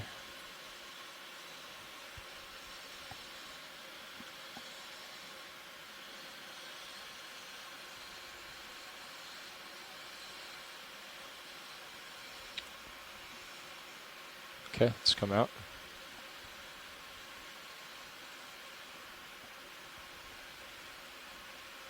I'll move back out in front of you, Fernando. I'm coming up a bit, so you might need to pull up as well. Delta 12.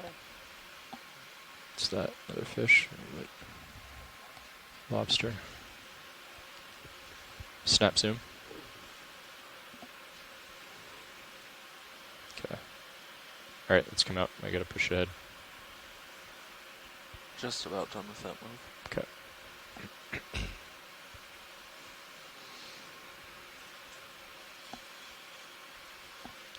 Away, Fernando. Coming back to you. All right.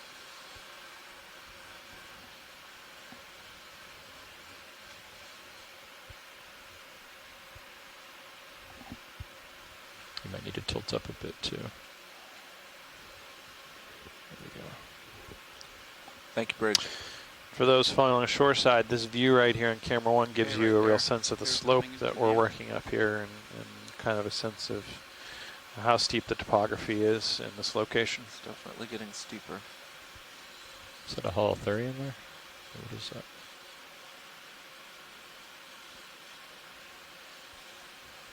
Looks like another giant isopod. Oh, yeah.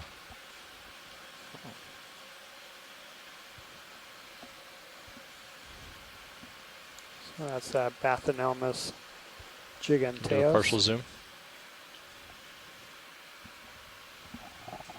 Hold that.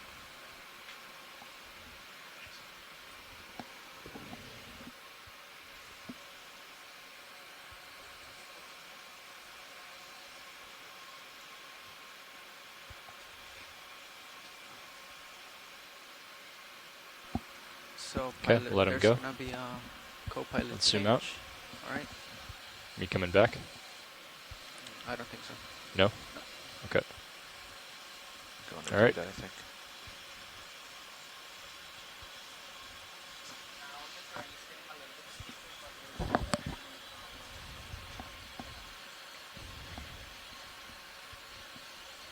All right, Chris, I'm going to come back down to the seafloor. Copy, seafloor. So yeah, Adam, you were talking a little bit about the seafloor in this area. So yeah, in the Gulf of Mexico, we don't have true seamounts. Let's get another one so in. those are, it is by definition, conical features that rise over 1,000 I think we also have meters off the bottom. Meters to go. We do, however, have a whole bunch of these go ahead and do mounts, 40. and those can be formed by different processes. So yeah, here we have the salt tectonics, and then later in the expedition, when we move towards the West Florida area, there's a whole bunch of mounts that are actually all formed out of corals, and we'll hopefully get to dive in a few of these coral mounds. Another ship move, please. Let's see if we can Same get a one, snap 40 zoom on meters, this bearing guy. 195, speed decimal 2. Go ahead and zoom in. Copy.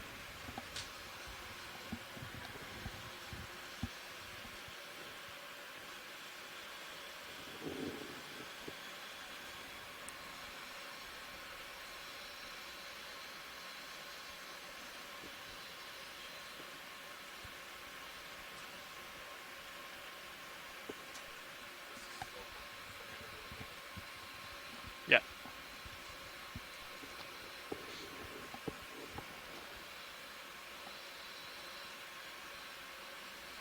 Got any more zoom? Can hold that. Yeah, so this looks like this, what we've been referring to as Nizumia.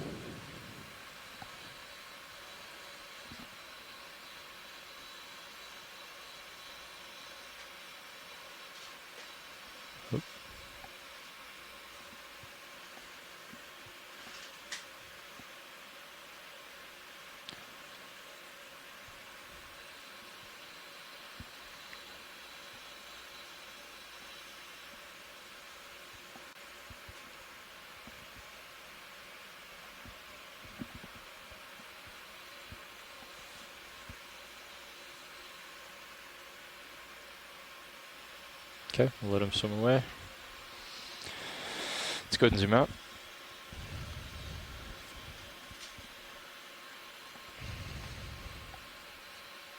What's that? You can do a partial zoom. That's in the family Macruridae, or the rat tails, very common deep sea family. And yeah, the best guess for that species is Nizumia equalis.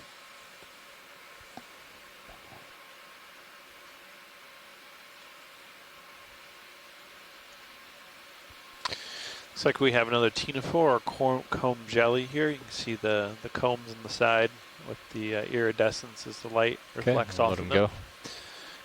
It's seen a number of those throughout the dive today.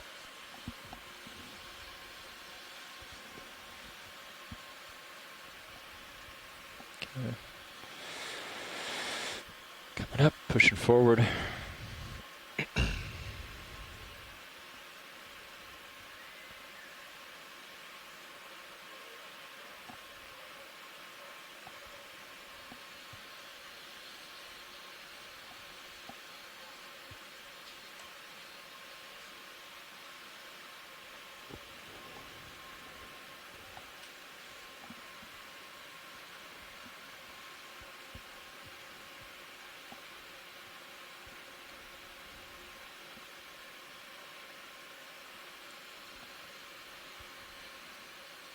Get something there. Looks like we have a sea cucumber in front of us. Maybe we can get a quick snap zoom. Sure, let's do a partial zoom.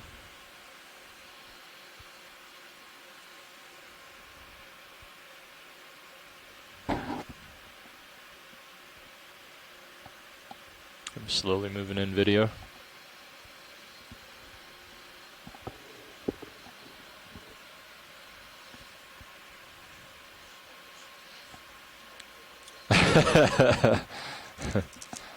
Got it worked out.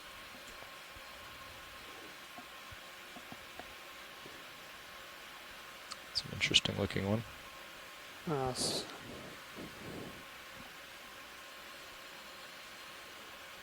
So I believe this is in the family Dametidae.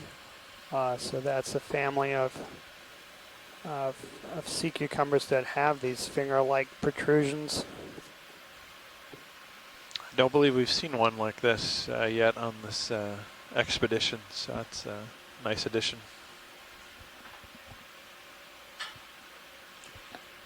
Got a little bit of time. I'm going to touch down and zoom in a bit. Yeah, go for it. I'll come up and over. Thanks.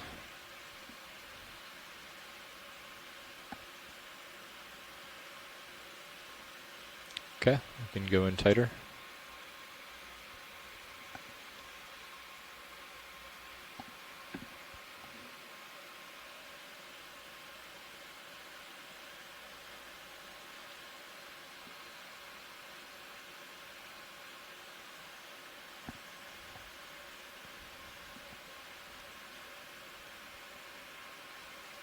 Go in a little tighter if you got it. So we were looking earlier at a feather star, the crinoid, and next to it was a sea star. Those are both echinoderms. These sea cucumbers are also echinoderms, even though they don't look a lot like it. Again, the translation of the phylum name echinoderm means spiny skin. So these do have the hard ossicles that you see in the walls of sea stars, but they're embedded in the tissue and they're a lot smaller. And all these extended tentacle-like things you're seeing are modified tube feet. And we can just see at the anterior end there's a few of them sticking off. They look like little arms, and they're grabbing fistfuls of sediment and ingesting them. And I noticed on the back of this one, there's a brittle star riding on the back, which is another kind of echinoderm. And then it looks like a little squat lobster maybe there at the top right of the screen. So a few passengers on this sea cucumber bus.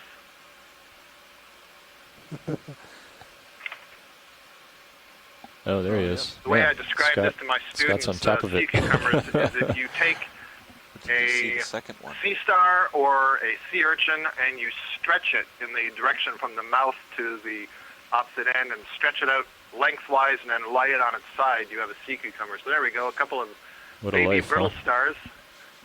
Yet another one of the classes of echinoderms. So we're chalking them all up. The only thing we haven't seen today in the echinoderm phyla is the sea urchins. Yeah. All right. Yeah, let's go ahead and do a few seconds of full specimen, and then I'm going to push forward. Looking down 86 degrees. Okay, let's come out. Almost hard to believe that thing is related to a sea star. All right, coming up. Pushing forward. Another one over there.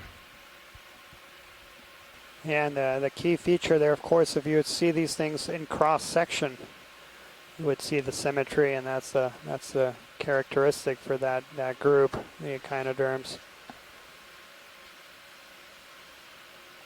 And also, as Adam was noting earlier, the water vascular system, the system of plumbing that's got water under pressure that allows the animal to manipulate and move these tube feet.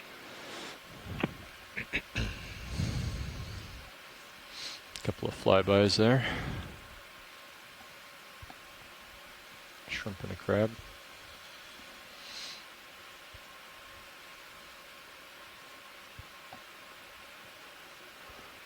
Thank you, Bridge.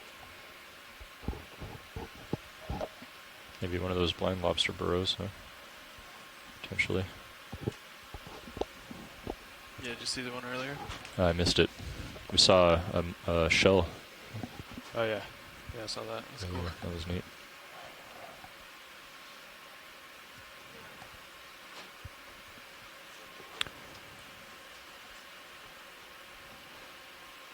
All right. So how far are we from waypoint 3? 100, about 200 meters. 200. 220 right now. I'm okay for another move. Yeah, I agree. And we have a little over 3 hours left. I think, from what I'm told, there's should be a lot of interesting stuff at the top. So yeah, I think we just want to keep moving. Yeah, it does seem to get steeper. All right, we'll just keep going right for it. Yeah, I think another 40 is okay. Yep. Bridge, nav.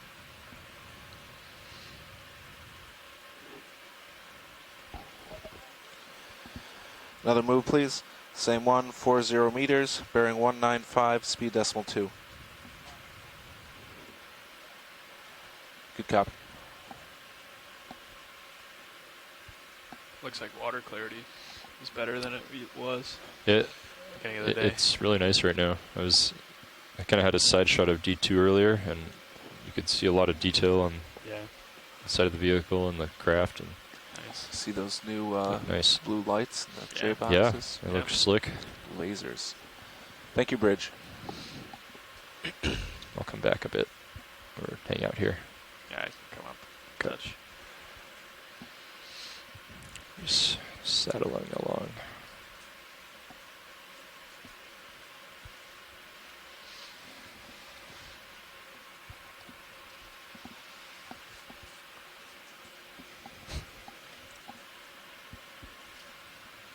You flew this morning, right? Yeah. Okay.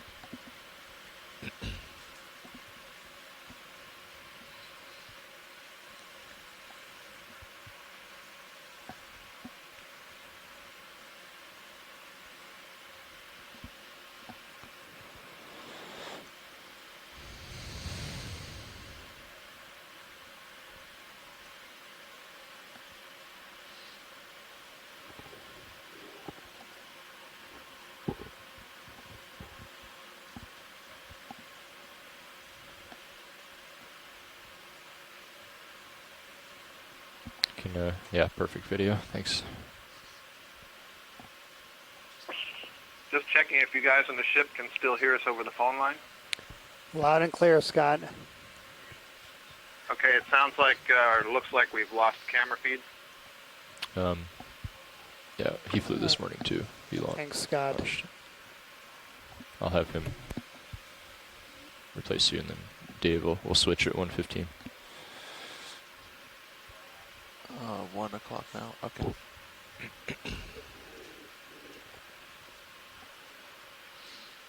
Dave can find us some seeps, maybe. I'll find us something good.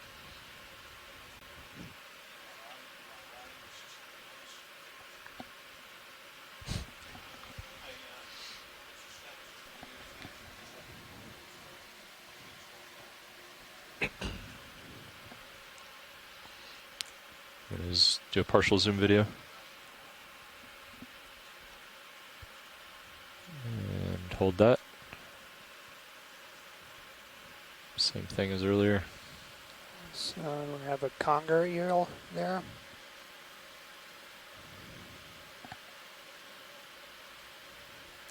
Hey, looking around, it looks like we're seeing some coarser grained material in the sediment here, and maybe some different composition material indicating possibly a change in our substrate. Yeah, and we'd notice this as we are approaching, as we see more of these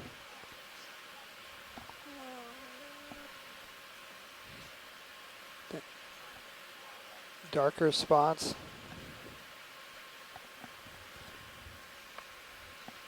So Danielle, I'm not sure if you're in the chat room, just to update you on the situation. Camera 1 appears to be down.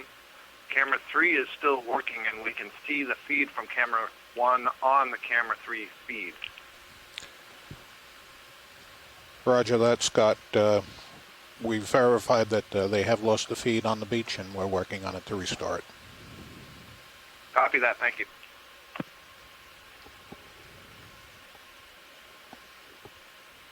More pebbles here. Yeah, the sonar returns have changed a lot too. Much harder return. Yeah, and this is looking a bit more promising, so this is what we were hoping to start to see from the get-go.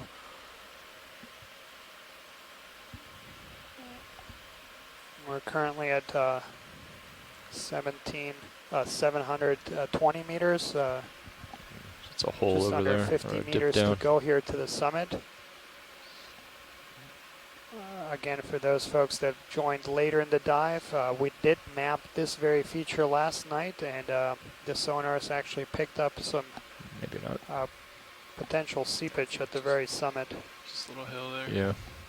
There's another one of those. We were a little further down. It looked like a big gap in the sonar. And we're starting to see a much coarser appearing sediment here. You can see larger class or pieces of material and the sediment here. This may suggest downslope movement, that somewhere above us in elevation there's been some failures, some gravity-driven failures of the overlying sediment that's then moved downslope, as you can imagine, like a small landslide. We would call that when it happens on a large scale, we call those turbidite flows under the sea, but this could be a small-scale gravity failure that's moved some of this material down the slope and deposited it down here, which suggests to us that we may see some exposed substrate or perhaps just some different habitat here as we move upslope.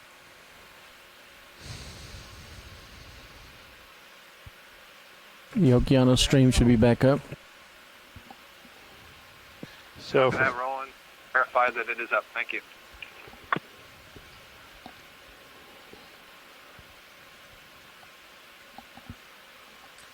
looks like we're getting harder returns out past our typical serious slant range to the mud, indicating hopefully rocks.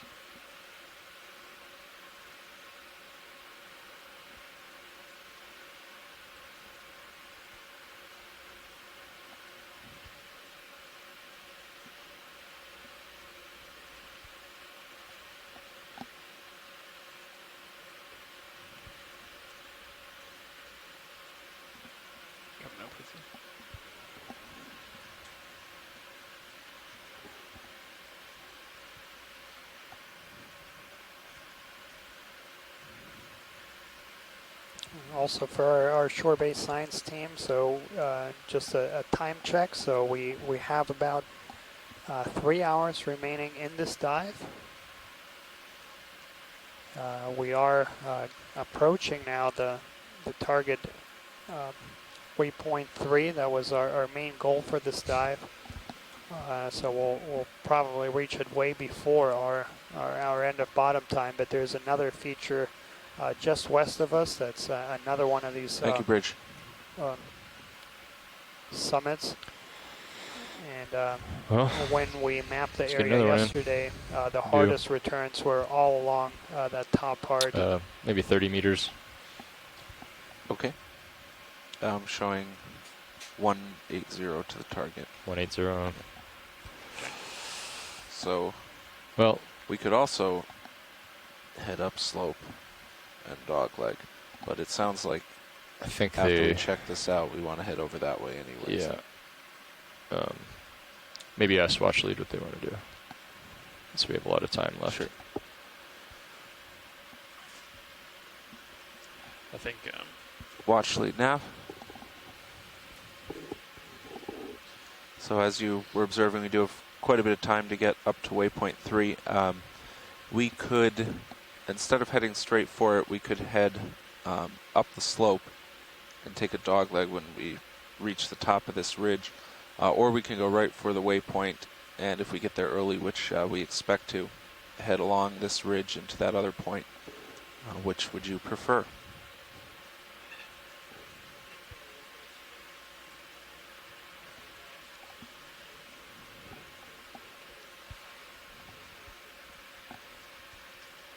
Okay, that sounds like a plan.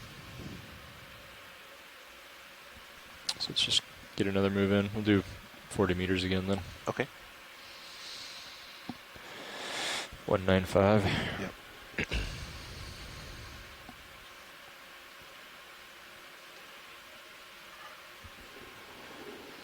Bridge nav.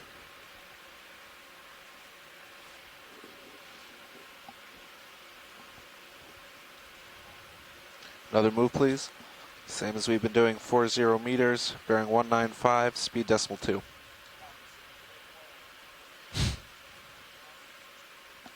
Good copy.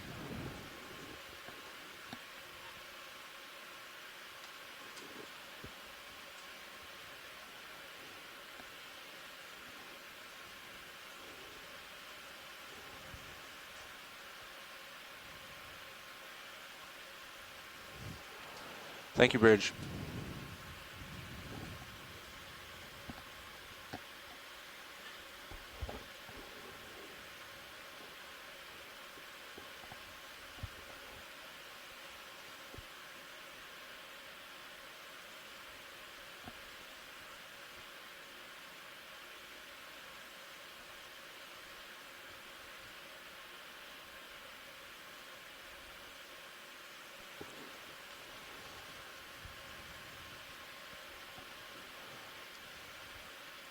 So I don't know if that's just I'm imagining this, but it looks like these coarser particles are one part of the feature and not the other, because as we were drifting around on the area that we just came from was all fine sediment, and on this side it seems like to be all the coarser parts. I think that's right. That could represent individual gravity failures or downslope failures of the sediment, where you have individual run-out streams in different areas down the slope. But just have to see as we move up higher on the slope what exactly that source may be. And I'm even starting to see some layering here. So we may be getting down to some very thin sediment cover over underlying rock. That material to the left looks almost like bedded sedimentary rock that's just been uncovered rather than loose clasps that have moved down slope.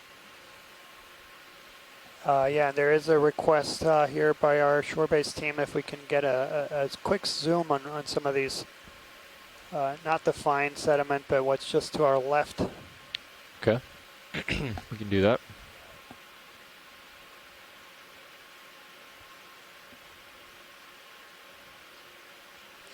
So this, yeah, anywhere there. Okay. Okay, why don't we go ahead and do a zoom?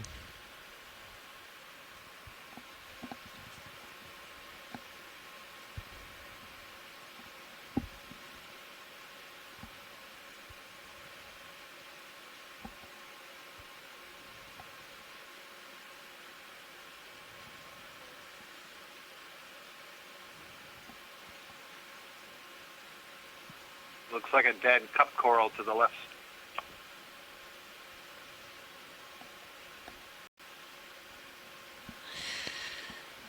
Yep, so this looks like the material we would expect to be the lithified rock in this area. So that would be sandstone, siltstone, or perhaps shale, which is rock that's formed out of clays that have lithified and become solid. So that's the underlying material we would generally expect here to be exposed, and that's what it looks like we have here.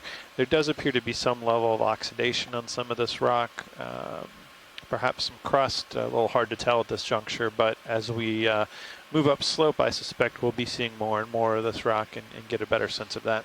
Okay, let's zoom out. And also right away we can see several small sponges. I saw the cup coral a moment ago. Indication of cephalofauna, which require this exposed hard substrate to survive, so we should be seeing different communities.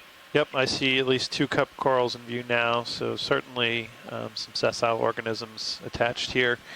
And then as we move here over towards the right, we see more fine-grained sediment, so I think we're just starting to get into the first appearances of hard rock or exposed rock here. Yeah. We're right at the border between the unconsolidated sediment and rock, I believe. So maybe on the next move we should cheat a little south. Seems like all the rocks are over there.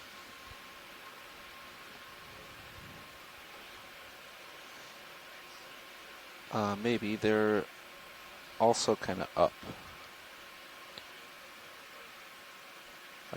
I'd be fine with cheating south. More along the contour. Yeah. Wow. And we could go up that little ravine. Particulate in the water too.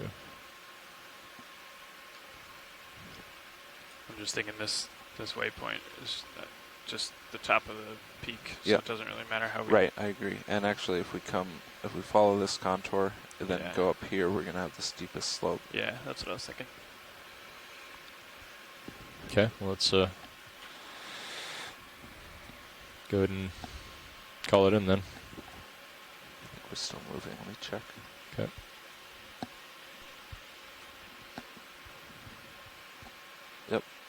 10 meters left in that move.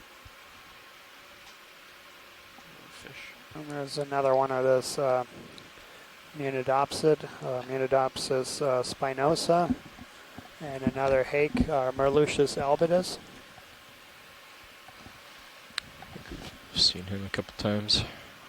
So, co-pilot, did you want that to be due south or even a little southeast? I guess.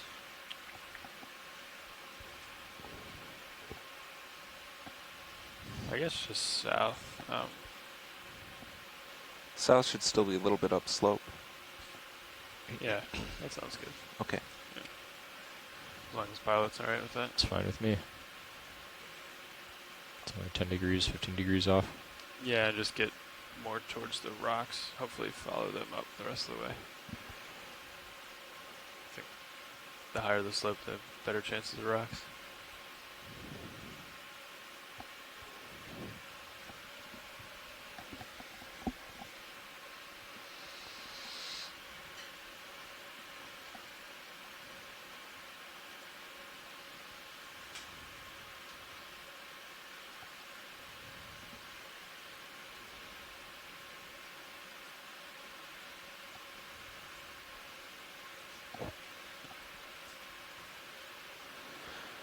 Thank you, Bridge. Ready for that now? Yeah. Sure. 40 meters at 180. Copy that. Okay. If you want to turn your head, I'll track over a bit. Bridge nav. Another Go ahead, watch lead. 40 meters, bearing 180. Go ahead, watch lead. 2.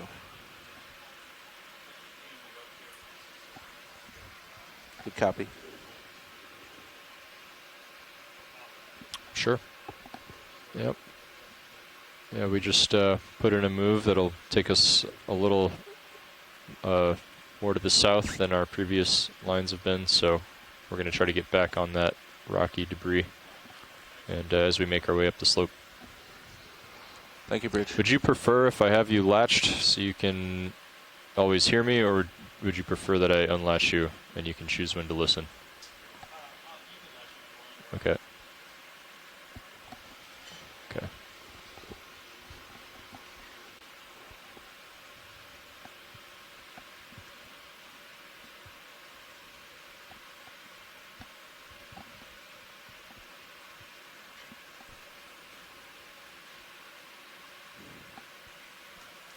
So an update for those of you shoreside, we've the ROV navigators put in a ship move, and we are moving a bit to the south and are going to move back towards some of that exposed rock we saw, and then hopefully follow it upslope as we continue towards the top of this mound feature.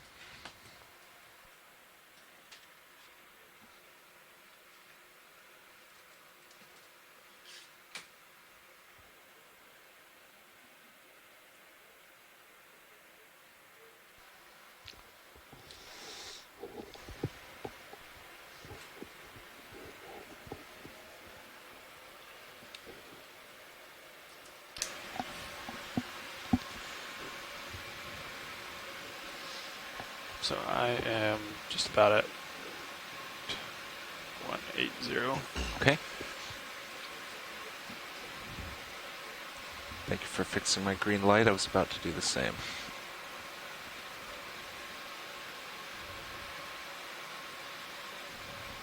Symmetry.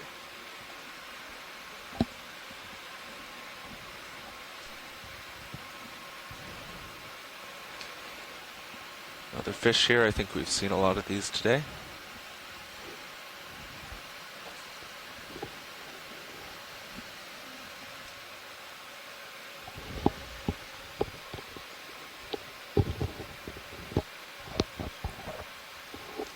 Yeah, I think so. We had 2 fish there in screen. We got some good video of them earlier. Right center of screen is an Epigonidae in the genus Epigonus.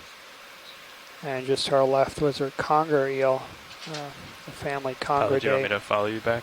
I'm coming back to you. Sure.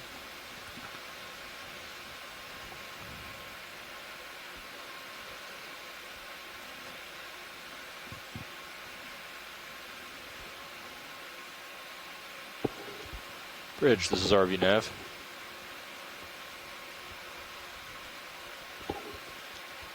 Yeah, I think just like to adjust our bailout plan just a bit. Can we make our bailout to the northeast, please? Copy, thank you.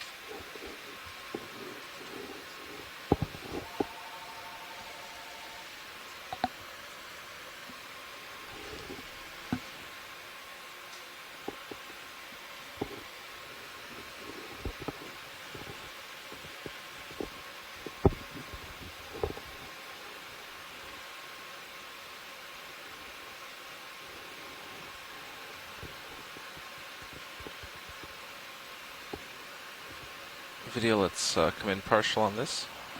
Yeah, this is another one of those squat lobsters in the family Munidopsidae that Mary had tentatively ID'd for us. Video, can we partial zoom on this? Thank you.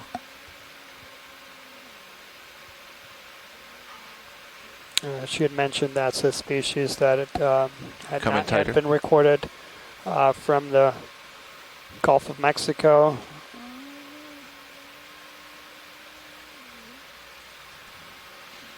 The World Register of Marine Species has it listed as Gallicantha spinosa. Video, come wide. We need to move on. Thanks.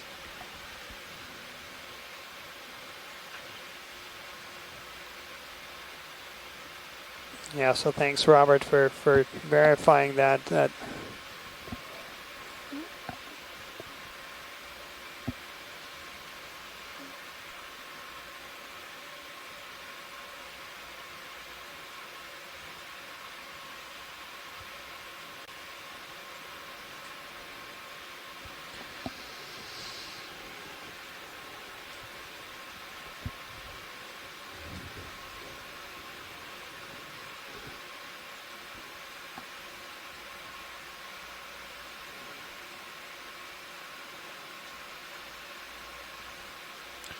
Partial zoom.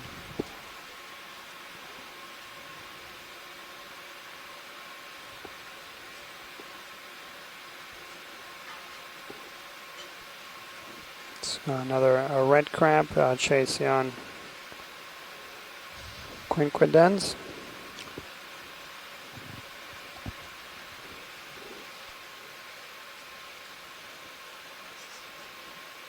Let's come out. I stirred it up.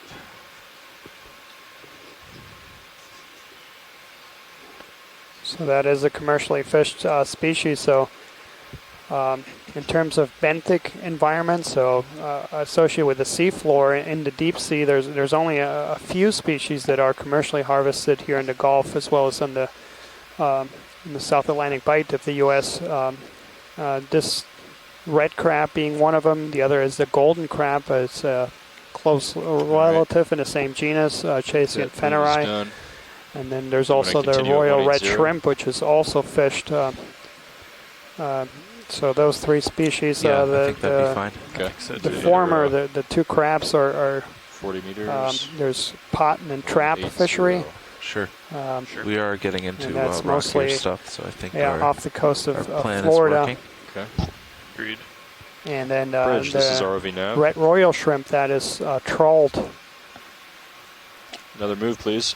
And 40 if meters, we look at deep sea ecosystems of the Gulf of Mexico, they're actually some of the most vulnerable to anthropogenic impacts, such as fishing.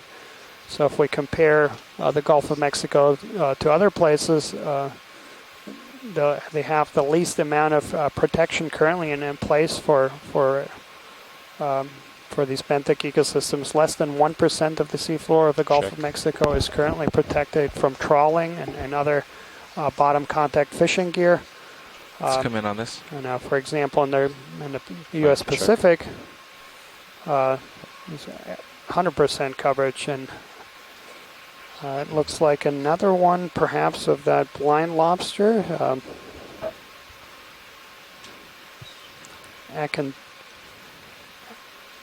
Yeah, a bit of a side view. Keep coming back out video. I'm making dust here. So yeah, I believe that's the same Acanthocaris saica.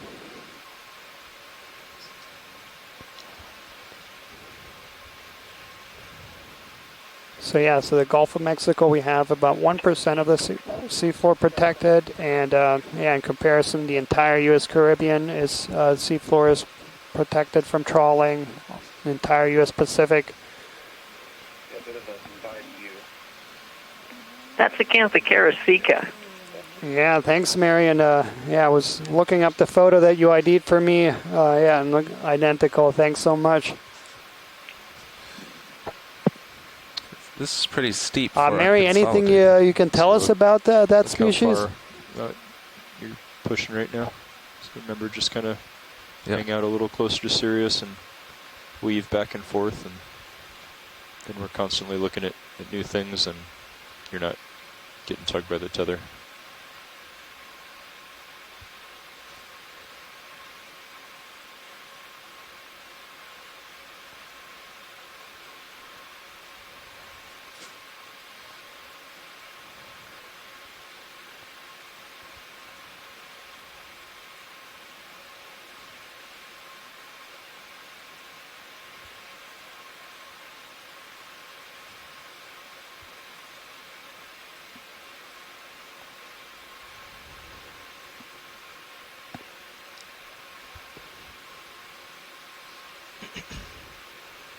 Well, I'll range your sonar down on D2 to 30 meters. Okay. And again, we're back into an area with some coarser sediments and what looks to be rock class exposed here at the surface. This is certainly indicative that we're moving into a harder substrate type environment. Even though we don't see fully exposed rock here, we've already seen some sessile organisms like cup corals locking on or grabbing and settling onto these rock pieces. And is that a piece of coral? Maybe dead coral? Looks like a dead piece. Yeah, I think that's what that is. Something alive right under it. So that may have fallen down from somewhere farther upslope if it got knocked off, which indicates we may see some larger coral species and denser communities upslope.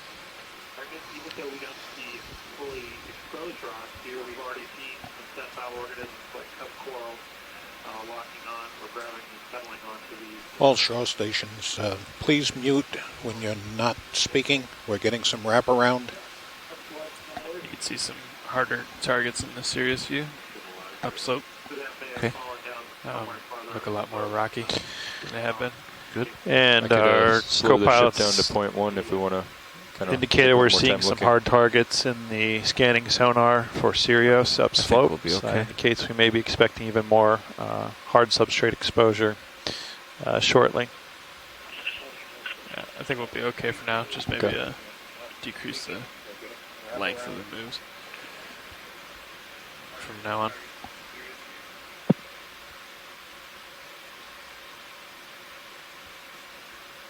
Trying to stop without blasting this.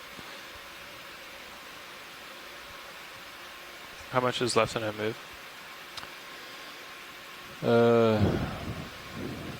We're only 12 meters in. Okay. I think we should go ahead and slow down. Okay, slowing down to 0.1. Can we zoom in on this? Bridge. This is ROV nav. Can we please slow our current move down to 0.1 knots? Thank you, Bridge. Hi guys, am I on? Yes, Mary. I don't know if you heard what I said. Acanthocaris sika lives in those deep burrows, and maybe some of these big holes you see are being made by them, but they go way, way back into there, and so you don't know what they're doing in there. You did have a photograph from a previous expedition that showed two of them in one burrow, so it could have been a male and a female. They're totally blind, and they wave those big antennae apparently to detect what's going on, but that's about all anybody knows about them. Get lined up. Let's see what this slope looks like.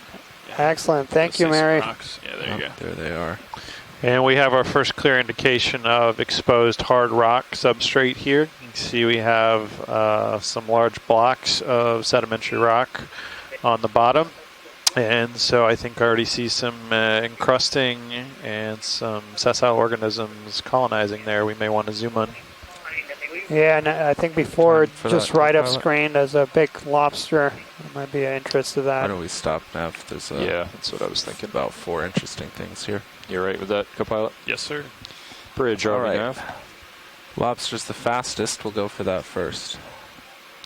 Yeah, we've just found quite a few interesting things here, so we're going to have you bring the ship to an easy stop.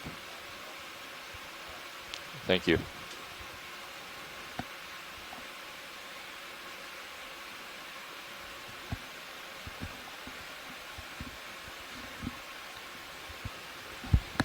So I have you at 80 degrees here, and I think we'll be okay. Okay. I'll keep an eye on it, though. Let you know. Thanks. All right, video. Yeah, so that's come in on this. Gonna try to do everything floating. What so Mary was stir talking too about. much up. Acanthocaris sika, blind lobster. So yeah, we got some great imagery in burrows, but we hadn't yet imaged it outside the burrows and seen the complete animal. Thanks, that's great. So yeah, we have now a bunch of other squat lobster to our left, and also thought I saw a bunch of sponges. Nice.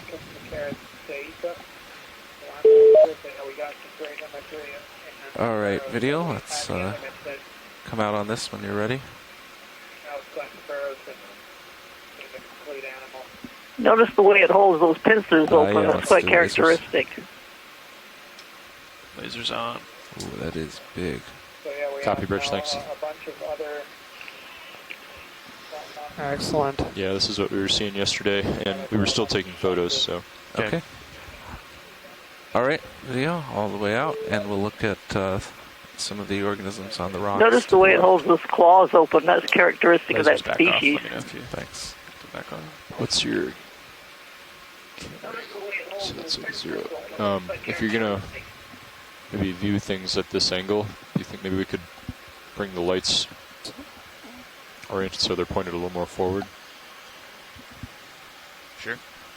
And the way this rock is appearing sort of blocky and fractured suggests that it has had some downslope movement from somewhere above and has undergone some erosion from above and then moved downslope.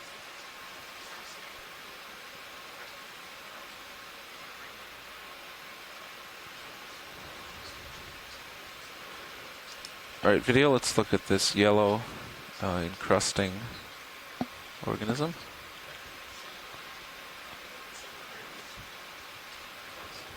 Oh, yes, thank you.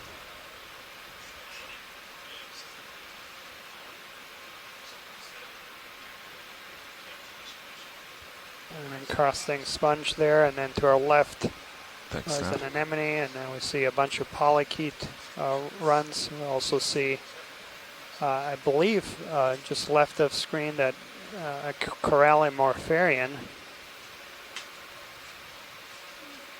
I can feel a cup coral. I don't see the corallimorpharian yet. Yeah, it might be a cup coral. On the base of the rock to the left of the yellow sponge. Yeah, you're right. So, hi, navigator. The ship yeah, is and now stopped, just right in the middle of the screen. and we just had gotten into this rockier terrain, so I saw a lot of interesting things I wanted to zoom in on. So we're looking at stuff now. Everything's settled out. And I was just talking to Chris about maybe yeah, we're transitioning orienting as the the lights. substrate is changing. We're also transitioning in a different into a different community. Light up the subjects he's looking anemone at sponges. a little better for the Those still are camera. all the lowers in. hard bottom animals. They do require hard substrate like, to attach to. Is your camera still at about 0 degrees?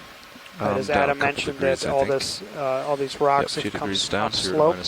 So we have small single maybe bring them solitary lowers in and focus corals it in there, and a bit more. And try that. These are probably some of the faster growing species. So yeah, these rocks haven't been in place probably that long. In and down a little bit. So not really favorable substrate for something that's long-lived, and it's going to need a favorable environment for a long time. And there's another encrusting sponge.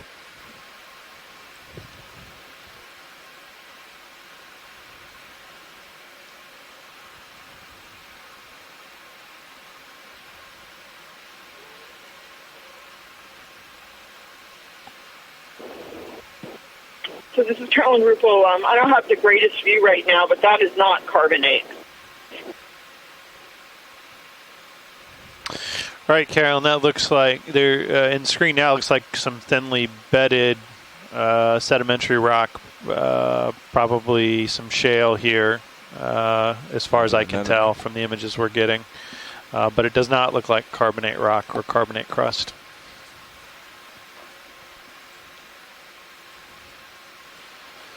All right, video, let's come out. And I think we can start moving again. Okay, you just want to make your way up slope.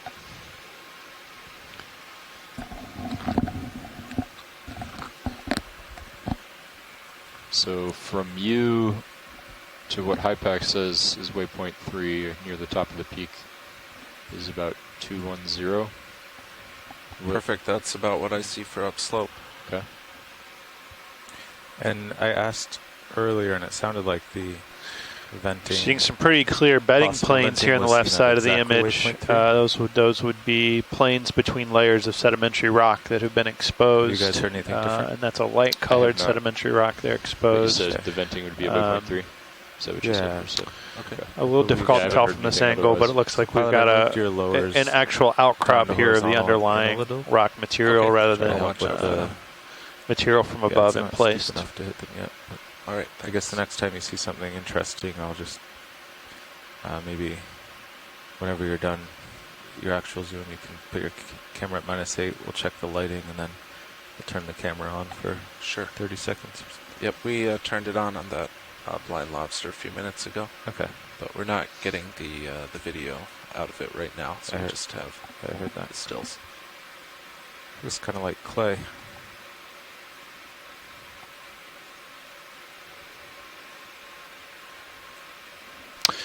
So we're looking at an outcrop here of the underlying bedded sedimentary rock material. It looks from this distance to be fairly fine-grained and fairly thinly bedded, so laying down in pretty thin beds here. And this material looks to be in place. That means this isn't rock that's moved from above and fallen down, but rather this is the underlying material that's had sediment removed from its surface or is too steep for sediment to collect on its surface pretty much here. settled out now. And we see coming into view another one of those lobsters. Yeah, I think that lighting looks better, Carl. Thanks.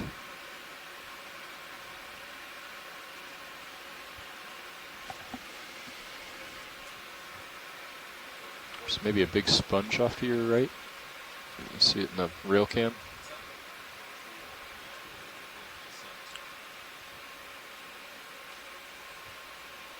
Oh, there's something over there. Actually, there's something close and another further away.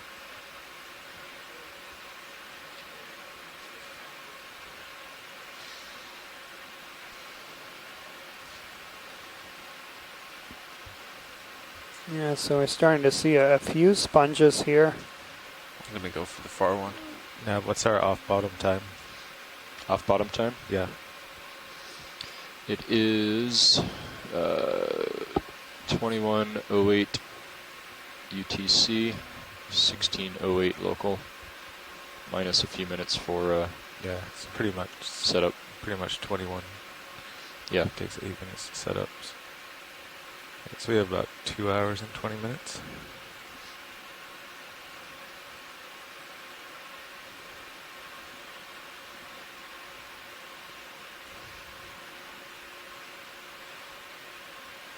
Pilot, I'll follow you over. It looks like uphill and waypoint 3 are both to starboard. Yes, I agree.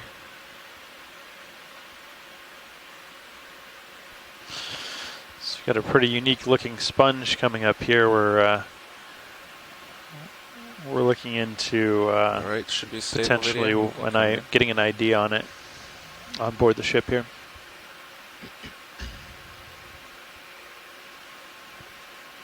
I'm still moving.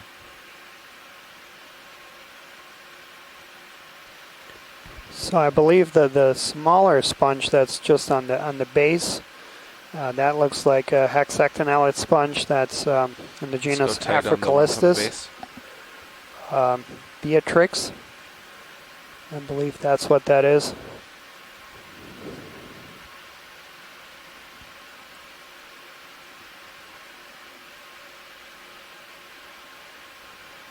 That's a common sponge at these depths, and then there we see a few parts there where there's a dead piece of sponge right next to it that's heavily sedimented, and then there's a different species here, and I'm still looking for a possible ID. Yes. These are both hexactinellid or glass sponges. Yeah. So that's a group that's characterized by the shape of their skeletal elements, and then also they have these hook-like features that they use to attach to the substrate. So this is a group of sponges that is predominantly found in deeper water. This is not something you would see in scuba diving depths or shallower. And we see also a polychaete worm there, a bristle worm. So yeah, sponges are. So we record for these.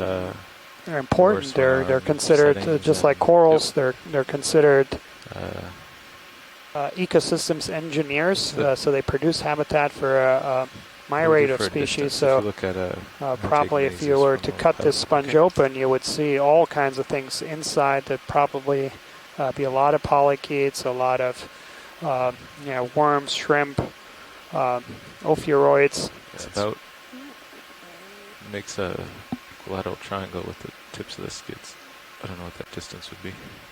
We're probably a little closer than the sweet spot. And that is exactly why we kind of chose this area for a site. So we were using the best available maps to try to find an area where we thought we would find hard substrate. And we did that because hard substrate is what a lot of these organisms, like these sponges, need to grow on. So that is one of the themes of this expedition, is we're trying to target some of these organisms.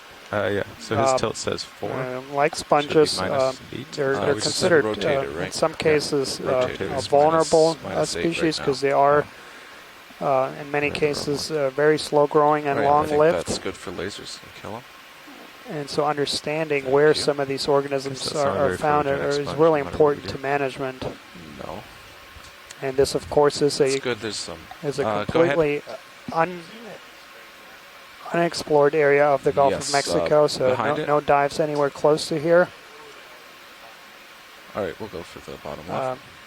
So yeah, two. Could probably turn the still cam off. Yeah. All right, video, come in on this rock. Still camera is off. Thanks.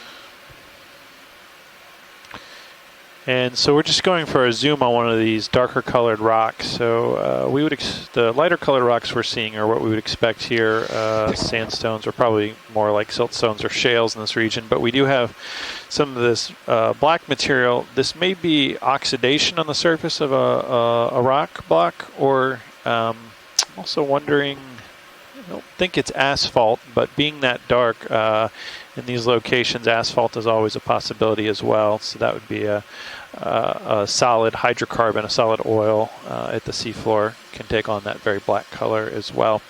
It's a little difficult to tell here specifically what this is, but I should note, as Carolyn Ruppel said, the rocks we're seeing here are not carbonate rocks. They're siliciclastic rocks, and they're from the underlying material. Bill Shedd noted that this is seismic data in this area shows that the bedding has been uplifted and exposed. So this is very well indurated sedimentary rock that's been uplifted in this area. Okay, thank you, video, pilot. We can zoom out when you're ready. This. Come on out. And I think we'll move on.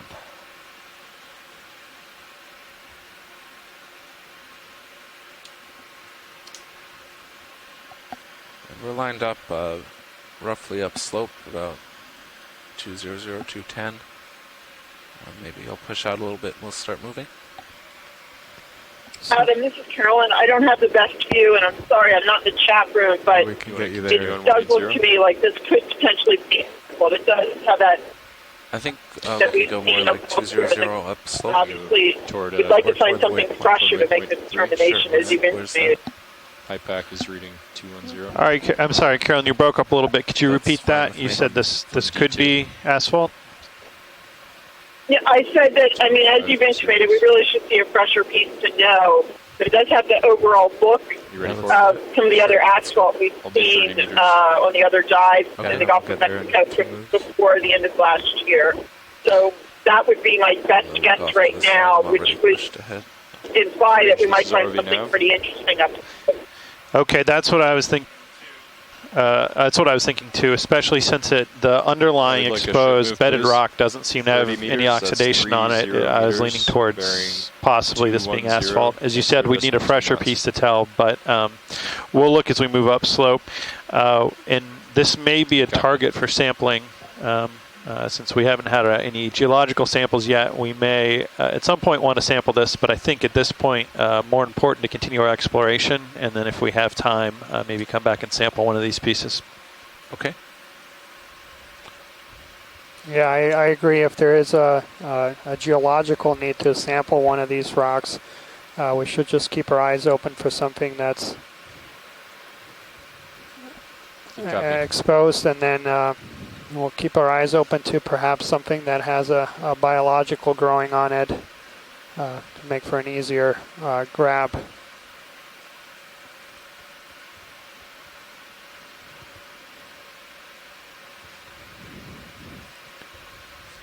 Yeah, so we do have, I do think we have time to sample. We do have about 2 hours and 15 minutes remaining in our dive. We are pretty close to the summit, which was the original target endpoint for the dive, but we'll be able to exceed that.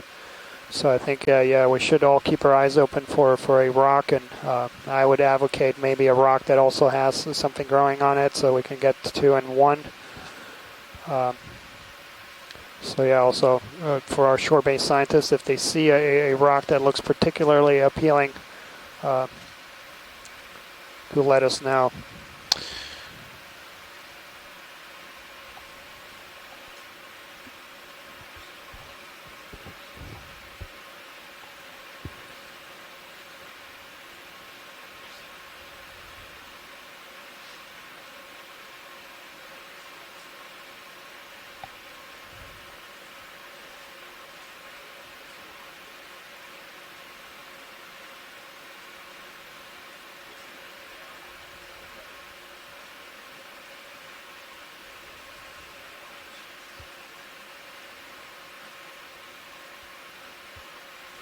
And yes, we're starting to see more of what we were hoping to see on the entire dive. So this is what we really were targeting is these hard bottom communities. We're starting to see a lot more sponges. See a lot of these blind lobsters.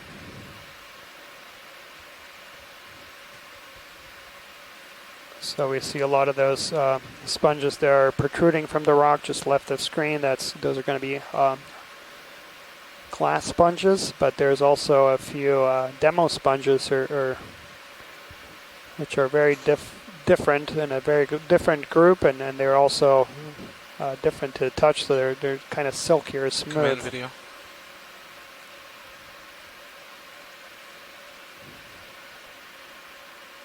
Different crab. Recruiting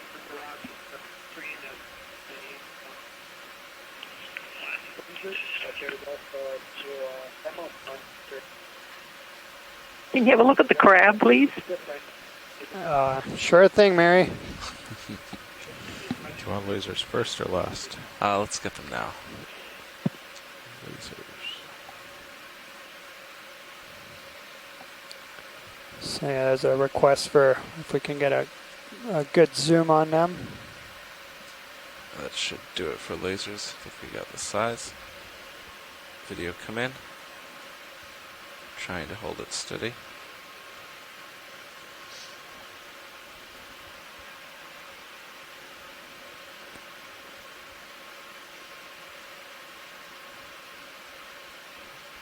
Pretty high up there.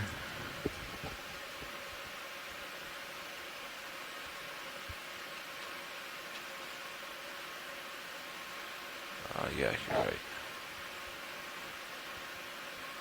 Do you have your Z-bias set to float? No, I was coming up to keep it in frame and forgetting the third axis.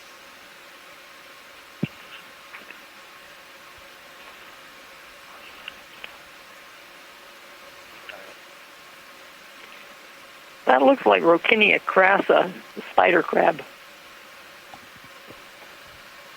Yeah, that's I had that picture up here too, but there's a different angle.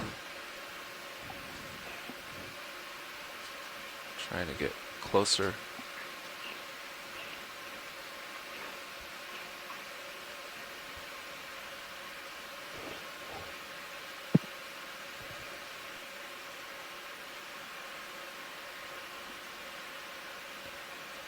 Starting to look down on you, but is that move almost done, Nev? Nev, is that move almost done? Sorry, couldn't hear you. Should be another few meters. Almost. All right, okay. Let's come out on this. Come out. Thanks, video. Rich. Move is complete.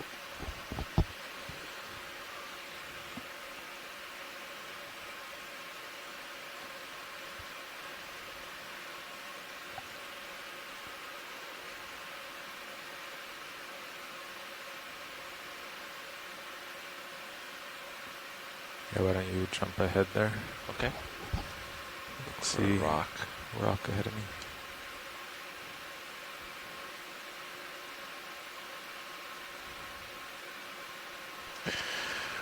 What I'm starting to think is we may have some layered asphalt here that was on top of the underlying rock that has fractured into these darker colored blocks that we're seeing.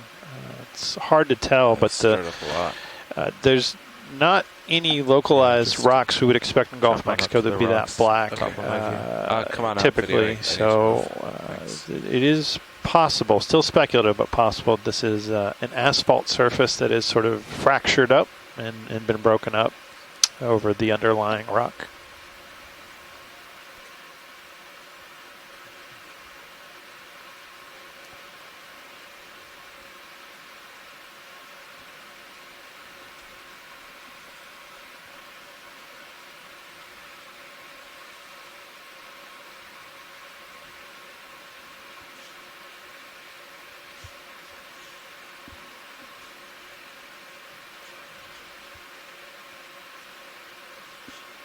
Okay.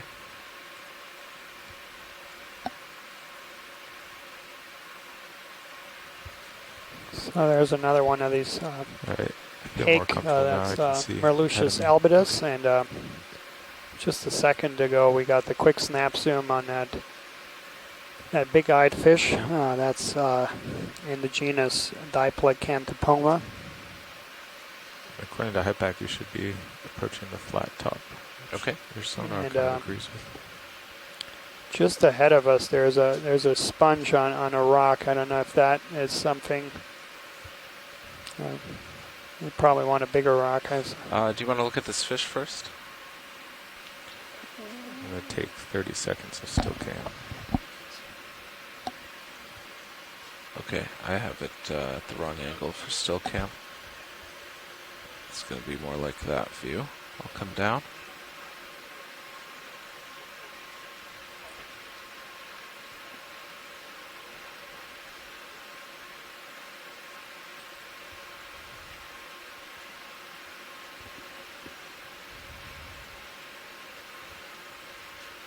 Okay. So but we got a couple. Bill here, and for the rest of our shore-based science team, so we do have a little time to sample.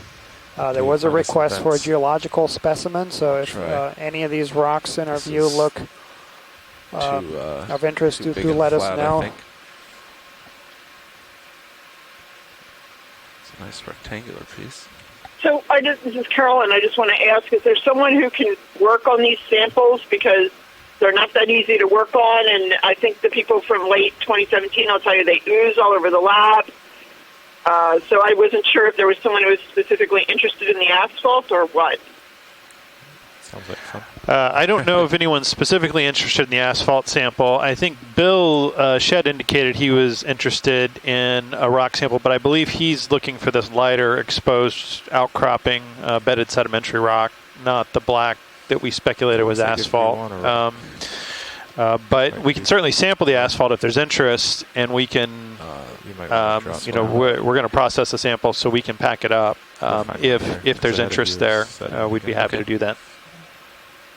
Yeah, I was kind of advocating the opposite, which I'm not sure there is interest because they're very hard samples to work on, and you have to be pretty specialized to do so. So if he had another interest, I'm obviously not in the chat room, then I think that's great if you want to try to get a sedimentary sample. Yeah, we're waiting to hear back from Bill Shedd on exactly what his priority was for a sample, but it sounded like he was interested in this lighter outcropping material. So we'll wait to hear back from him, but we'll take that under advisement that unless we hear a strong request for an asphalt sample or this sample this black material from the community, we may rather stick with the other rocks. And it looks like we start running out of these rocks up ahead. If we see one we like, it may be a good idea to grab it now. Not sure if we'll get back into this sort of terrain.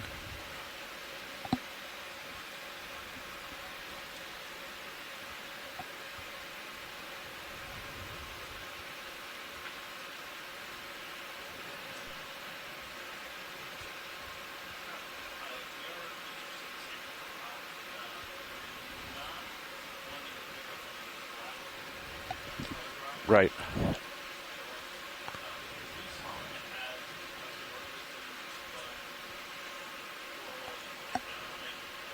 Video, let's look at this.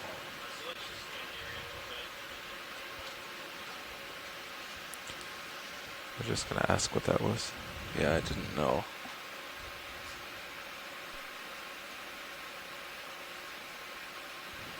It looks like a pyrosome or sea pickle.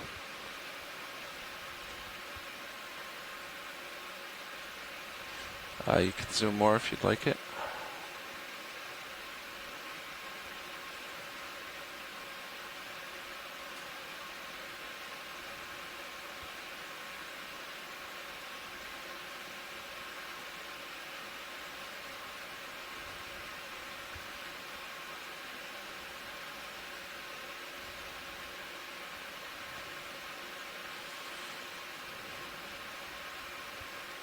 Hey guys, I was down the hall, good. And I thought at first I saw a giant solitary hydroid, but perhaps that is a pyrosome stuck in the rock. I want to range out the sonar when we get onto the flat and see if we see any.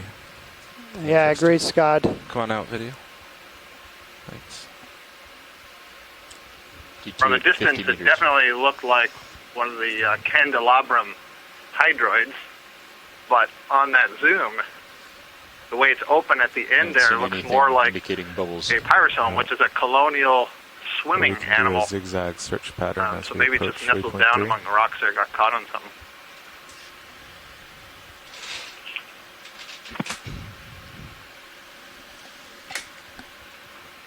From Sirius to waypoint 3, bearing 205, 60 meters.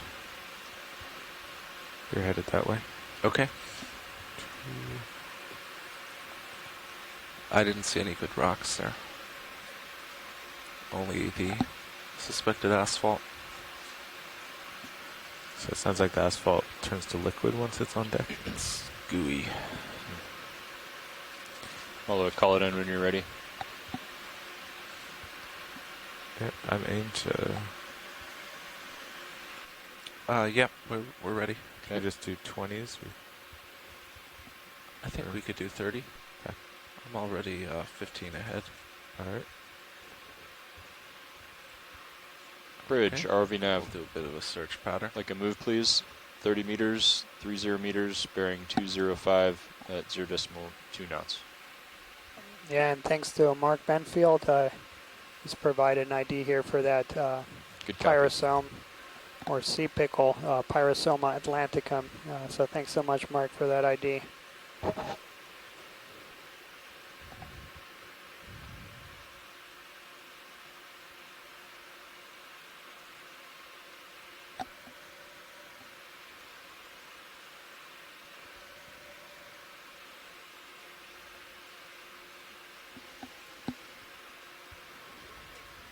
Copy.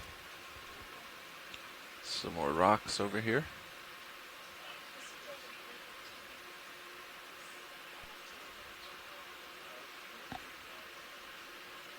Okay.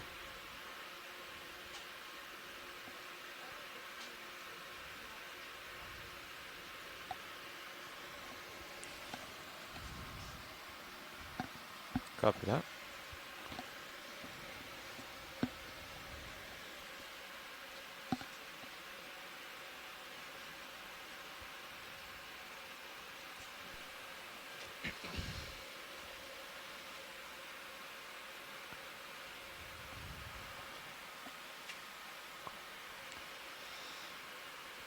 So we have about 2 hours remaining in the dive. Pilot, watch lead 2.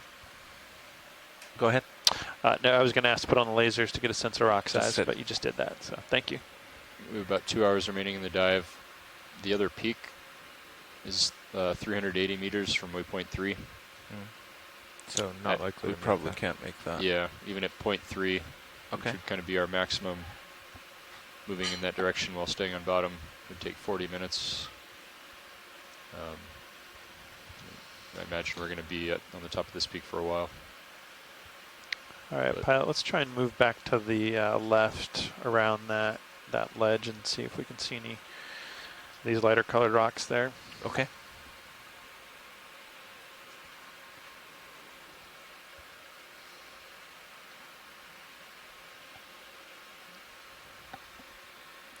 What did you do there?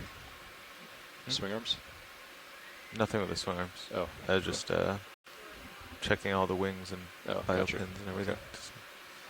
So we should probably stop the ship here because I'm actually moving away from him. Okay. Well, we haven't seen one yet. Pilot, watch lead 2. Go ahead.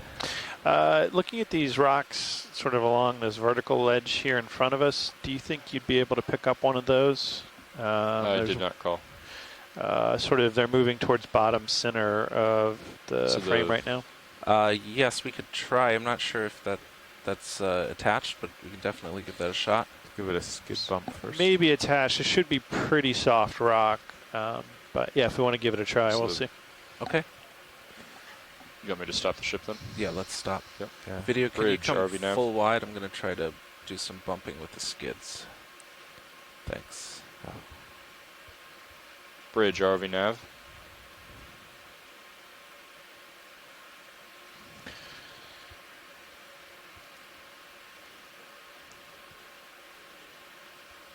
Bridge, ROV nav. Yeah, can we please bring the ship to an easy stop?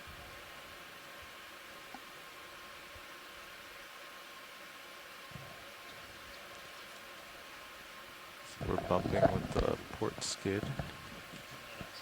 So we're at depth here of 645 meters, and we're going to just set up here to try to collect our first rock sample here.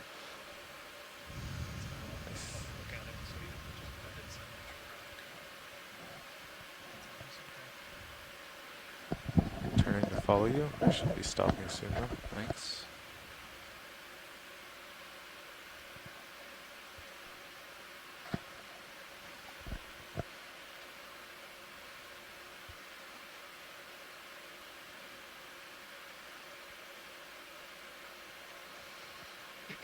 What kind of offsets have we been seeing in HIPAC, do you know, with the map?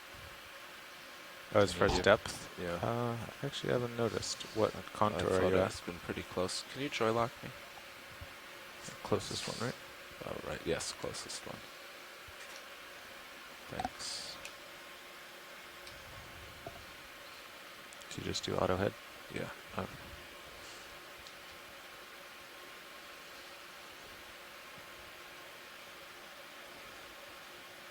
I didn't have enough downforce.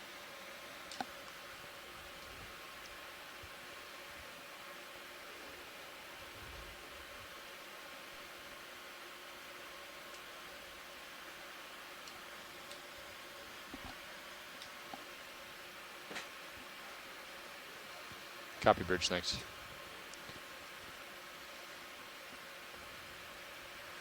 Okay. That should work. Excellent. Our hydraulics spun up. They are. Great. And we're going to go for the port rock box, I believe. Can you take the mini Zeus and help me out with that? Thank you. Nav, I'd feel more comfortable if we sidled me a little to my starboard side, so maybe 6030 or so. Because I keep sliding towards the... Okay, and just 5 or 10 meters? 10, I think. 10 meters at 0, can you repeat? 030? Yeah. Okay, mini Zeus. Do you want it on the right screen? Bridge, yes, RV nav. please. Hydraulics coming on. Didn't get a twitch there.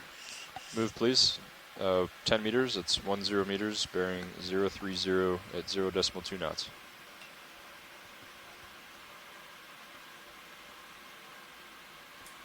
Good copy. Move is underway. Hydraulics coming on. There we go. Twitch. Much better. Grip force, I'm going to try pretty low.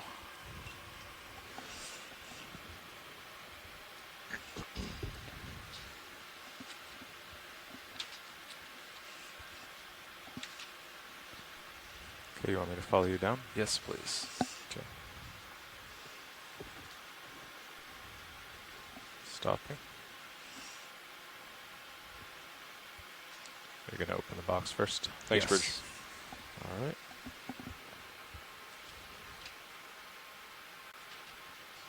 Port wing coming inboard. There you go.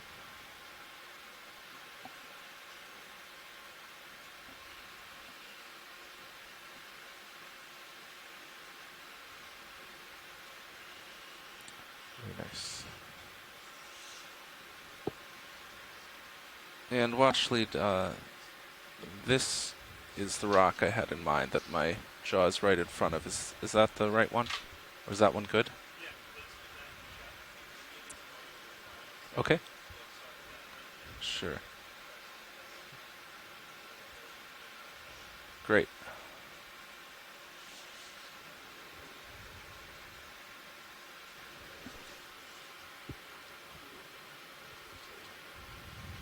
Maybe too high. We'll try to stretch. There we go. Whoops.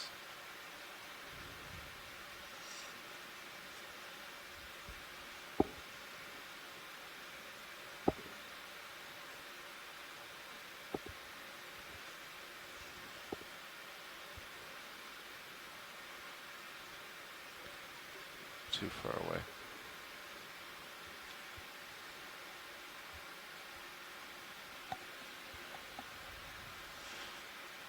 I'm too far. Just barely. Almost close enough. Copy, Bridge, thanks. I'll stow there temporarily and get a little bit closer.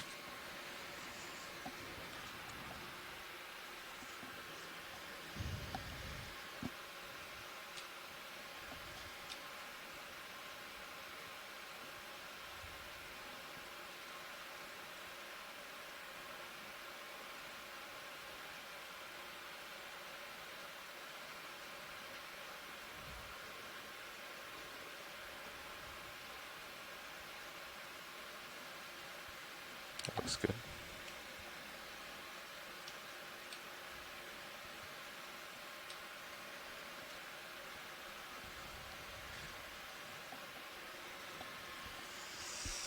Moving the mini Zeus back to the arm.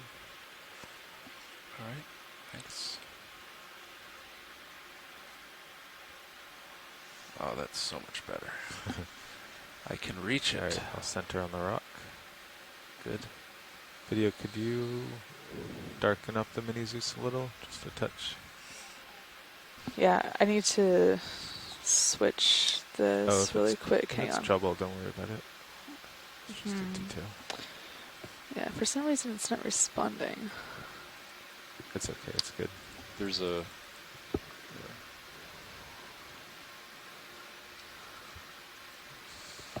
Oh, this is very crumbly. What grip force were you on? That was 4. It's sticking to your jaw. Yeah, I have a little bit stuck. It's kind of like clay or something. Yeah.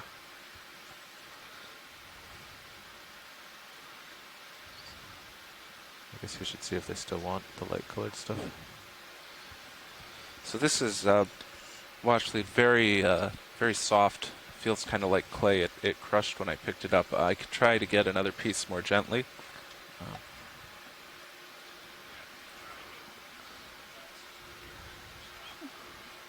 All right.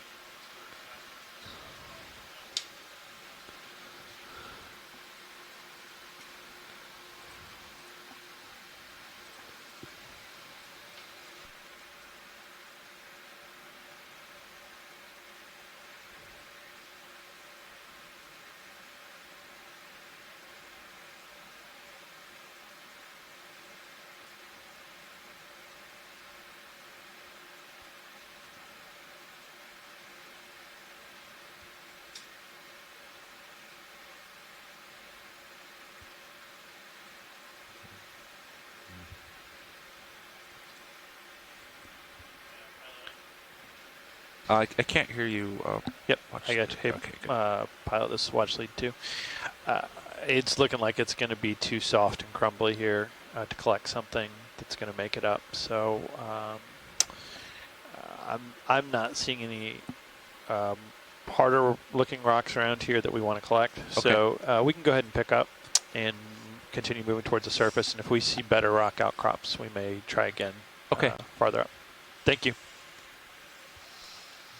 Will the box auto close? I'll try. Why don't you try before I stow?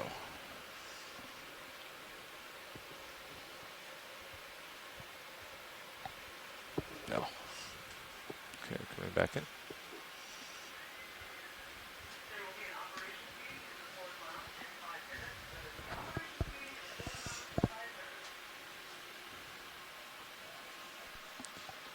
Workshop co-pilot.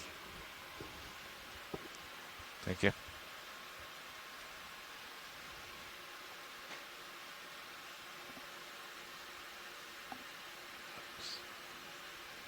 I'm gonna go for the handle.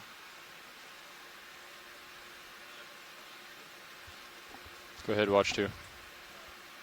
Is it? Hold on, I think it's stuck on the shilling. Okay. Hold on. D2 yes, and Sirius are both about 50 meters from waypoint 3. Never seen that before. According to HiPAC, but of course, I mean, there could be an offset from our map. So draw out. We're within that range. Good problem solving. Yeah, that's good. Go a little. There we go. Does that happen just before? To update, I don't think I've seen it. Our shore-based science team. So we attempted a collection event here, but the rocks are too fragile and disintegrated upon contact. So we're going to try again later. The lid did. We are about 50 meters away from waypoint 3 at the summit of this mound. Nice. We do have still about an hour, 50 minutes remaining of bottom time.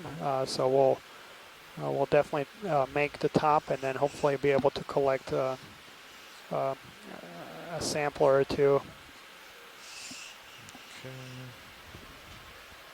you help? Do you want the mini? Stow? Yeah, my wrist is a little twisted. Yeah.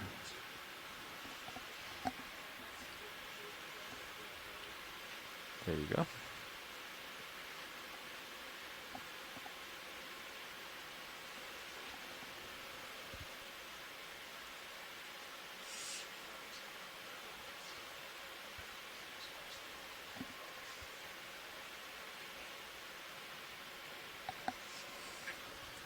Hydraulics off.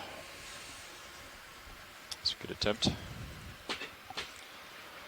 First attempt to the cruise.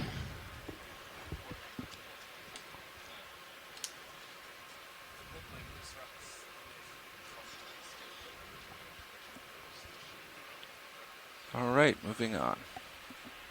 So right now, high pack is showing 205 from Sirius, but I think we'll just head up slope. So if you want to square up on the slope, we'll put it in a move in that direction. We've turned well off to the side, so co-pilot will have to follow me back. So Chris, we're just going to square up with the slope and keep moving uphill. Okay. It appears like there's going to be maybe a little bit of an offset from high pack, but actually it's not looking too bad now. Understood. And we're stationary at the moment? Yeah. Yes. Drilling holes.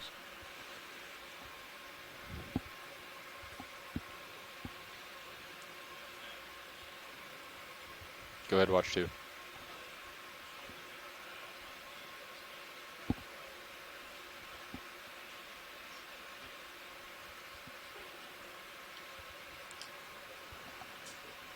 It's a good copy, thank you. Watch 2, we also have a oxidation reduction potential sensor that you can see on the CTD screens that might be good for that. Okay, I'll follow you around wherever you wind up going, pilot. Yeah, it's going to be probably around 200210. Copy that. So should we split the difference at 205? Sorry, what did you want, Nav? Or what is it to your waypoint? So for our folks following along shoreside, you can see very clear sedimentary bedding here, very thinly bedded rocks. For those of you who saw our attempted sample there, these rocks are clearly quite brittle or soft. We're about lined up. I'm going to start pushing up a little bit. This material, of course, is sedimentary material that fell to the seafloor and has gone through some degree of lithification. So that's a process by which the grains become submitted to one another, and that's what causes the rock to be hard. Range your sonar down and so this rock has gone through some partial cementation, but it is what we call weakly consolidated.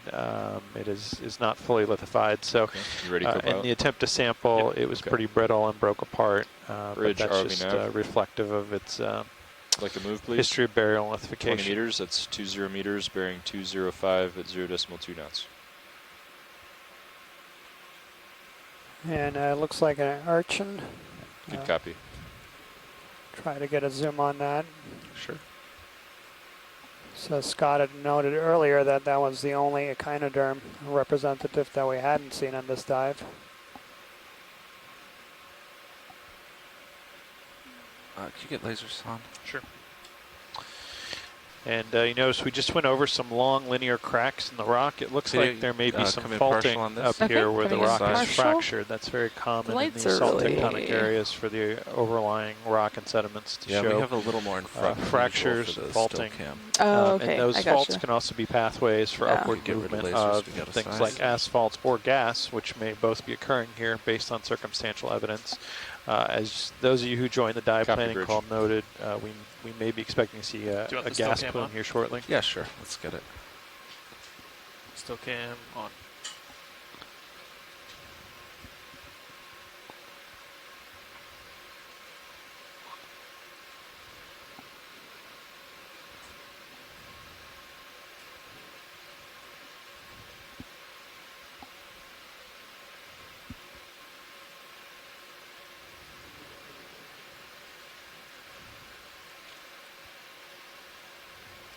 Do you want to come in close on this video? Okay, I have more coming in. I believe I have a little bit more. All right, you can take whatever you like. I'm trying to get it centered up better. Yeah, after we tilt down. I'm trying to move D2 rather than tilt. Let me come out a little bit. All right, fine, I'll tilt. Okay. Oh, there's some dust coming. That's clearing quickly. Why don't you come out and I'll sit down? Okay, coming out. That's full white. Oh, goosefish. Oh, hey.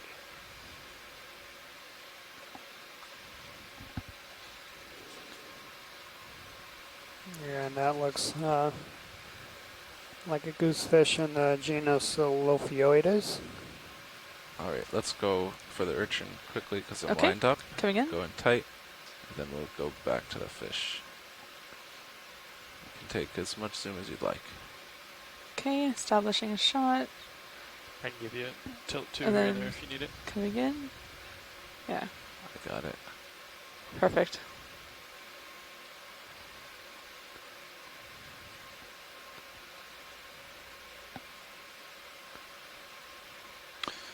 So Daniel, we've got the echinoderm hat trick today, as it were, then, huh? Checking all the boxes on this dive. Yeah, and what we really hoped is see some seeps here at the top. Whenever you're happy, video. Okay. We'll get the fish. Okay, coming out. All right. That's full wide right there. Leaving the digital still on for you. Okay.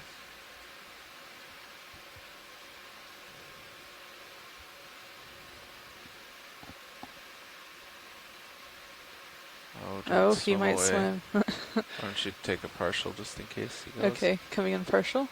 And I'm getting closer. I'll have to pull.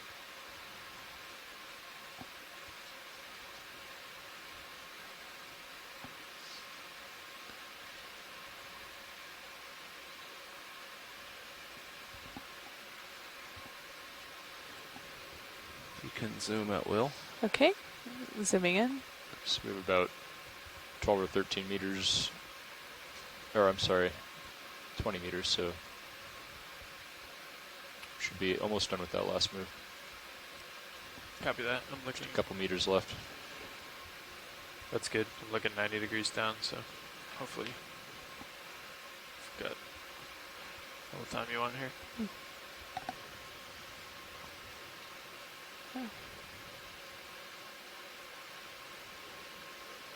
Copy, bridge. Move is complete. Copy And that. come around to the front here. Oh, good. Perfect.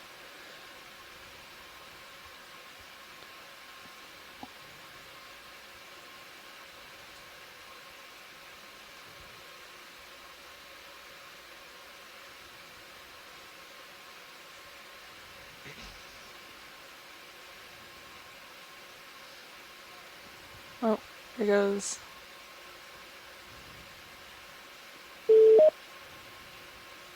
Hello, this is Chris Ma. Hey, Chris. Hello. So this urchin, at first I just thought I think it's just the genus Okeanos, and I wasn't going to pay it any further attention, but then I noticed off to the side that there were little sort of spheres in ornate patterns next to it, and I think those are the castings or fecal pellets of that urchin, and that would be interesting, mainly because I didn't realize that those were eating anything around here that wasn't vegetative material. In shallow water settings, sea urchins, sea urchin poop is quite important because they are eating plant material, and that material is processed through and can have a lot of impact on the nutrient cycling in that area. And of course, for sea cucumber poop is very important because they process the organic materials, and those turn into sediments that are. Oh, looks like your fish is moving. And the poop from sea cucumbers can be aerated and further cycled and all that. Oh, okay. So see how tight we can get. I just always have to chime in every time there's an opportunity to talk about the incredible ecological importance of echinoderm poop. And you gave me a shot, so I'll let you get back to your fish now. So thank you. Well, you got the fish's attention. He's paying attention. You can see my reflection in his eye. Yeah, for all I know, the two are facing off, they're facing away from each other, I guess. Well, the fish is facing away. The sea urchin probably doesn't matter. doesn't know which direction the fish is facing. So. Yeah, thanks, Chris. Okay, Thank let's you. Get lasers on for when I come back out. Lasers on. And video whenever you're happy here, whenever you have enough. Okay, coming yeah, out. So a beautiful close-up here of this goosefish. Alrighty. So that's going to be in the put them right genus on it. Lophioides beroe. Fairly common at about 600 to 800 meters. All right, I think that'll do it. Okay, coming out. I've gotten us a little bit twisted up chasing that fish. I need to That's full wide pilot. sort ourselves out here. Yeah, we have a delta of 18, so you got plenty of room Great. to rotate back around. Spin Yeah, right and our under you. current depth here is 638 meters, so we are really close to the shallowest point here. There's another fish. Go get that guy if you want. Okay. See him in serious game. Yep.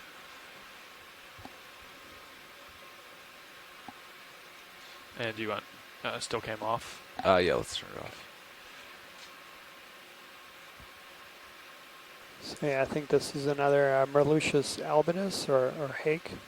Just come in quickly on it, get an ID. Okay, coming in. Yeah, and that's exactly what that is. All right, I think we got good video of that earlier. Okay, coming back out.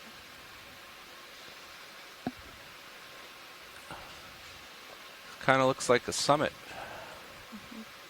Yeah, it does. And based on the bathymetry we had, yeah, that was right around 640 was the shallowest point, and yeah, we're at 638. 20 meters, which isn't bad. Yeah, this is the direction we came up. This is an estimate anyway. Sure. So. And that's it's clearly downhill over there. Yep. So the overnight mapping indicated there may be a source of gas plume somewhere around the summit of this mound. I don't think we're seeing anything on the sonar in terms of targets, but we may want to look around up here a little bit. And even that area that's right in front of you may want to zoom in a little bit. We'll take a look there.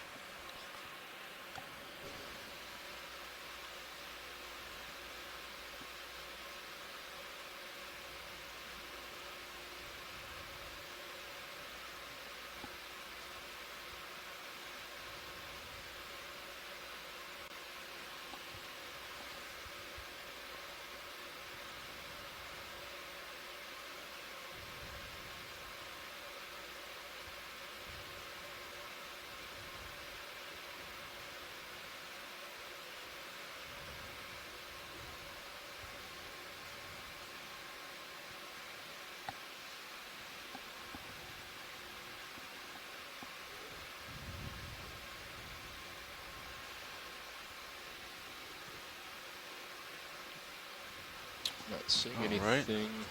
Yeah, nothing neither. really Sonar.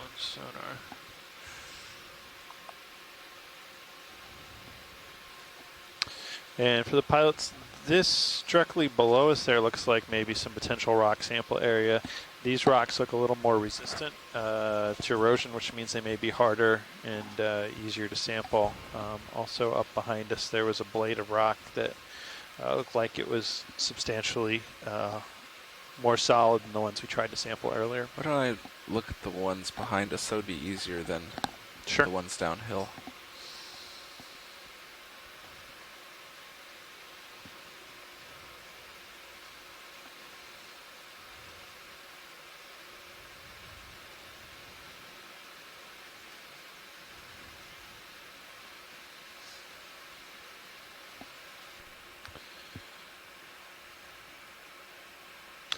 So just coming in the left side of the screen, there's a bit of a blade of rock sticking up from the surrounding area. That should be a more resistant bed of the local rock.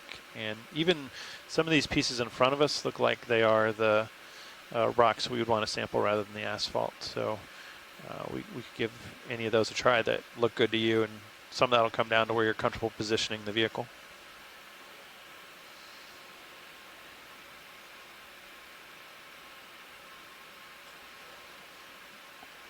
This one I'm bringing the lasers onto now, right above the lasers. Oh, sorry.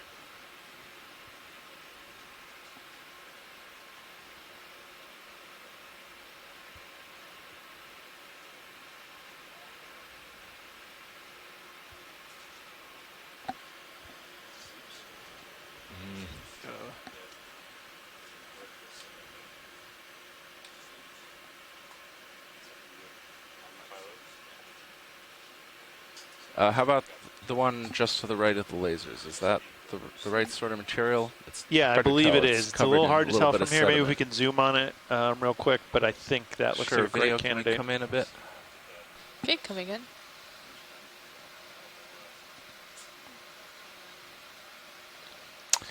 Yeah, I think let's try and give that one a shot. Okay.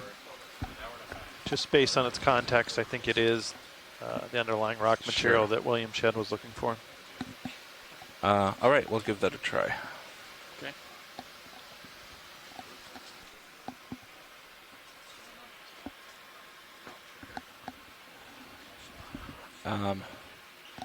Not sure if it's going to work out, so I don't want to open up a box yet. We can just go for starboard.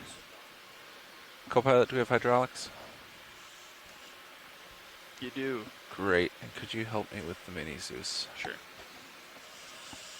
Arm is coming on. There it is.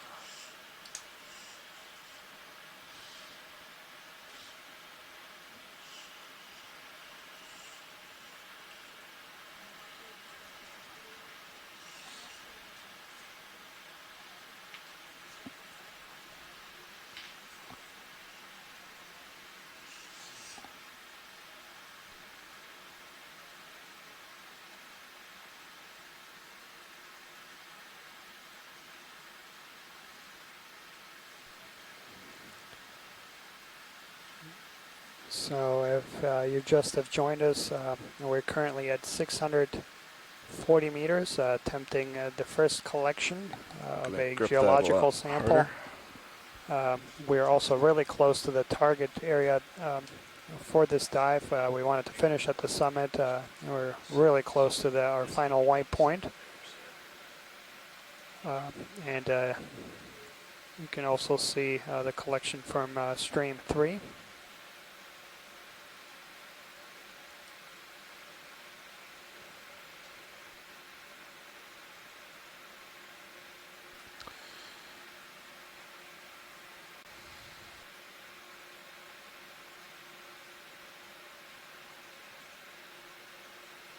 Well, it's bigger than I thought.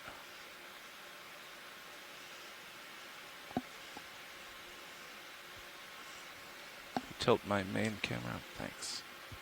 Get a look at this thing.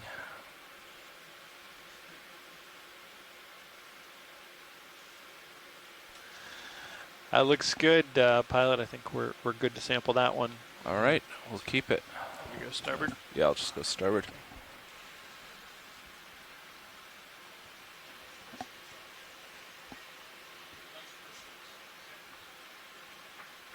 I can extend the drawer too if I think if you can get it like that, I think that'd be safer. I can do it just like this.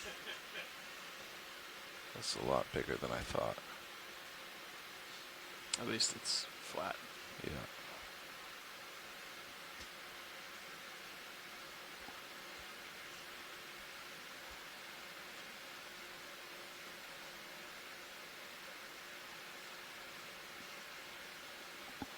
Should I try to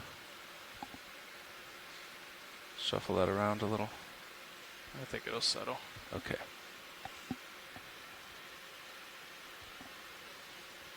Coming up with you. Yeah. Nice.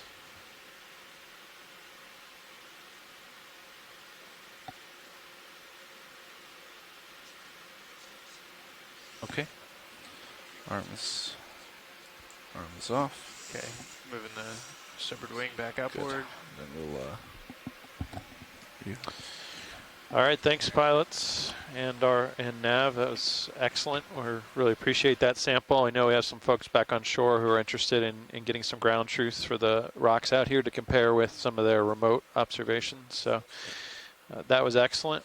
We're going to do a quick pilot change right here, and while we're doing that, I'll just note for folks on shore, if you look at camera 1 right now, you can see that the rocks in this area are bedded, so they're in thin layers, and they're coming out of the seafloor at an angle, so they have a dip angle. And some of this material we just sampled was at that same angle, so it looks like it's part of this underlying rock. And we're going to that'll be our first sample of the expedition, and hopefully before our dive's done today, we can get a couple more samples, maybe some biological samples to bring up and log as well.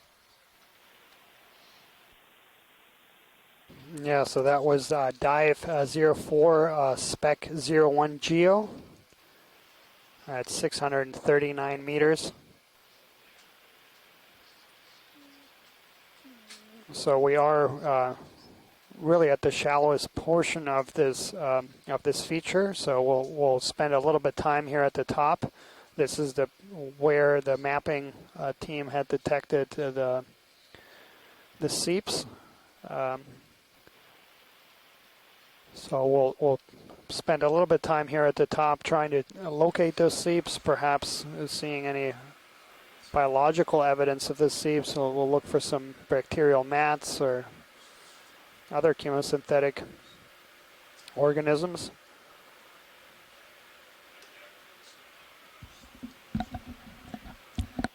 And just to give folks a heads up, so we do have an hour and 30 minutes remaining of bottom time.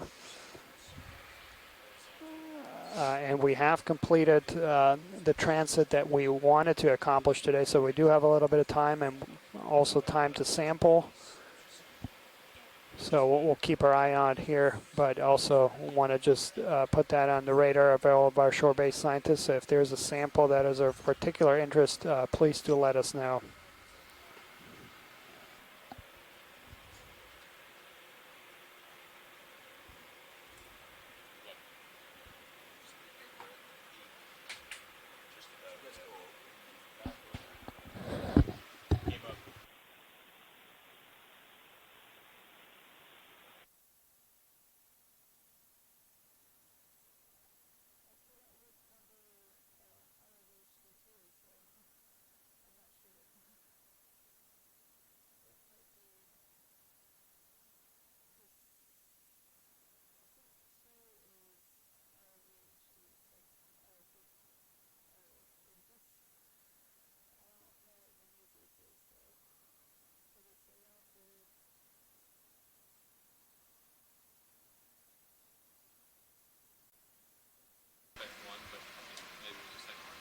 That looks like our way forward, so I'm going to actually come around right so I don't put a turn. Yeah. Going to do a full turn here.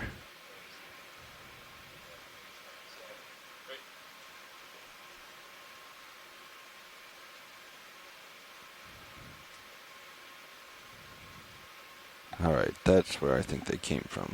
Okay. We're doing a full turn.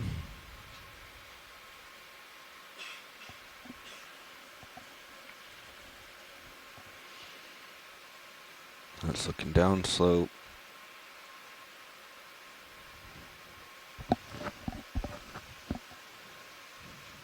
That's where he collected the sample. And uphill is to the right. All right, so that's our way forward, co-pilot. Now I'm oriented. So everyone keep your eye out for anything indicating a seep.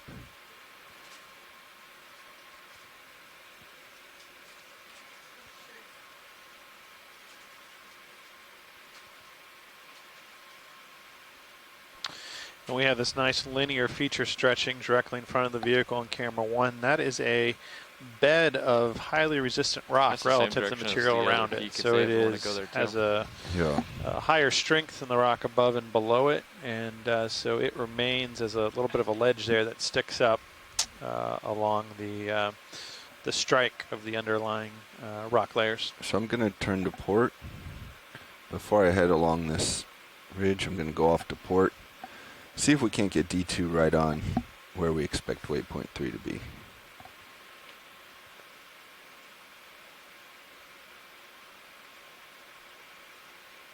This also looks like a promising hole here.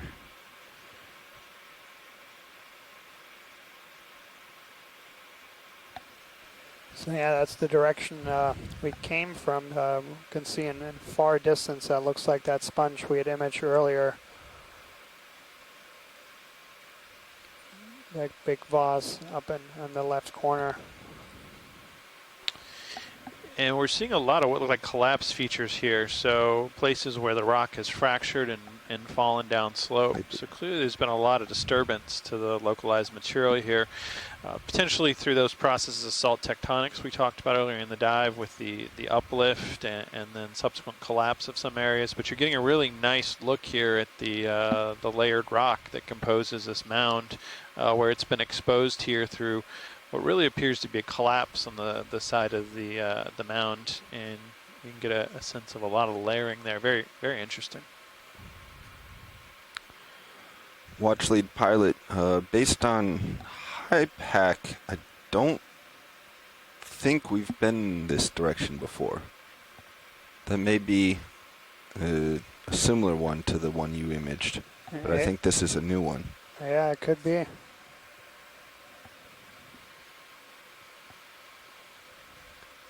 It definitely looks like the same species, so no need to re-image it, but... Okay. So I'm going to turn left, kind of look out. Is that you changing your heading? Okay. What we're also seeing here is these sort of layer downhill here. Black rocks over the surface. It's hard to say, and it's very speculative, but it looks like at some point there may have been a flow of asphalt over the top of this mound that was subsequently fractured and broken up and then moved in pieces down slope as well. That is highly speculative, but based on what we're seeing, that might be one explanation. So watch leads, we're just putting D2 right on waypoint 3 here and kind of scanning down slope, and then we'll turn around and come back up slope to the top. Anyone see anything that could be a seep? You're muted, or at least I'm not hearing you, co-pilot. Sorry, I said nothing in my view.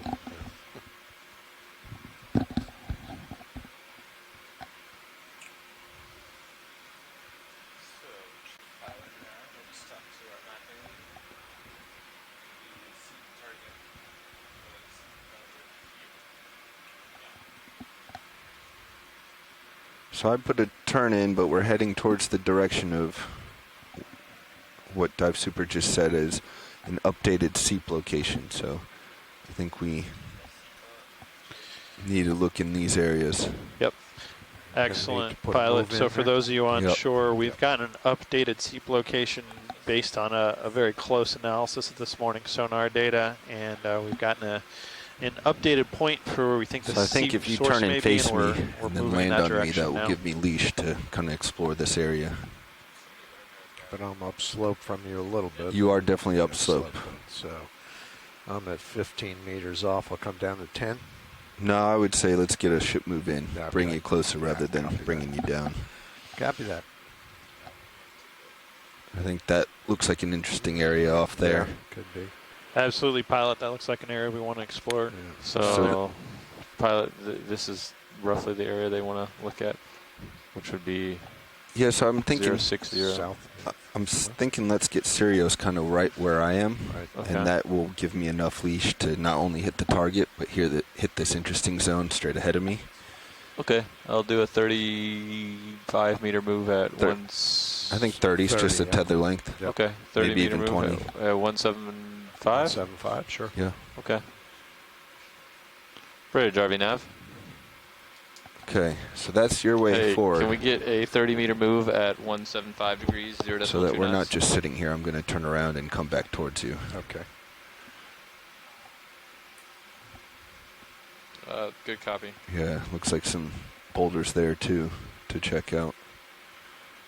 All of that's a little too far away, so we'll get back to that.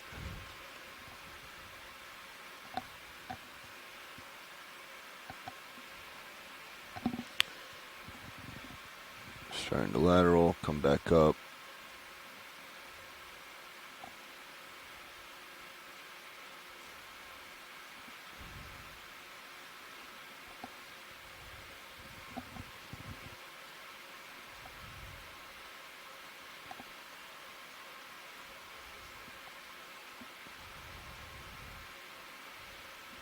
Okay, turning a little more.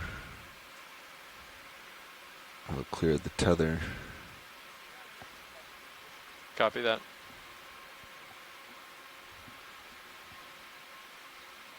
See downslope there, some quite large boulders that have come off of the move downslope, fallen off the outcrop here.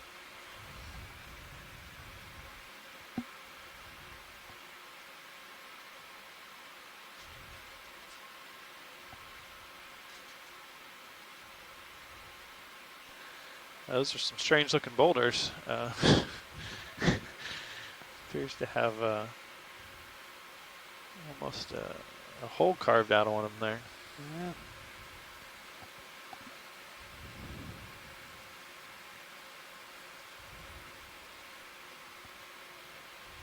Really nice view here of the geological outcrop. You can see a lot of the rocks that compose this mound exposed here. Actually, I can continue starboard since we're at zeros right now on the turn. And I'm wondering if the nature of the rock and how quickly it erodes is a function of why we're seeing relatively few large sessile organisms, like large sponges and corals. The rock is collapsing before they have a chance to get to any size. You know, that's a good point. You saw with some of that rock we tried to sample, it was quite soft, and if we've got high currents up here, we could be sort of eroding away the substrate pretty quickly, so that to the point that if any larva settled that may at some point become a coral or a sponge, it gets eroded away before it has the opportunity to grow. Okay. And so that may be exactly right, Scott. Going back left.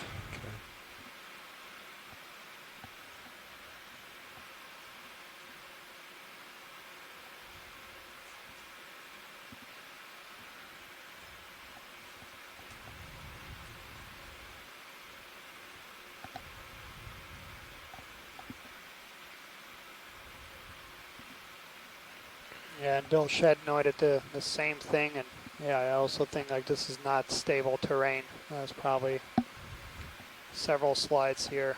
So I'm going to head out kind of south, Andy, and then when we're done with these areas, I'll hook back up and make sure I drive right over that seep target that you set. Sounds good.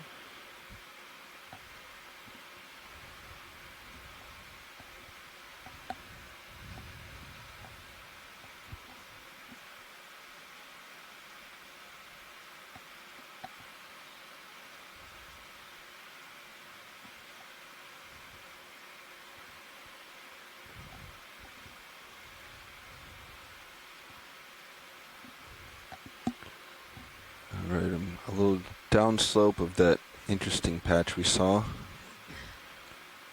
I'm going to come down and then I'll come up and right. Okay. I'm going to come around just to keep you in view Yep. then. Okay. Change my heading.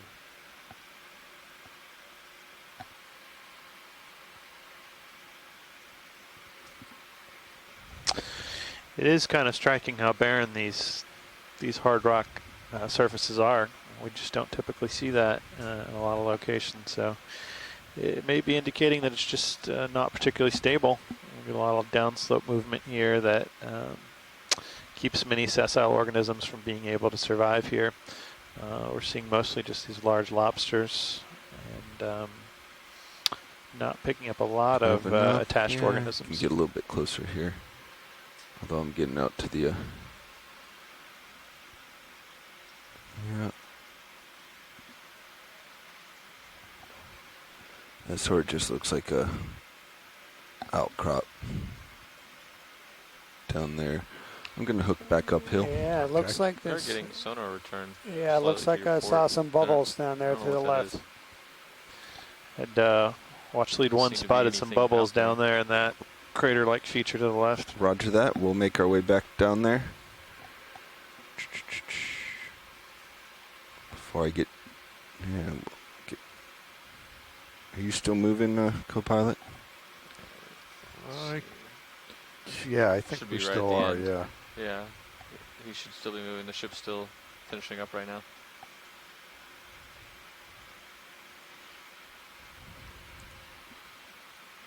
So again, for those folks who join us later in the dive, we picked this area because it showed some positive anomalies in the Bowen anomaly map, and then when we mapped it last night, it did show some evidence for seepage. Video, are you seeing anything? You can go partial zoom if you want. Okay. I've been looking. Yeah, it's hard to say.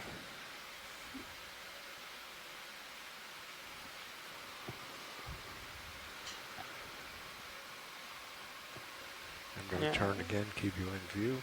Yeah, from this view, it doesn't look like it. It might have been just sediment in the water column. I need to come back up. Okay. Let's come wide, Video. Okay, coming wide. There's a feature up on top of this ridge that I'd like to look at. We looked at it earlier. Sirius should actually be pretty close to it.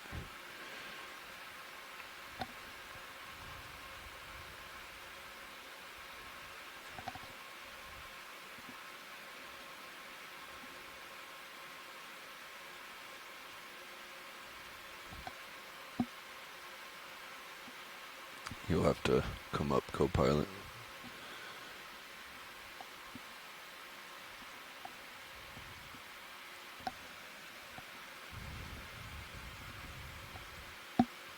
There's these kind of multicolored rocks here coming into view.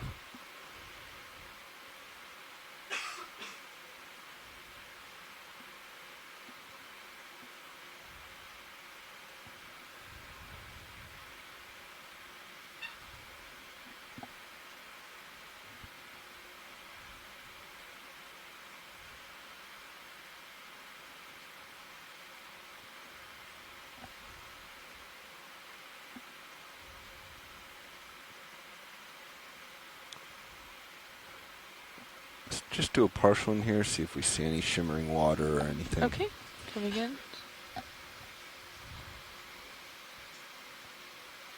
Oh wait, oh wait, no, never mind. It's just particles in the water. I got excited.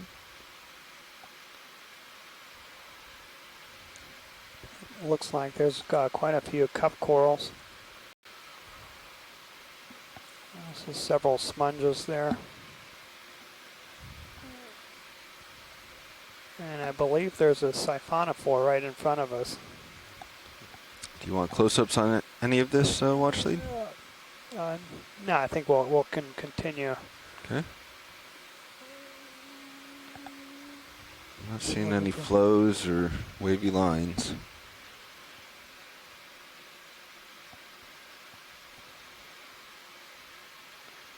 Just continue over towards these boulders. You can come wide, Video. Okay, coming wide.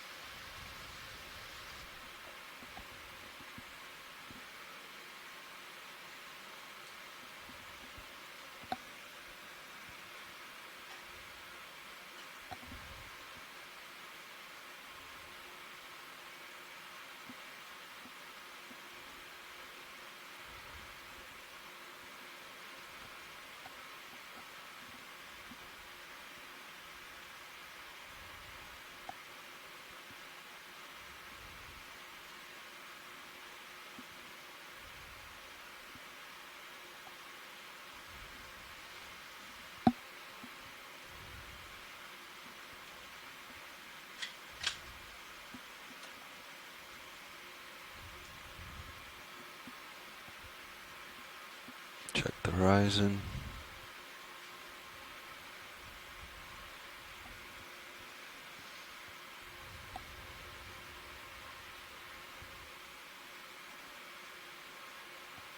Gonna check up towards Sirius.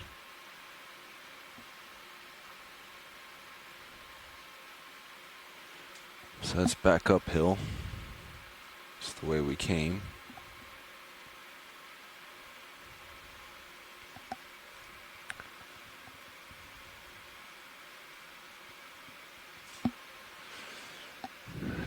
Nav, co-pilot, any thoughts?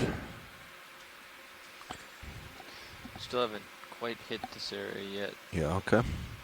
We'll hook back that way. So I'm going to come around 180, co-pilot. Copy that. Coming left.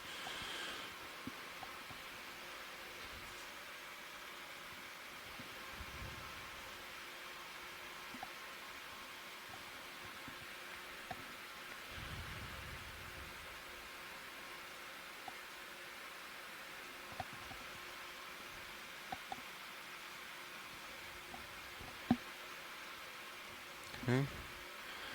And we will push back out this direction. Okay. Kind of go along this edge, and I'll follow this contour around. That should hopefully bring us right into our drop point.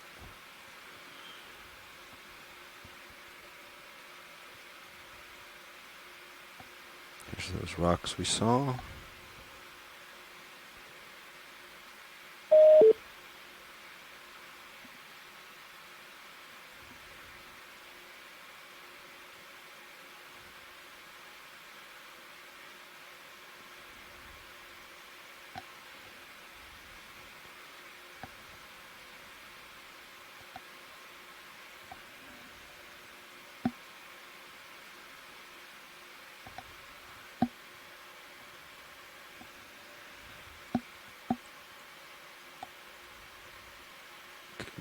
Bounce up, see what this I'm coming around too, so you know. See what this gap is, and then I'll go back down.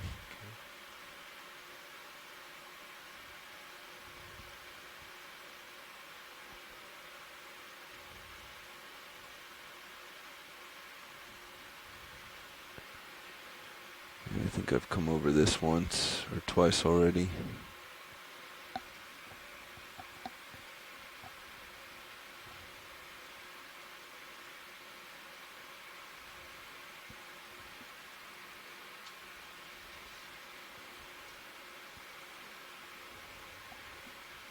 I feel like there's a lot of motion up, but I can't.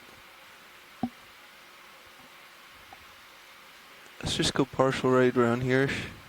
Okay, coming in. Just like a quick snap.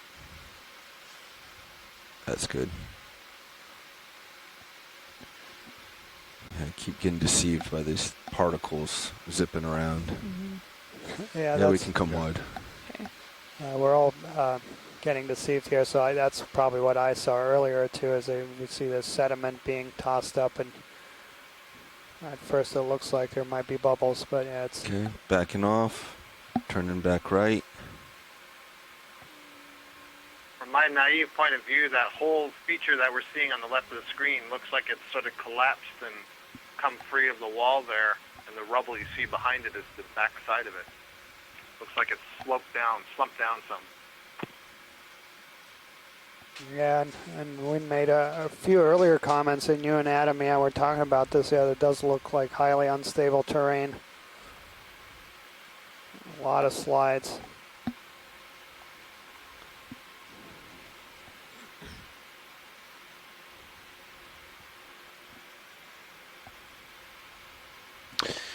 Yeah, Scott, there's clearly some pieces on here, large blocks of this mound that have come loose and slid down the outside. So the limit to my down. Quite over steepened walls here in terms of slope stability. Back up some. So we have a lot of opportunities for material to move down the face. It's really remarkable. We're seeing quite a large outcrop here. This is probably representing most likely tens to hundreds of millions of years of deposition in the early or the earlier Gulf of Mexico seafloor that's been uplifted by cell tectonics and exposed here. So in terms of geological processes, really remarkable what we're seeing here from the standpoint of understanding the materials that compose the early Gulf of Mexico seafloor. I might be able to get on it, I think, if you just keep coming around. Okay. Was this kind of just where Carl put his finger down, or this is where this is a lat long that we were given? No, it was not a lat long. It was where mapping saw something earlier in this general area. Okay. So just searching what you're doing is good.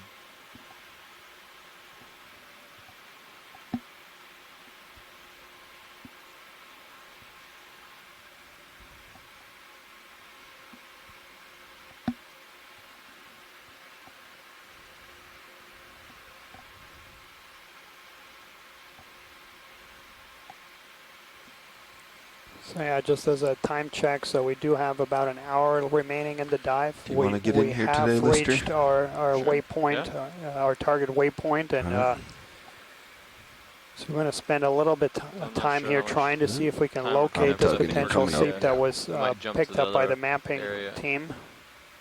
300 meters away. And we also had a request for a black rock sample. So yeah, we are keeping our eyes open.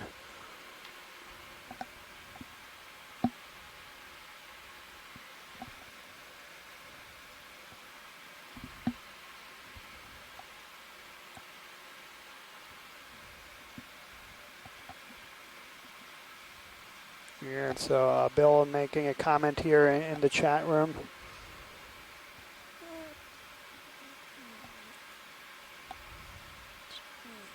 Some of the hard amplitude responses they see in the seismic data that might not be related to seepage. And yeah, that was one of the kind of secondary objectives too, is of course the first was just exploration, but we also thought this was a good place to ground truth a couple of models. Not seen anything. Including one that was developed for deep sea corals, and right we haven't seen any except a few cup corals. Yeah. And then of course those seismic anomalies. Sort of generalized area. Be at the top, though, no? Yeah, and it's kind of interesting when we think of the models for predicting corals and sponges. Oftentimes, one of the key factors they're using to parameterize the model is the steepness of the seafloor and exposed rock. And so we're seeing a situation here where we're seeing steep exposed rock, but not a lot of coral because of perhaps the specific high erodibility of this location. So some good information there that can help inform our understanding both of coral modeling and also some of the interpretation of anomalies we're seeing. Or sometimes the hydrates look yellow as well. Yeah, and that's an excellent point, Adam. Yeah, it's a substrate type. Yeah, so if this were real hard basalt, yeah, you definitely expect nothing obvious. Let's go back on that yellow. It in encrusting animals and. Looks like sponge. Go ahead, video. Another thing that a lot of these models don't take into consideration is proximity to kind of source populations. We are here proximal to a lot of places that could seed this area, but I think definitely what we're seeing is a lack of gut substrate. Yep. This is really not. Let's come out. Okay. And this kind of outcrop here is the one I pirouetted when we first started the move. We have not seen anything here. Let me wander off on my leash just a little bit more. Stare downhill.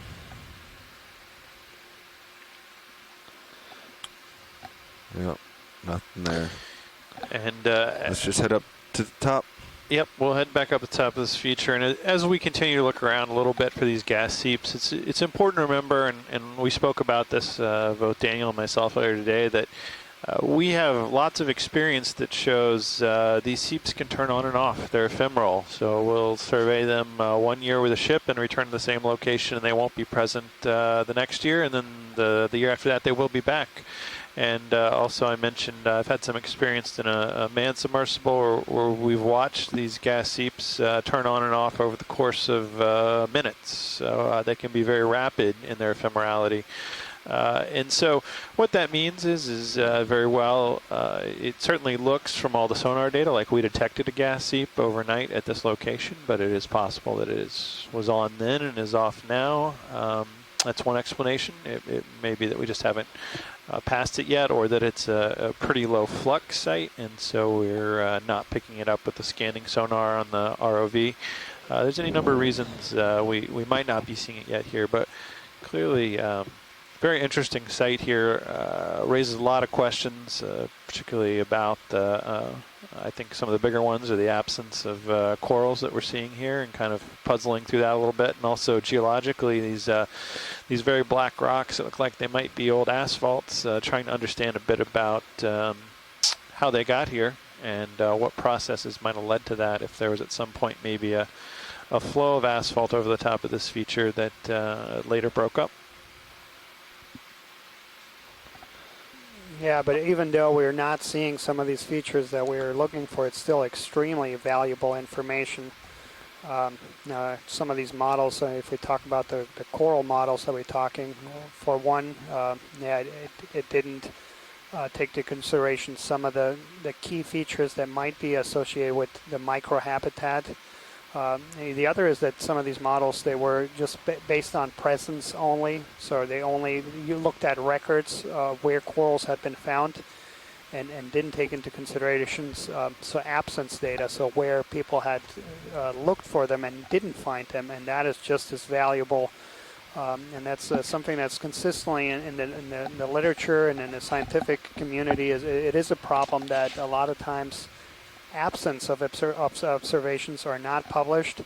It's not a really appealing thing to publish in a report when you go out to look for something and don't find it. But those observations are just as valuable because they are part of the truth, and they do help guide hypotheses and generate hypotheses. And Daniel, I think that gives some context to our dive yesterday. Some folks might look at that in a disappointed way and say, well, we only saw soft mud all day and we didn't see these spectacular coral communities or something of that nature. But as I noted, any opportunity to open a window into the deep is very useful scientific information, and the knowledge that there are not coral communities there is something of great value to science. And so there's, in dives like that, of course, we always want to present things that are interesting and exciting, but all information we gain is useful, even if it's showing the absence of a particular feature. 30 meters now. Copy that. Yeah, absolutely, Adam, and in particular here in the middle of the Gulf. So people think about the Gulf of Mexico, they think about a relatively well-studied place on Earth. Industry has done a lot of surveys, science has done a lot of surveys, but the vast majority of those surveys are really in very shallow waters. Most of it is on the shelf. So these deeper offshore areas are still largely unexplored.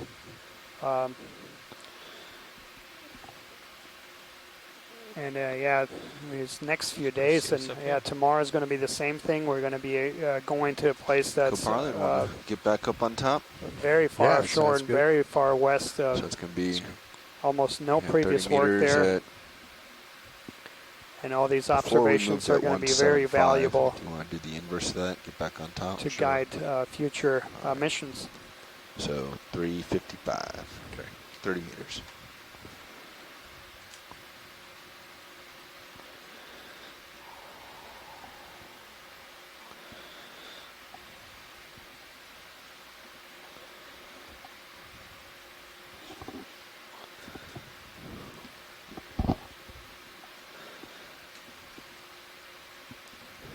Watch lead nav.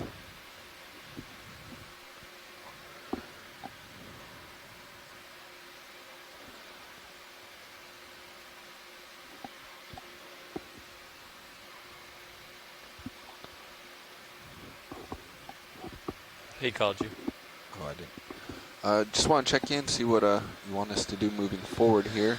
We covered a pretty good section of this area looking for the sea. We could either continue to move east if you feel obliged to kind of search this area downslope. Otherwise, we can start making our way to the other point, the other peak. Really nice chili there, pilot. Jellyfish. Quick zoom on it. Yeah.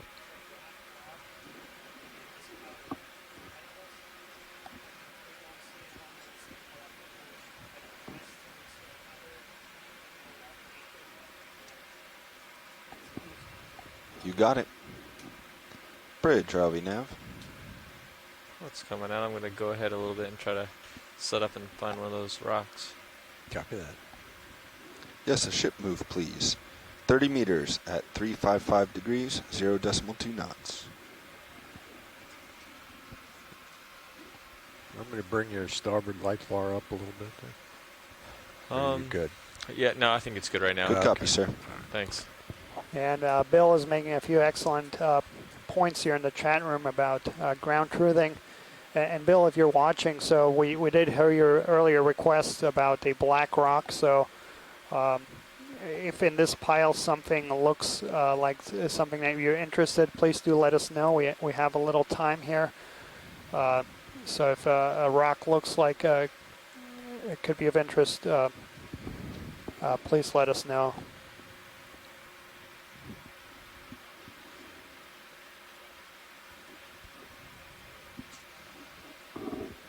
Thank you, Bridge.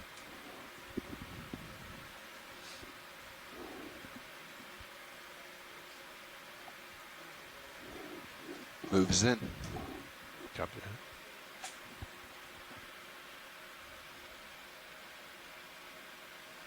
Are you seeing anything of interest here, watch leads?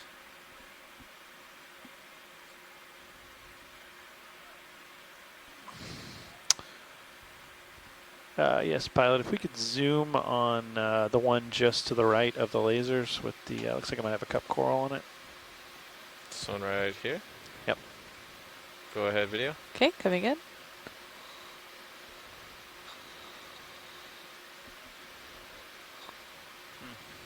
You want to try and sample them with the cup coral?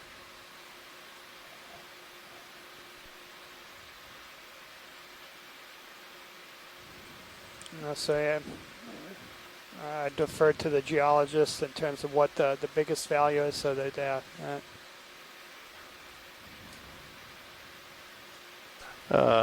Bill Shedd, if you're on the line or if you want to type to us in the chat room, can you tell us if that rock we're looking at right now with the cup coral on it would be of interest to you in terms of these black rocks? So, pilot, do you know how to deactivate the camera? I'm not certain these are the exact black rocks we were seeing earlier, but it's hard to tell. Cam? Yeah. There's no other way to Oh, stop. no, not. That's the only one that I know about. Workshop, ROV nav.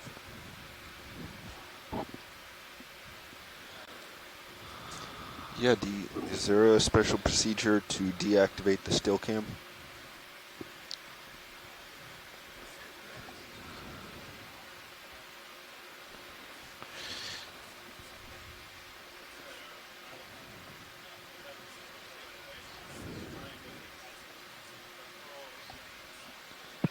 Okay. Yeah, it's the one that the laser is on right now, right? Yep. Okay. Come on out, video. Okay, coming out. That pretty red shrimp is a member of the genus Pelagic. I'm not sure which one it is, though.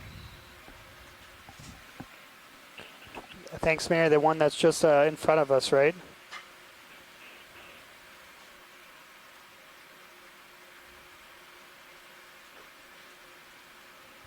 Pilot, I'll take your mini Zeus. Go ahead. All right.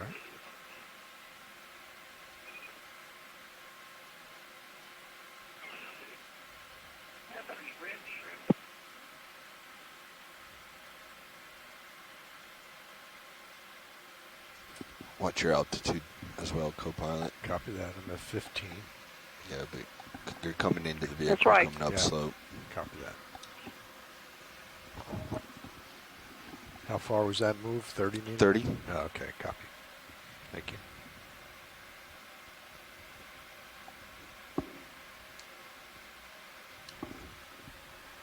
I'll just bring it to easy stop.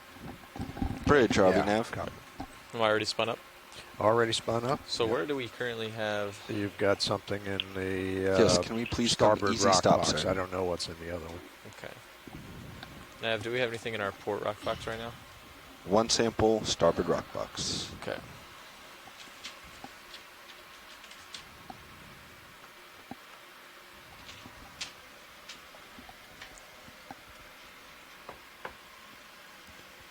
Ship is easy stop.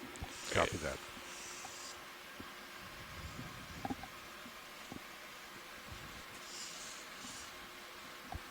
So if you just joined us, we're at 639 meters here, and we're going to attempt to collect our second geological sample.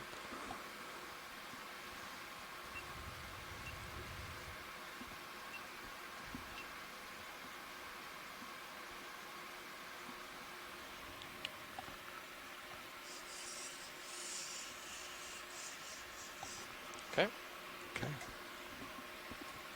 Co-pilot, if you would give me a tilt down on your camera to keep him in view so I can watch. Yep.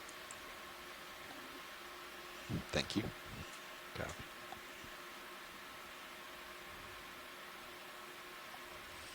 Pilot, I'm going to follow you with the go ahead. Zeus. I'm going to go ahead and open the... What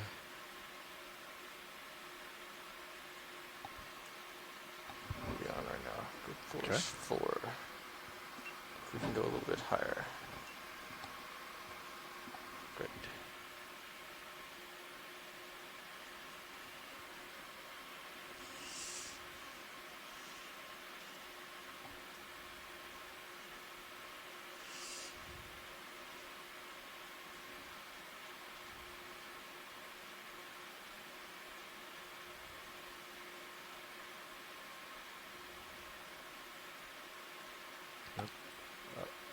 I'm going to bring the drawer in. Bring it in a bit more.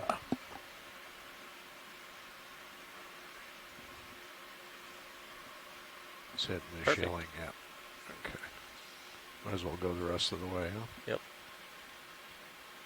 There we go. My bad. All right. Oops. That was me. Oh. Okay.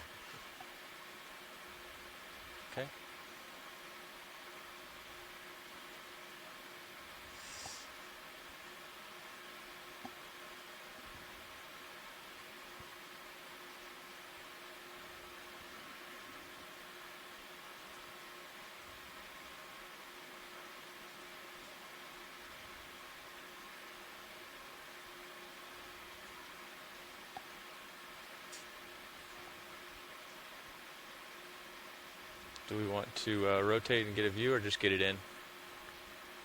I think we can just get it in. Okay. That looks good. Appreciate that. Great work. Thanks for following me over there. No problem.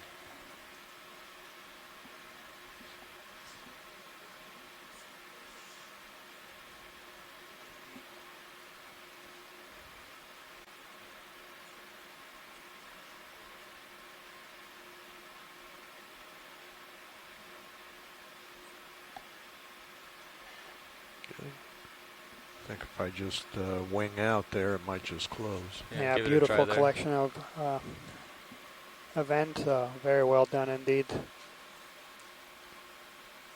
So that was Dive 04 Spec 02 Geo here at 639 meters. Not quite. That's it. No, you okay. give it a little back tap. in just a little So bit. we have secured our 2 rock samples for the dive. So that's a great I think if you just give it a tap. great feed here. We have about 45 more minutes remaining in this dive. So we have reached all of our waypoints. There we go. Okay. We do have a little bit more time. Now. So the plan is, unless there's any other strong opinions, is to use these last 45 minutes to transit westward.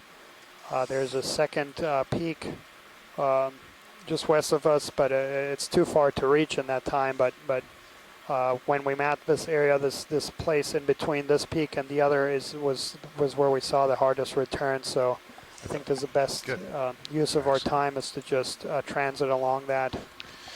I agree. I think we should explore out along that transect and see what we can find. All right.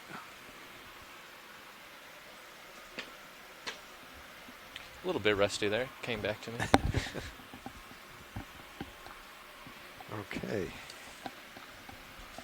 You've got Mini Zeus back. So yeah, we have first 2 geological samples in the basket, and our first biological sample also in the basket. A little cup coral there on that. You can have your camera back. On that rock. So we're off and running. Very exciting dive so far, especially for the geologists, but also some good biology here. And so I was just thinking, as we move towards the next peak, we're going to be in a little bit of a saddle between the 2 peaks, which will have a gentler slope. So it may be a more stable environment. Maybe we'll have a chance of seeing some corals and sponges in that location. So it's 376 meters to the top of the next peak. That's going to take 41 minutes, even at 0.3. What do we have on bottom? Current on bottom is 52 minutes. So it's going to be tight push. We might make it. Just follow the ridge and co-pilot, give me your bearings or your headings, and we'll make moves based on that. General bearing is going to be 300. 300. So it'll be just a quick shuffle over there, huh? Depends what we see along the way. Okay. Our watch leads are not expecting to get there. Okay. Okay. So there's it's not no pressure. Super high priority. Exactly. Gotcha. And I doubt we'll be moving at a 0.3 the entire time. So we want to keep him up on top, right? So it exactly. Looks like, yeah. Okay, so yeah, 330 looks like a good one to start with. All right, 30 meters at 330.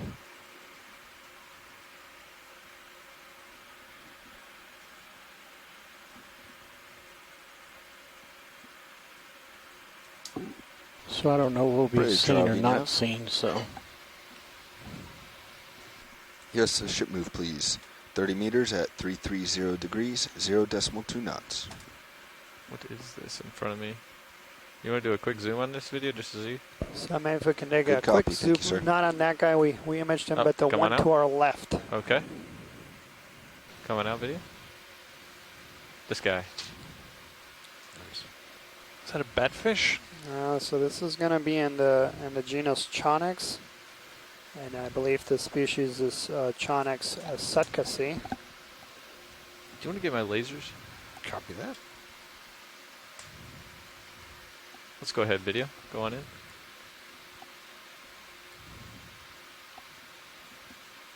So those are sea toads is the common name for that family.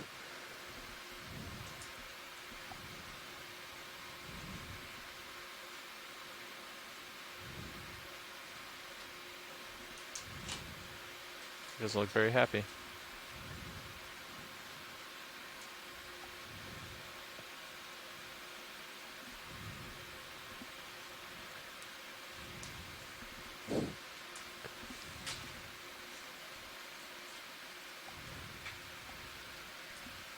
Move is in. Copy that. Video's clear. All right.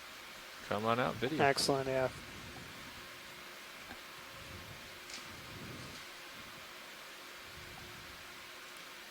And I believe right next to that is that crab that Mary had also ID'd earlier, that Rockinia crassa.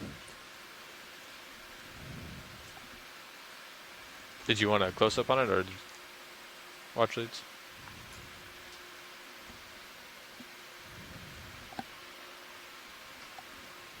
And we see here quite a few crabs, and it's a beautiful shot there into the distance. Is about a dozen of them, all greeting us with their guns drawn.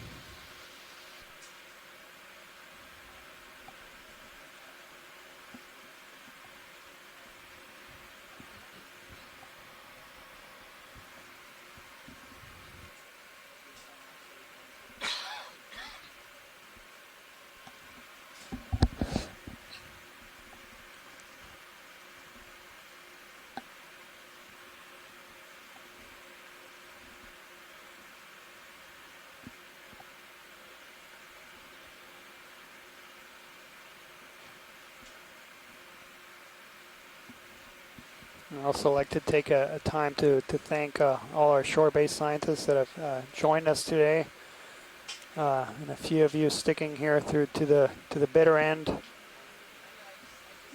A few of our friends from BOEM, Bill Shett and Paul, and then a few folks in Louisiana State University, Mark Benfield and Scott France. So thanks so much for joining us.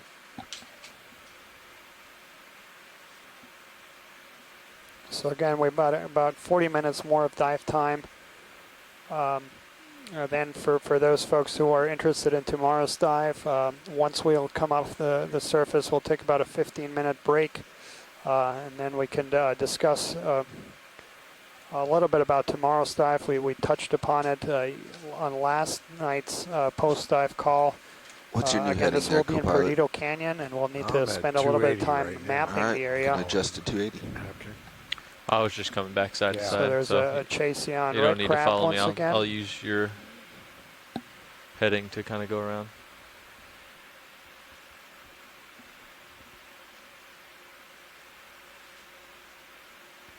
Is that a starfish on the side of the rock up there?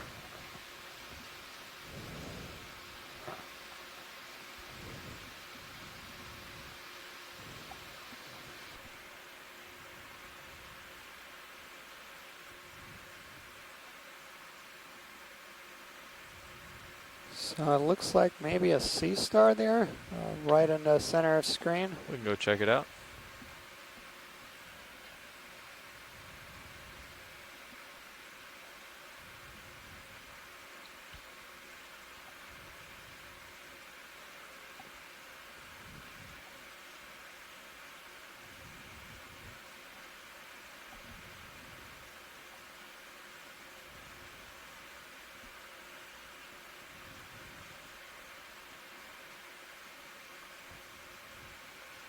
Go ahead on in video. So Chris, if you're watching,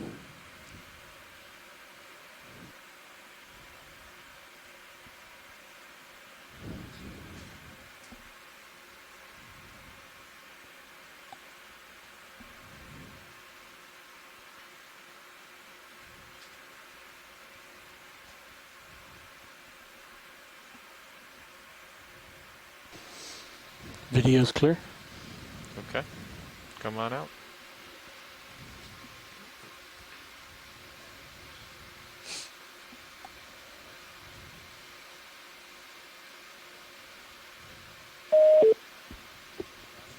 is that you, Chris?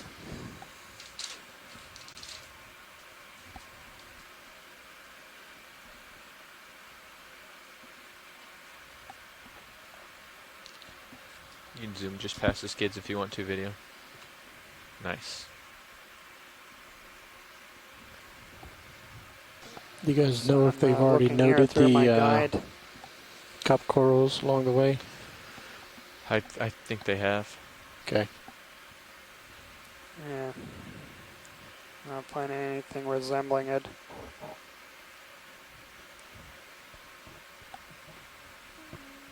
So yeah, there's a comment here in the chat room about samples, and of course these are extremely valuable because they're so difficult to get.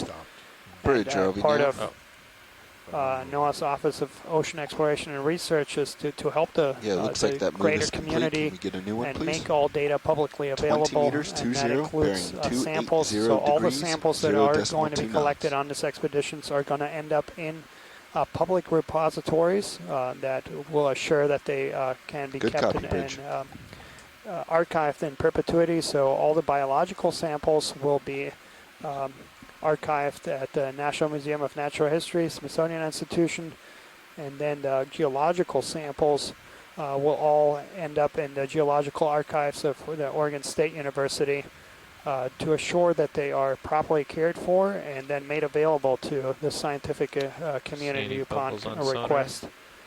So this was a very big priority.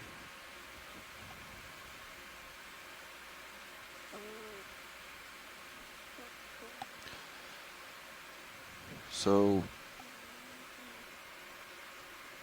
thank you, Bridge.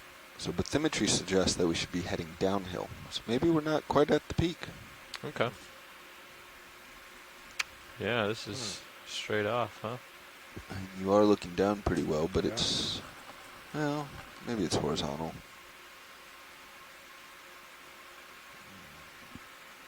Yeah, I think we got a little bit of an upslope. Maybe slightly.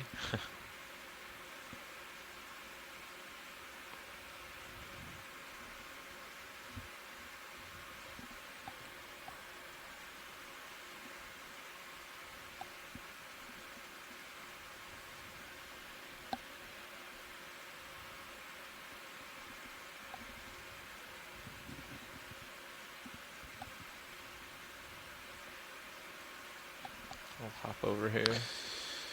Interesting aspect of what we're seeing geologically is that it looks like these beds are tilted at an angle of about 30 degrees. So they have what we would call in geology a dip of about maybe somewhere between 25 and 35 degrees. And that's quite remarkable because we know they were all originally laid down horizontally.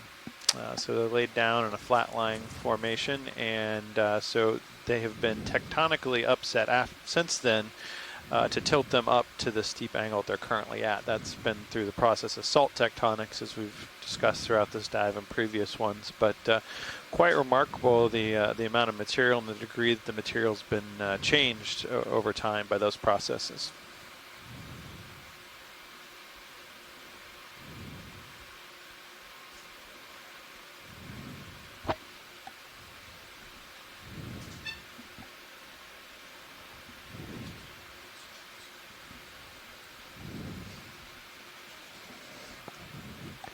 Very big anemone purple on that rock next to the white.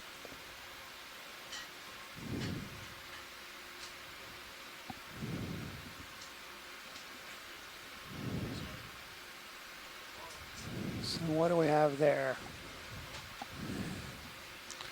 I might go slightly off your screen for a second here, co-pilot. Venus flytrap anemones. For you.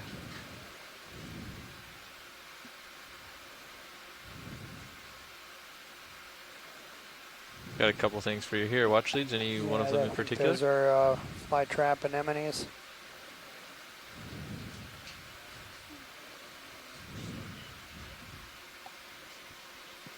Looks like this family has found the right place to live.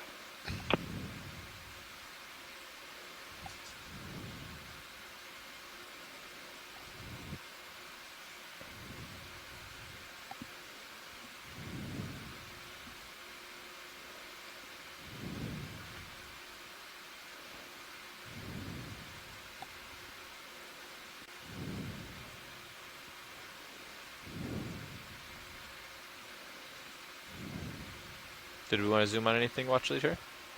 So I believe these anemones are in the family Actinostolidae. I don't think he can hear you. Huh. Watch lead, can you hear pilot?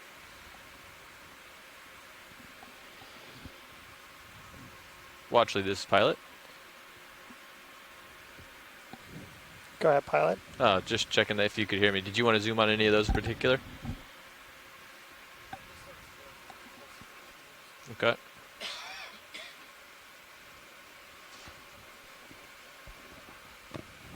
Yeah, so those take a couple snap zooms here on the large anemones, and then the ones that are just. Just go ahead, video.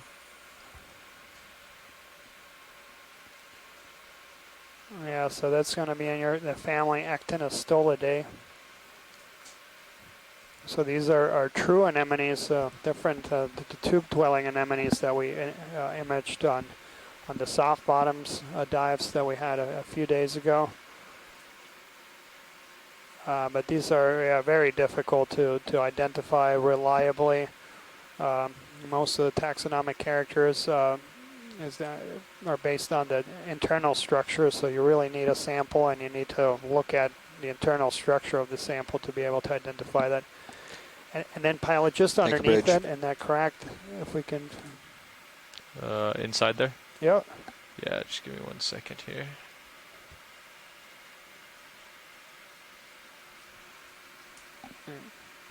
Move complete. And so we see a few more anemones to our left, and then a cup coral to our right there. So these are in two different orders. Ready for more zoom? Yeah, we can try a little bit more. Of hexacorals. Be a little bit bouncy for a second. So this is a scleractinian coral, or a stony coral. This is a solitary coral, and so you see kind of the hard parts. And that's calcium carbonate. And then to our left, the anemone. So these are two different orders of hexacorals. So within the cnidaria, so those animals that have stinging cells, cnidae, You have then two groups, the octocoralia and the hexacoralia, and they're distinguished based on whether they have 6-sided or 8-sided symmetry. And then among the hexacoralia or hexacorals, you have then 6 orders, including the stony corals, which most people are most familiar with, and then the anemones and black corals, zoanthids. I'll jump out ahead of us. Okay. Ready to continue on watch leads? Roger that, yep. Okay. I can jump out there. Yeah. Get up on top of the ridge. Looks like it's going to be about the same 280. Okay. Yeah, if you want to keep it moving, I can get out there. Okay. Another 20? Yeah. Bridge, ROV nav. Yes, can we please repeat the last move? 20 meters at 280, 0.2.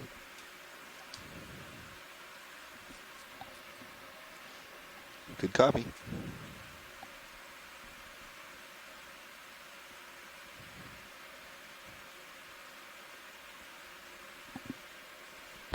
Also, kind of interesting thing about anemones. So those folks that are like into aquaria, you might know that anemones can actually detach from the substrate and move and then reattach.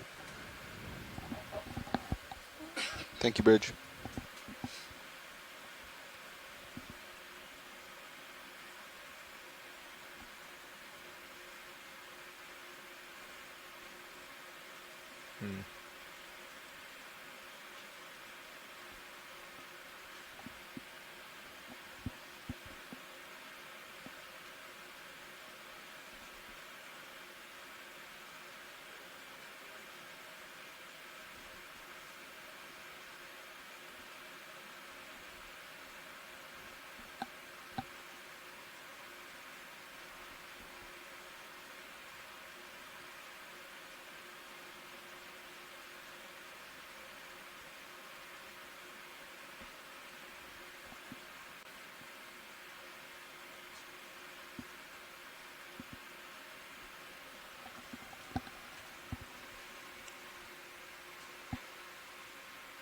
Come on, just past the skids video.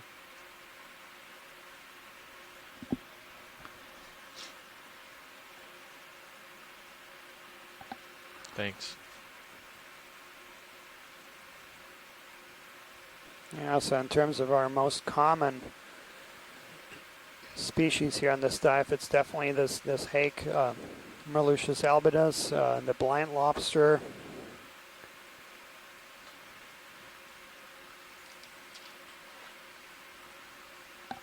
And then in the earlier part of the dive, we saw quite a few eels, both congrid and synapobranchid eels. So we did spend the biggest parts of those for joining us earlier. The biggest part of the beginning part of the dive was on soft sediments. And we only started seeing these kind of rocky outcroppings the last maybe 100 meters away from the summit. And that's where the community changed form. But we don't really see a lot of sessile invertebrates on these rocks. There's a few scattered small sponges and cup corals and anemones as we zoom in. But most of this is fairly barren, indicating that it's either the wrong substrate and also probably not a stable terrain over time.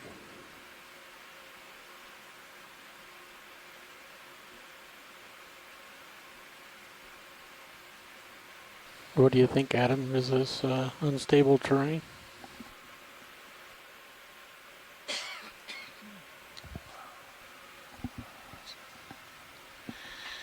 Yeah, it certainly looks like this terrain is steep enough to be unstable. A lot of this material looks like it is slid from above, so it gives us a sense that there could be a lot of movement along the surface, and that may be what is precluding colonization just by about a lot of organisms. Okay, it looks like about 270 now, 270, 275 maybe.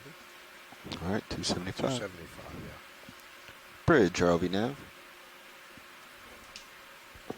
Yeah, I think that move's done, so can we get 20 more meters at 270? I'm just going to keep hopping back and forth over this until... Yep, speed decimal 2.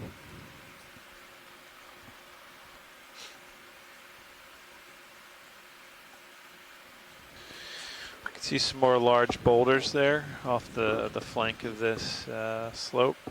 Again, that those are all fractured, and looks like it may be associated with some collapse along the edge of this feature. Think a bridge.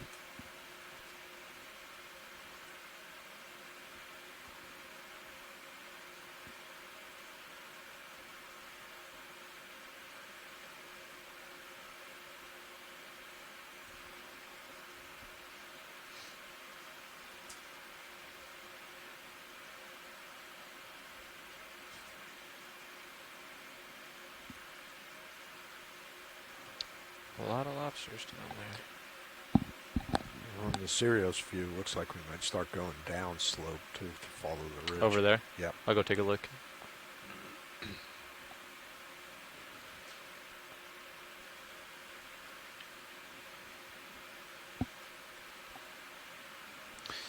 So that rock in front of us looks like, again, it makes me think asphalt because the bulbous nature of it looks like it's potentially flowed. Now that could be just erosion, but it certainly looks like that. Looks like we've got another anemone here. Yeah, so and this one is a Venus flytrap, and the last one, yeah, it was my mistake that was not. It turned out when we zoomed, and so I believe this is a hormathiid. We'll have to. Did you want to zoom on it? Yeah, let's get a quick snap Okay. zoom. So the distinguishing character there is whether they have these little bumps, and it looks like it does have them. Go ahead, video.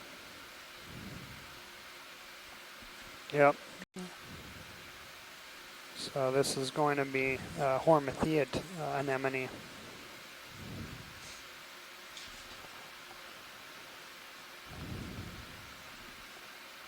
Oh.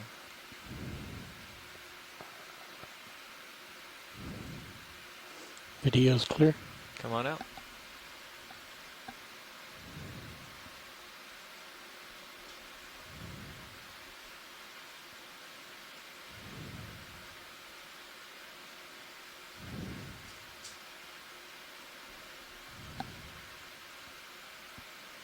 Perfect.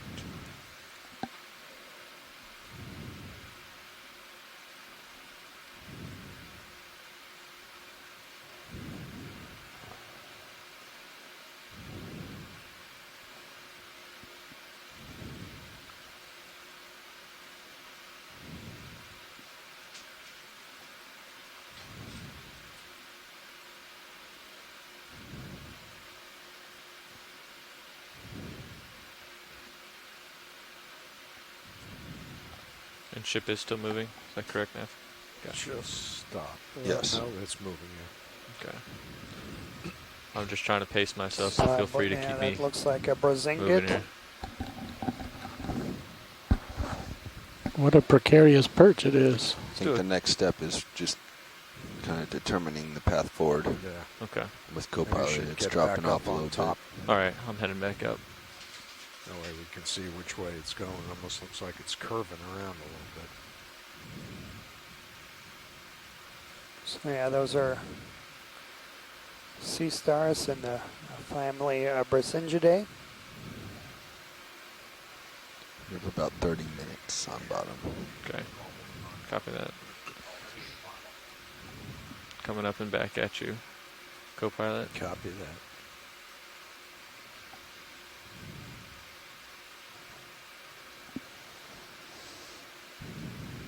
This might be... I think you're almost This at is the it. top of the Yep. ridge, yeah. But I think overall it's going off to this direction, about 325, You'll want to turn 330. left, I think. To go to our Yeah. next one. Yeah. Yeah. You're Turn left. going Yep. back where we came from. Nothing on our sonar. So just follow that strike.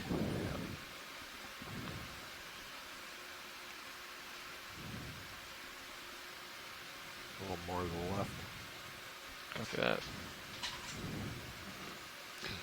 Can you push out? I mean, it's looking like it curves, and bathymetry would agree with that it kind of curves north. Okay. A little bit.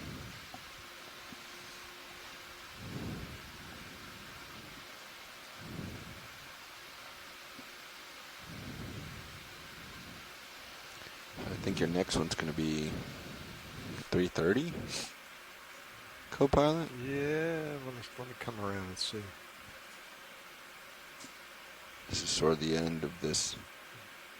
Yeah, it's going to start going down slope, but I think we can stay on the ridge. Maybe. Well, this sort of looks like the end of the ridge.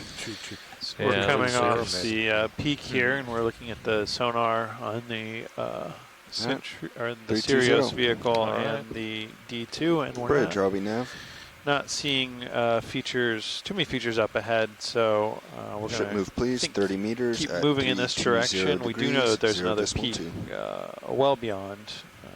Perhaps another 200 meters, but we're going to move out in that direction because overnight mapping showed hard backscatter returns throughout this area, so we should continue to see hard grounds as we move out in this westerly direction.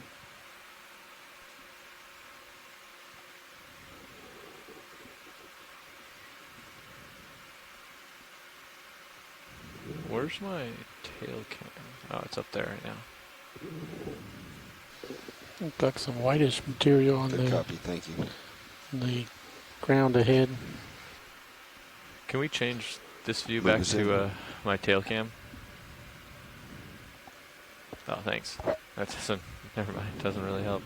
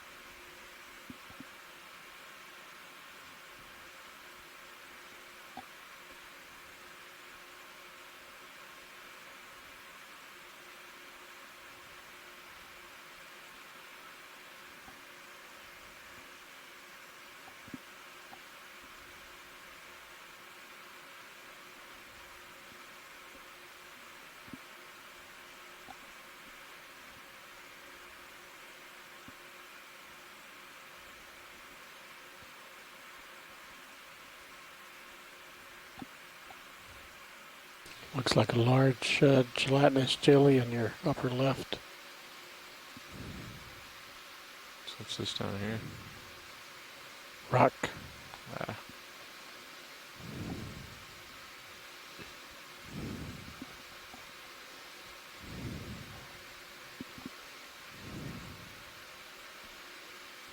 You go ahead and do a snap if you want.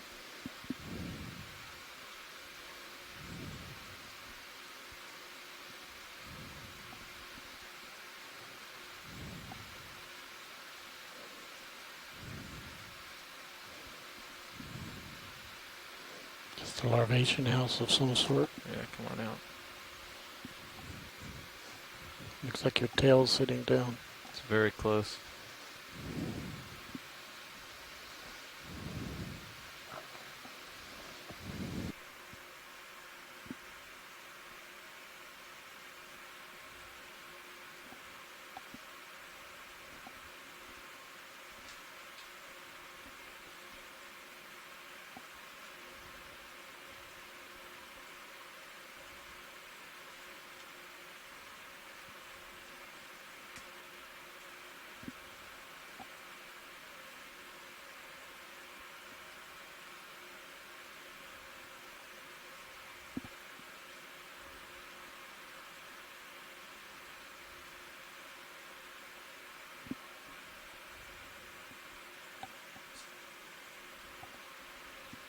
Yeah, we want that direction. The way that I'm facing? Yep. Okay. Stay on the ridge.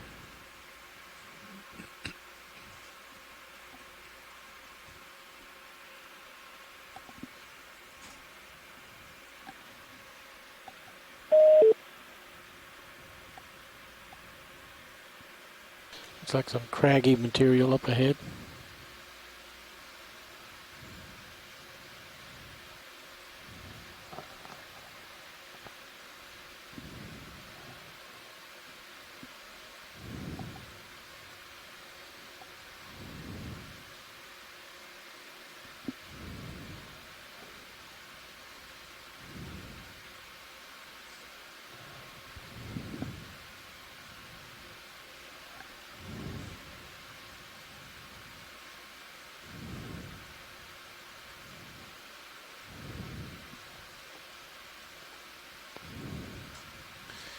Looks like we have an area of some fractured rock coming up here in front of us as we move along the ridge. It's a little bit different than we've seen before.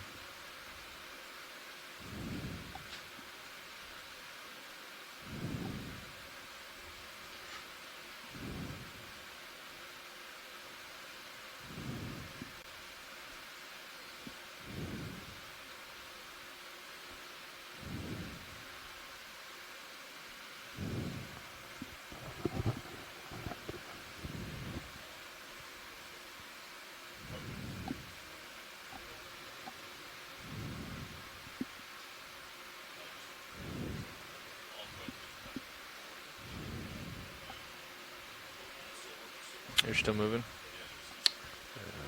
Maybe? Not really. Oh, okay. Yeah, and then the last couple meters. Okay. So, 20 due north? Yep. Yeah. Bridge, RV nav. Yes, ship move, please. 20 meters, 20, due north, at 0.2.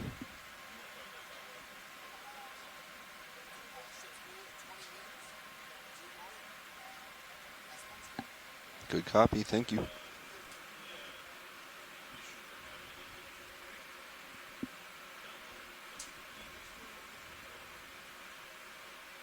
Such an interesting landscape as we progress here. Just changing.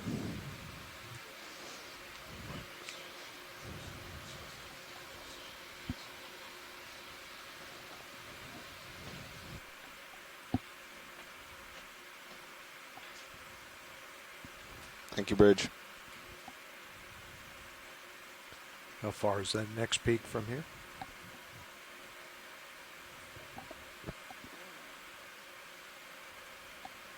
Yeah, and just want to give our shore-based team a heads up. So we'll be leaving the seafloor here in just over 10 minutes, and then we'll have our post-dive call at 4:15 Central Time.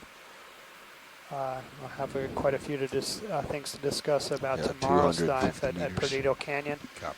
And then, so I would sit. Can we try to get a zoom? Okay. There's a white object that fuzzy kind of stuff right in of, your right of ROV center sonar. bottom. Looks like a little branching, perhaps a coral on that massive outcropping. It'll probably be this.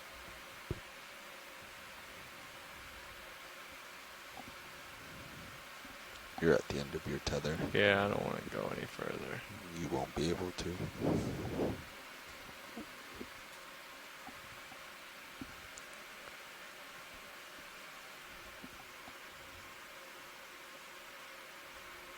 Watch it. Did you have something?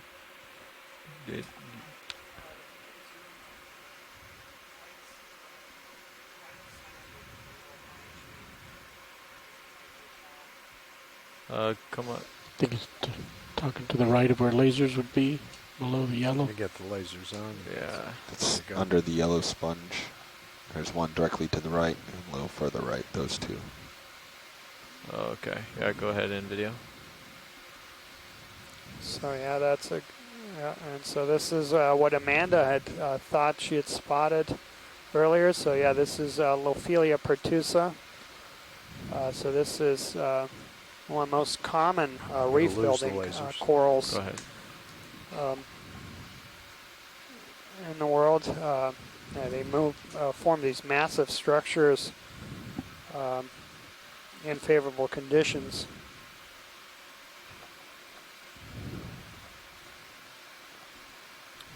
Lophelia, currently it's the only genus in that, only species in that genus, Lophelia pertusa, and Lophelia is derived from the Greek word of suns in reference to the polyps that look like little suns.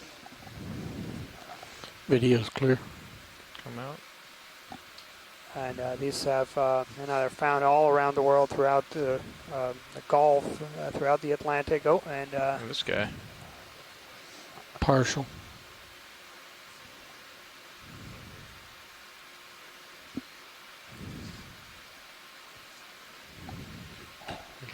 So excellent. Yeah, Amanda, thanks. She had alerted us to the fact that we might be seeing some Lophelia. So excellent. Thanks, Amanda.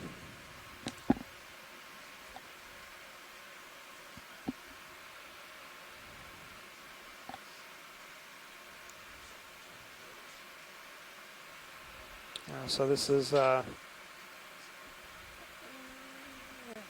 most people are more familiar with the shallow water reef building corals, and there's several hundred species of shallow water corals that build reefs. At depth, we only have 6, about a half a dozen of them. This is one of the major ones, and there's some major reefs, including one off of Norway, which is the largest documented reef of Lophelia pertusa. That's over 35 kilometers in length. I think it was about 400 football fields in size. Of course, that's in favorable conditions. I'm going to push out a little bit. It looks like I got some tether. Yeah, you do. And we'll have a few dives later in the expedition focusing on these Lophelia habitats, and looks like we have a siphonophore there.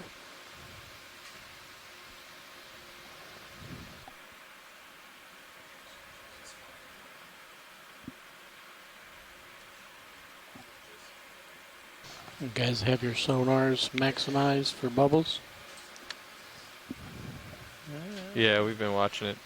May want to check out this next set of rocks as well, see if there's any Lophelia there. We only got a few minutes left, but it's like this is a good type habitat for that coral. Yeah, so these large outcroppings that look like stable rock, that's these pinnacle type features.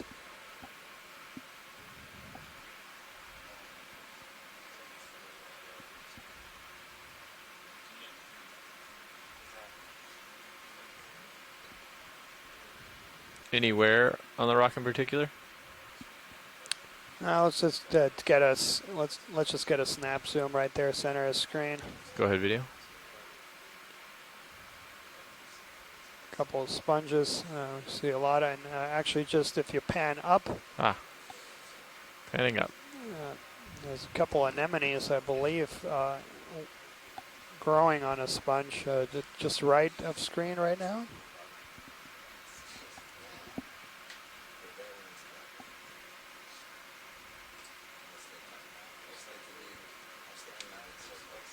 So it looks like, yeah, oh no, that's a shrimp.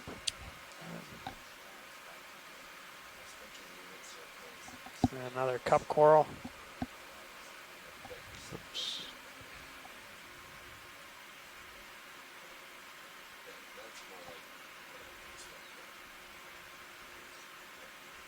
Can actually get a better toe hold if there's something in particular we want to see.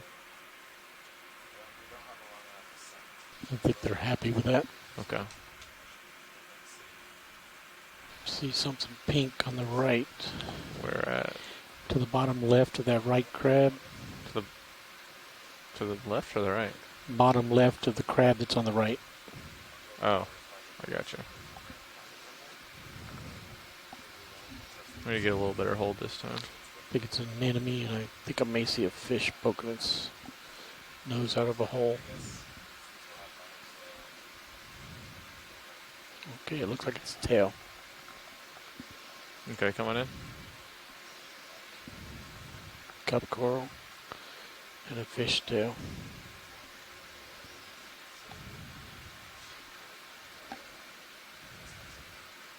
So yeah, we do see there a stoloniferen, so that yellow, those are octocorals, and you can see the polyps have 8 tentacles that are branched, and next to it is a scleractinian cup coral, is a solitarian, and those are hexacorals. So that, yeah, that's those transparent white ones are corallomorpharians, Daniel. 5 more minutes. Yeah. Copy that. So we have a Cnidarian fiesta here. Yeah, now that would be a rock to collect. Yeah.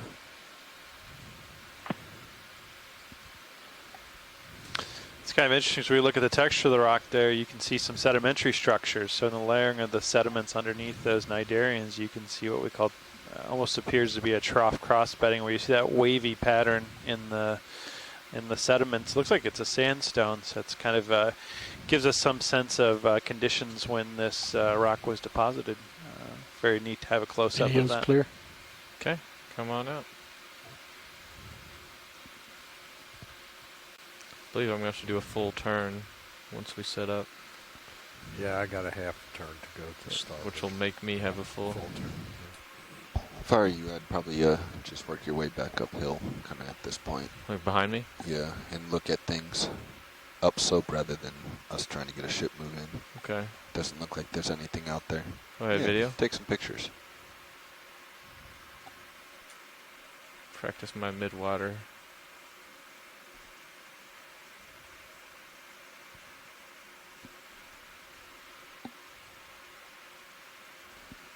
So yeah, we're unfortunately out of time here.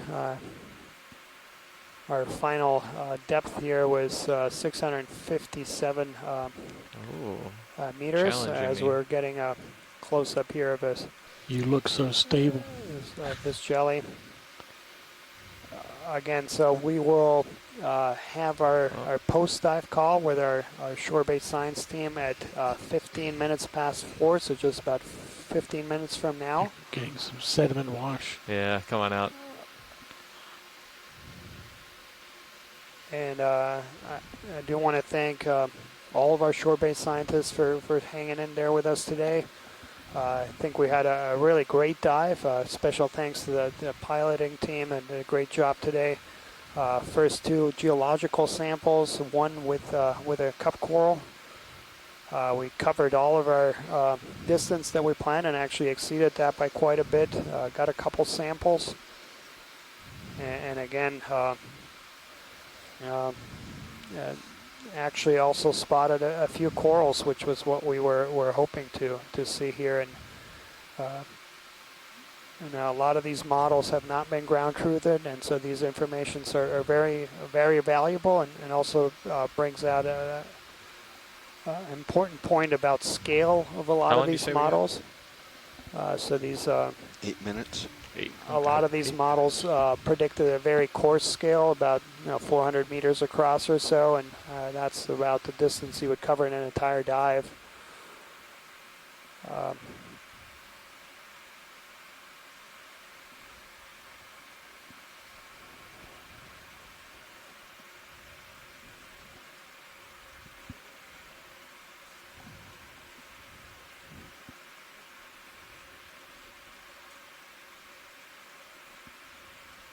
Yeah, I think a quick quick snaps in on that coral on the bottom of the rock, if we can.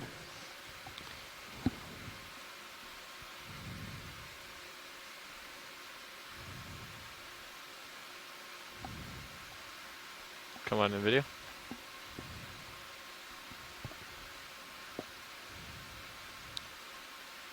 Oh yeah, that looks like a piece of dead Lophelia pertusa. And the dead coral we're seeing may speak somewhat to the instability of this environment. That we're seeing some coral that may have broken off from its where it originally settled. One live polyp just above it and to the right, in that crack in the rock, just left of the white sponge. You want to zoom in a little further?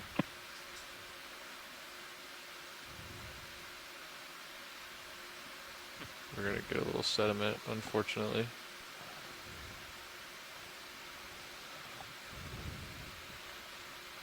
Yeah, that could very well be.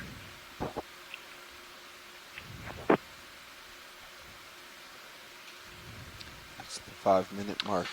As usual, the most interesting part of the dive sometimes comes in the last 5 minutes. So, bringing in some swing arms. Especially for our coral scientists here, we're starting to see some neat stuff here towards the end. But I'll let you take care of that. Our hope is that our dive at Perdido Canyon tomorrow will look around just bring slightly us right here. more corals, more species of coral, more abundant corals.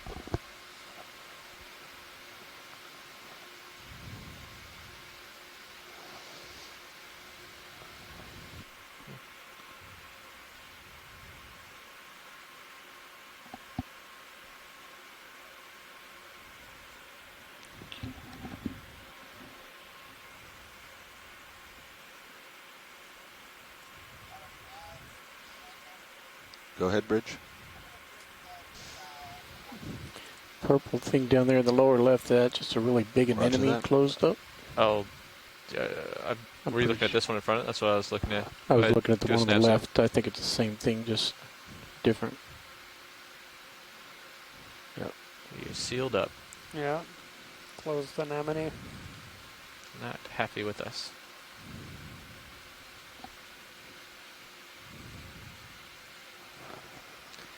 Okay. Video my nav says it is time to get ready to go.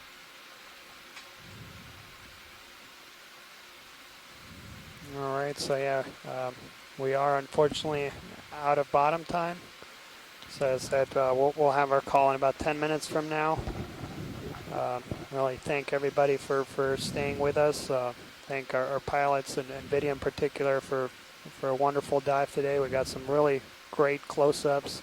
A lot of great imagery, collected our samples, covered the ground that we wanted to cover. So a great dive. Thanks, everybody.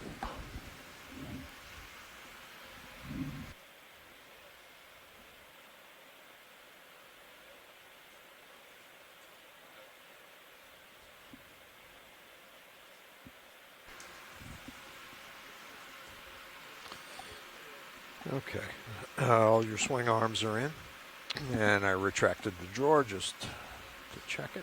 Great. Alrighty. If you want to start rotating around, I'll start pushing out. Around. Yep.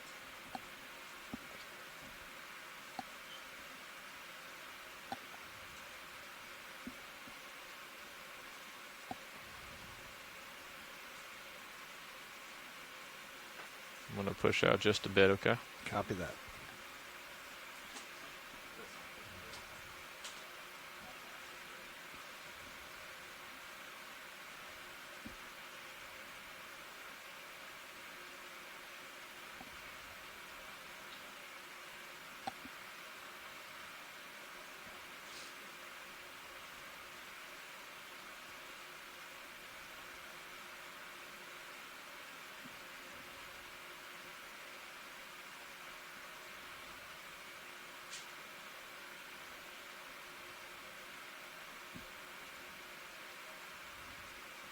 Okay.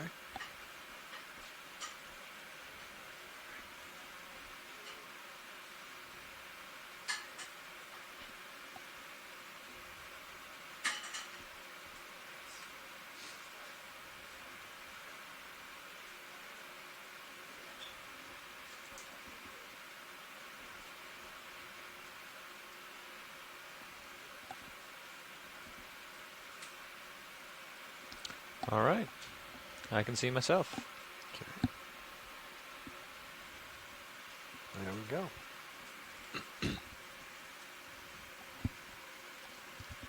Okay, I'm going to start spinning up. Yep. Okay.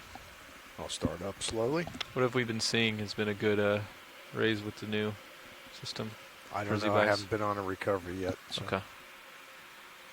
Well, we will just find out. Yesterday 90 did it, but we had more oomph to go. Okay. I'm at 70 right now, so expect me to start. Well, you got a couple of rocks today too. Yeah. Roger that, bridge. Just want to let you know we are off bottom. I got a 7 foot. Sorry. 7, 6. Okay, I'm starting to come up. I'm at 20. Okay. And increasing.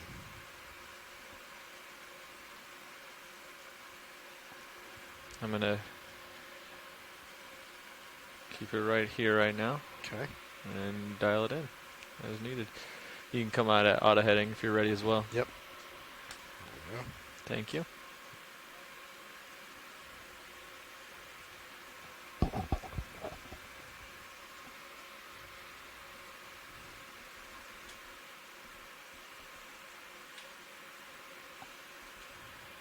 Okay, coming up at 30 meters a minute. Nice.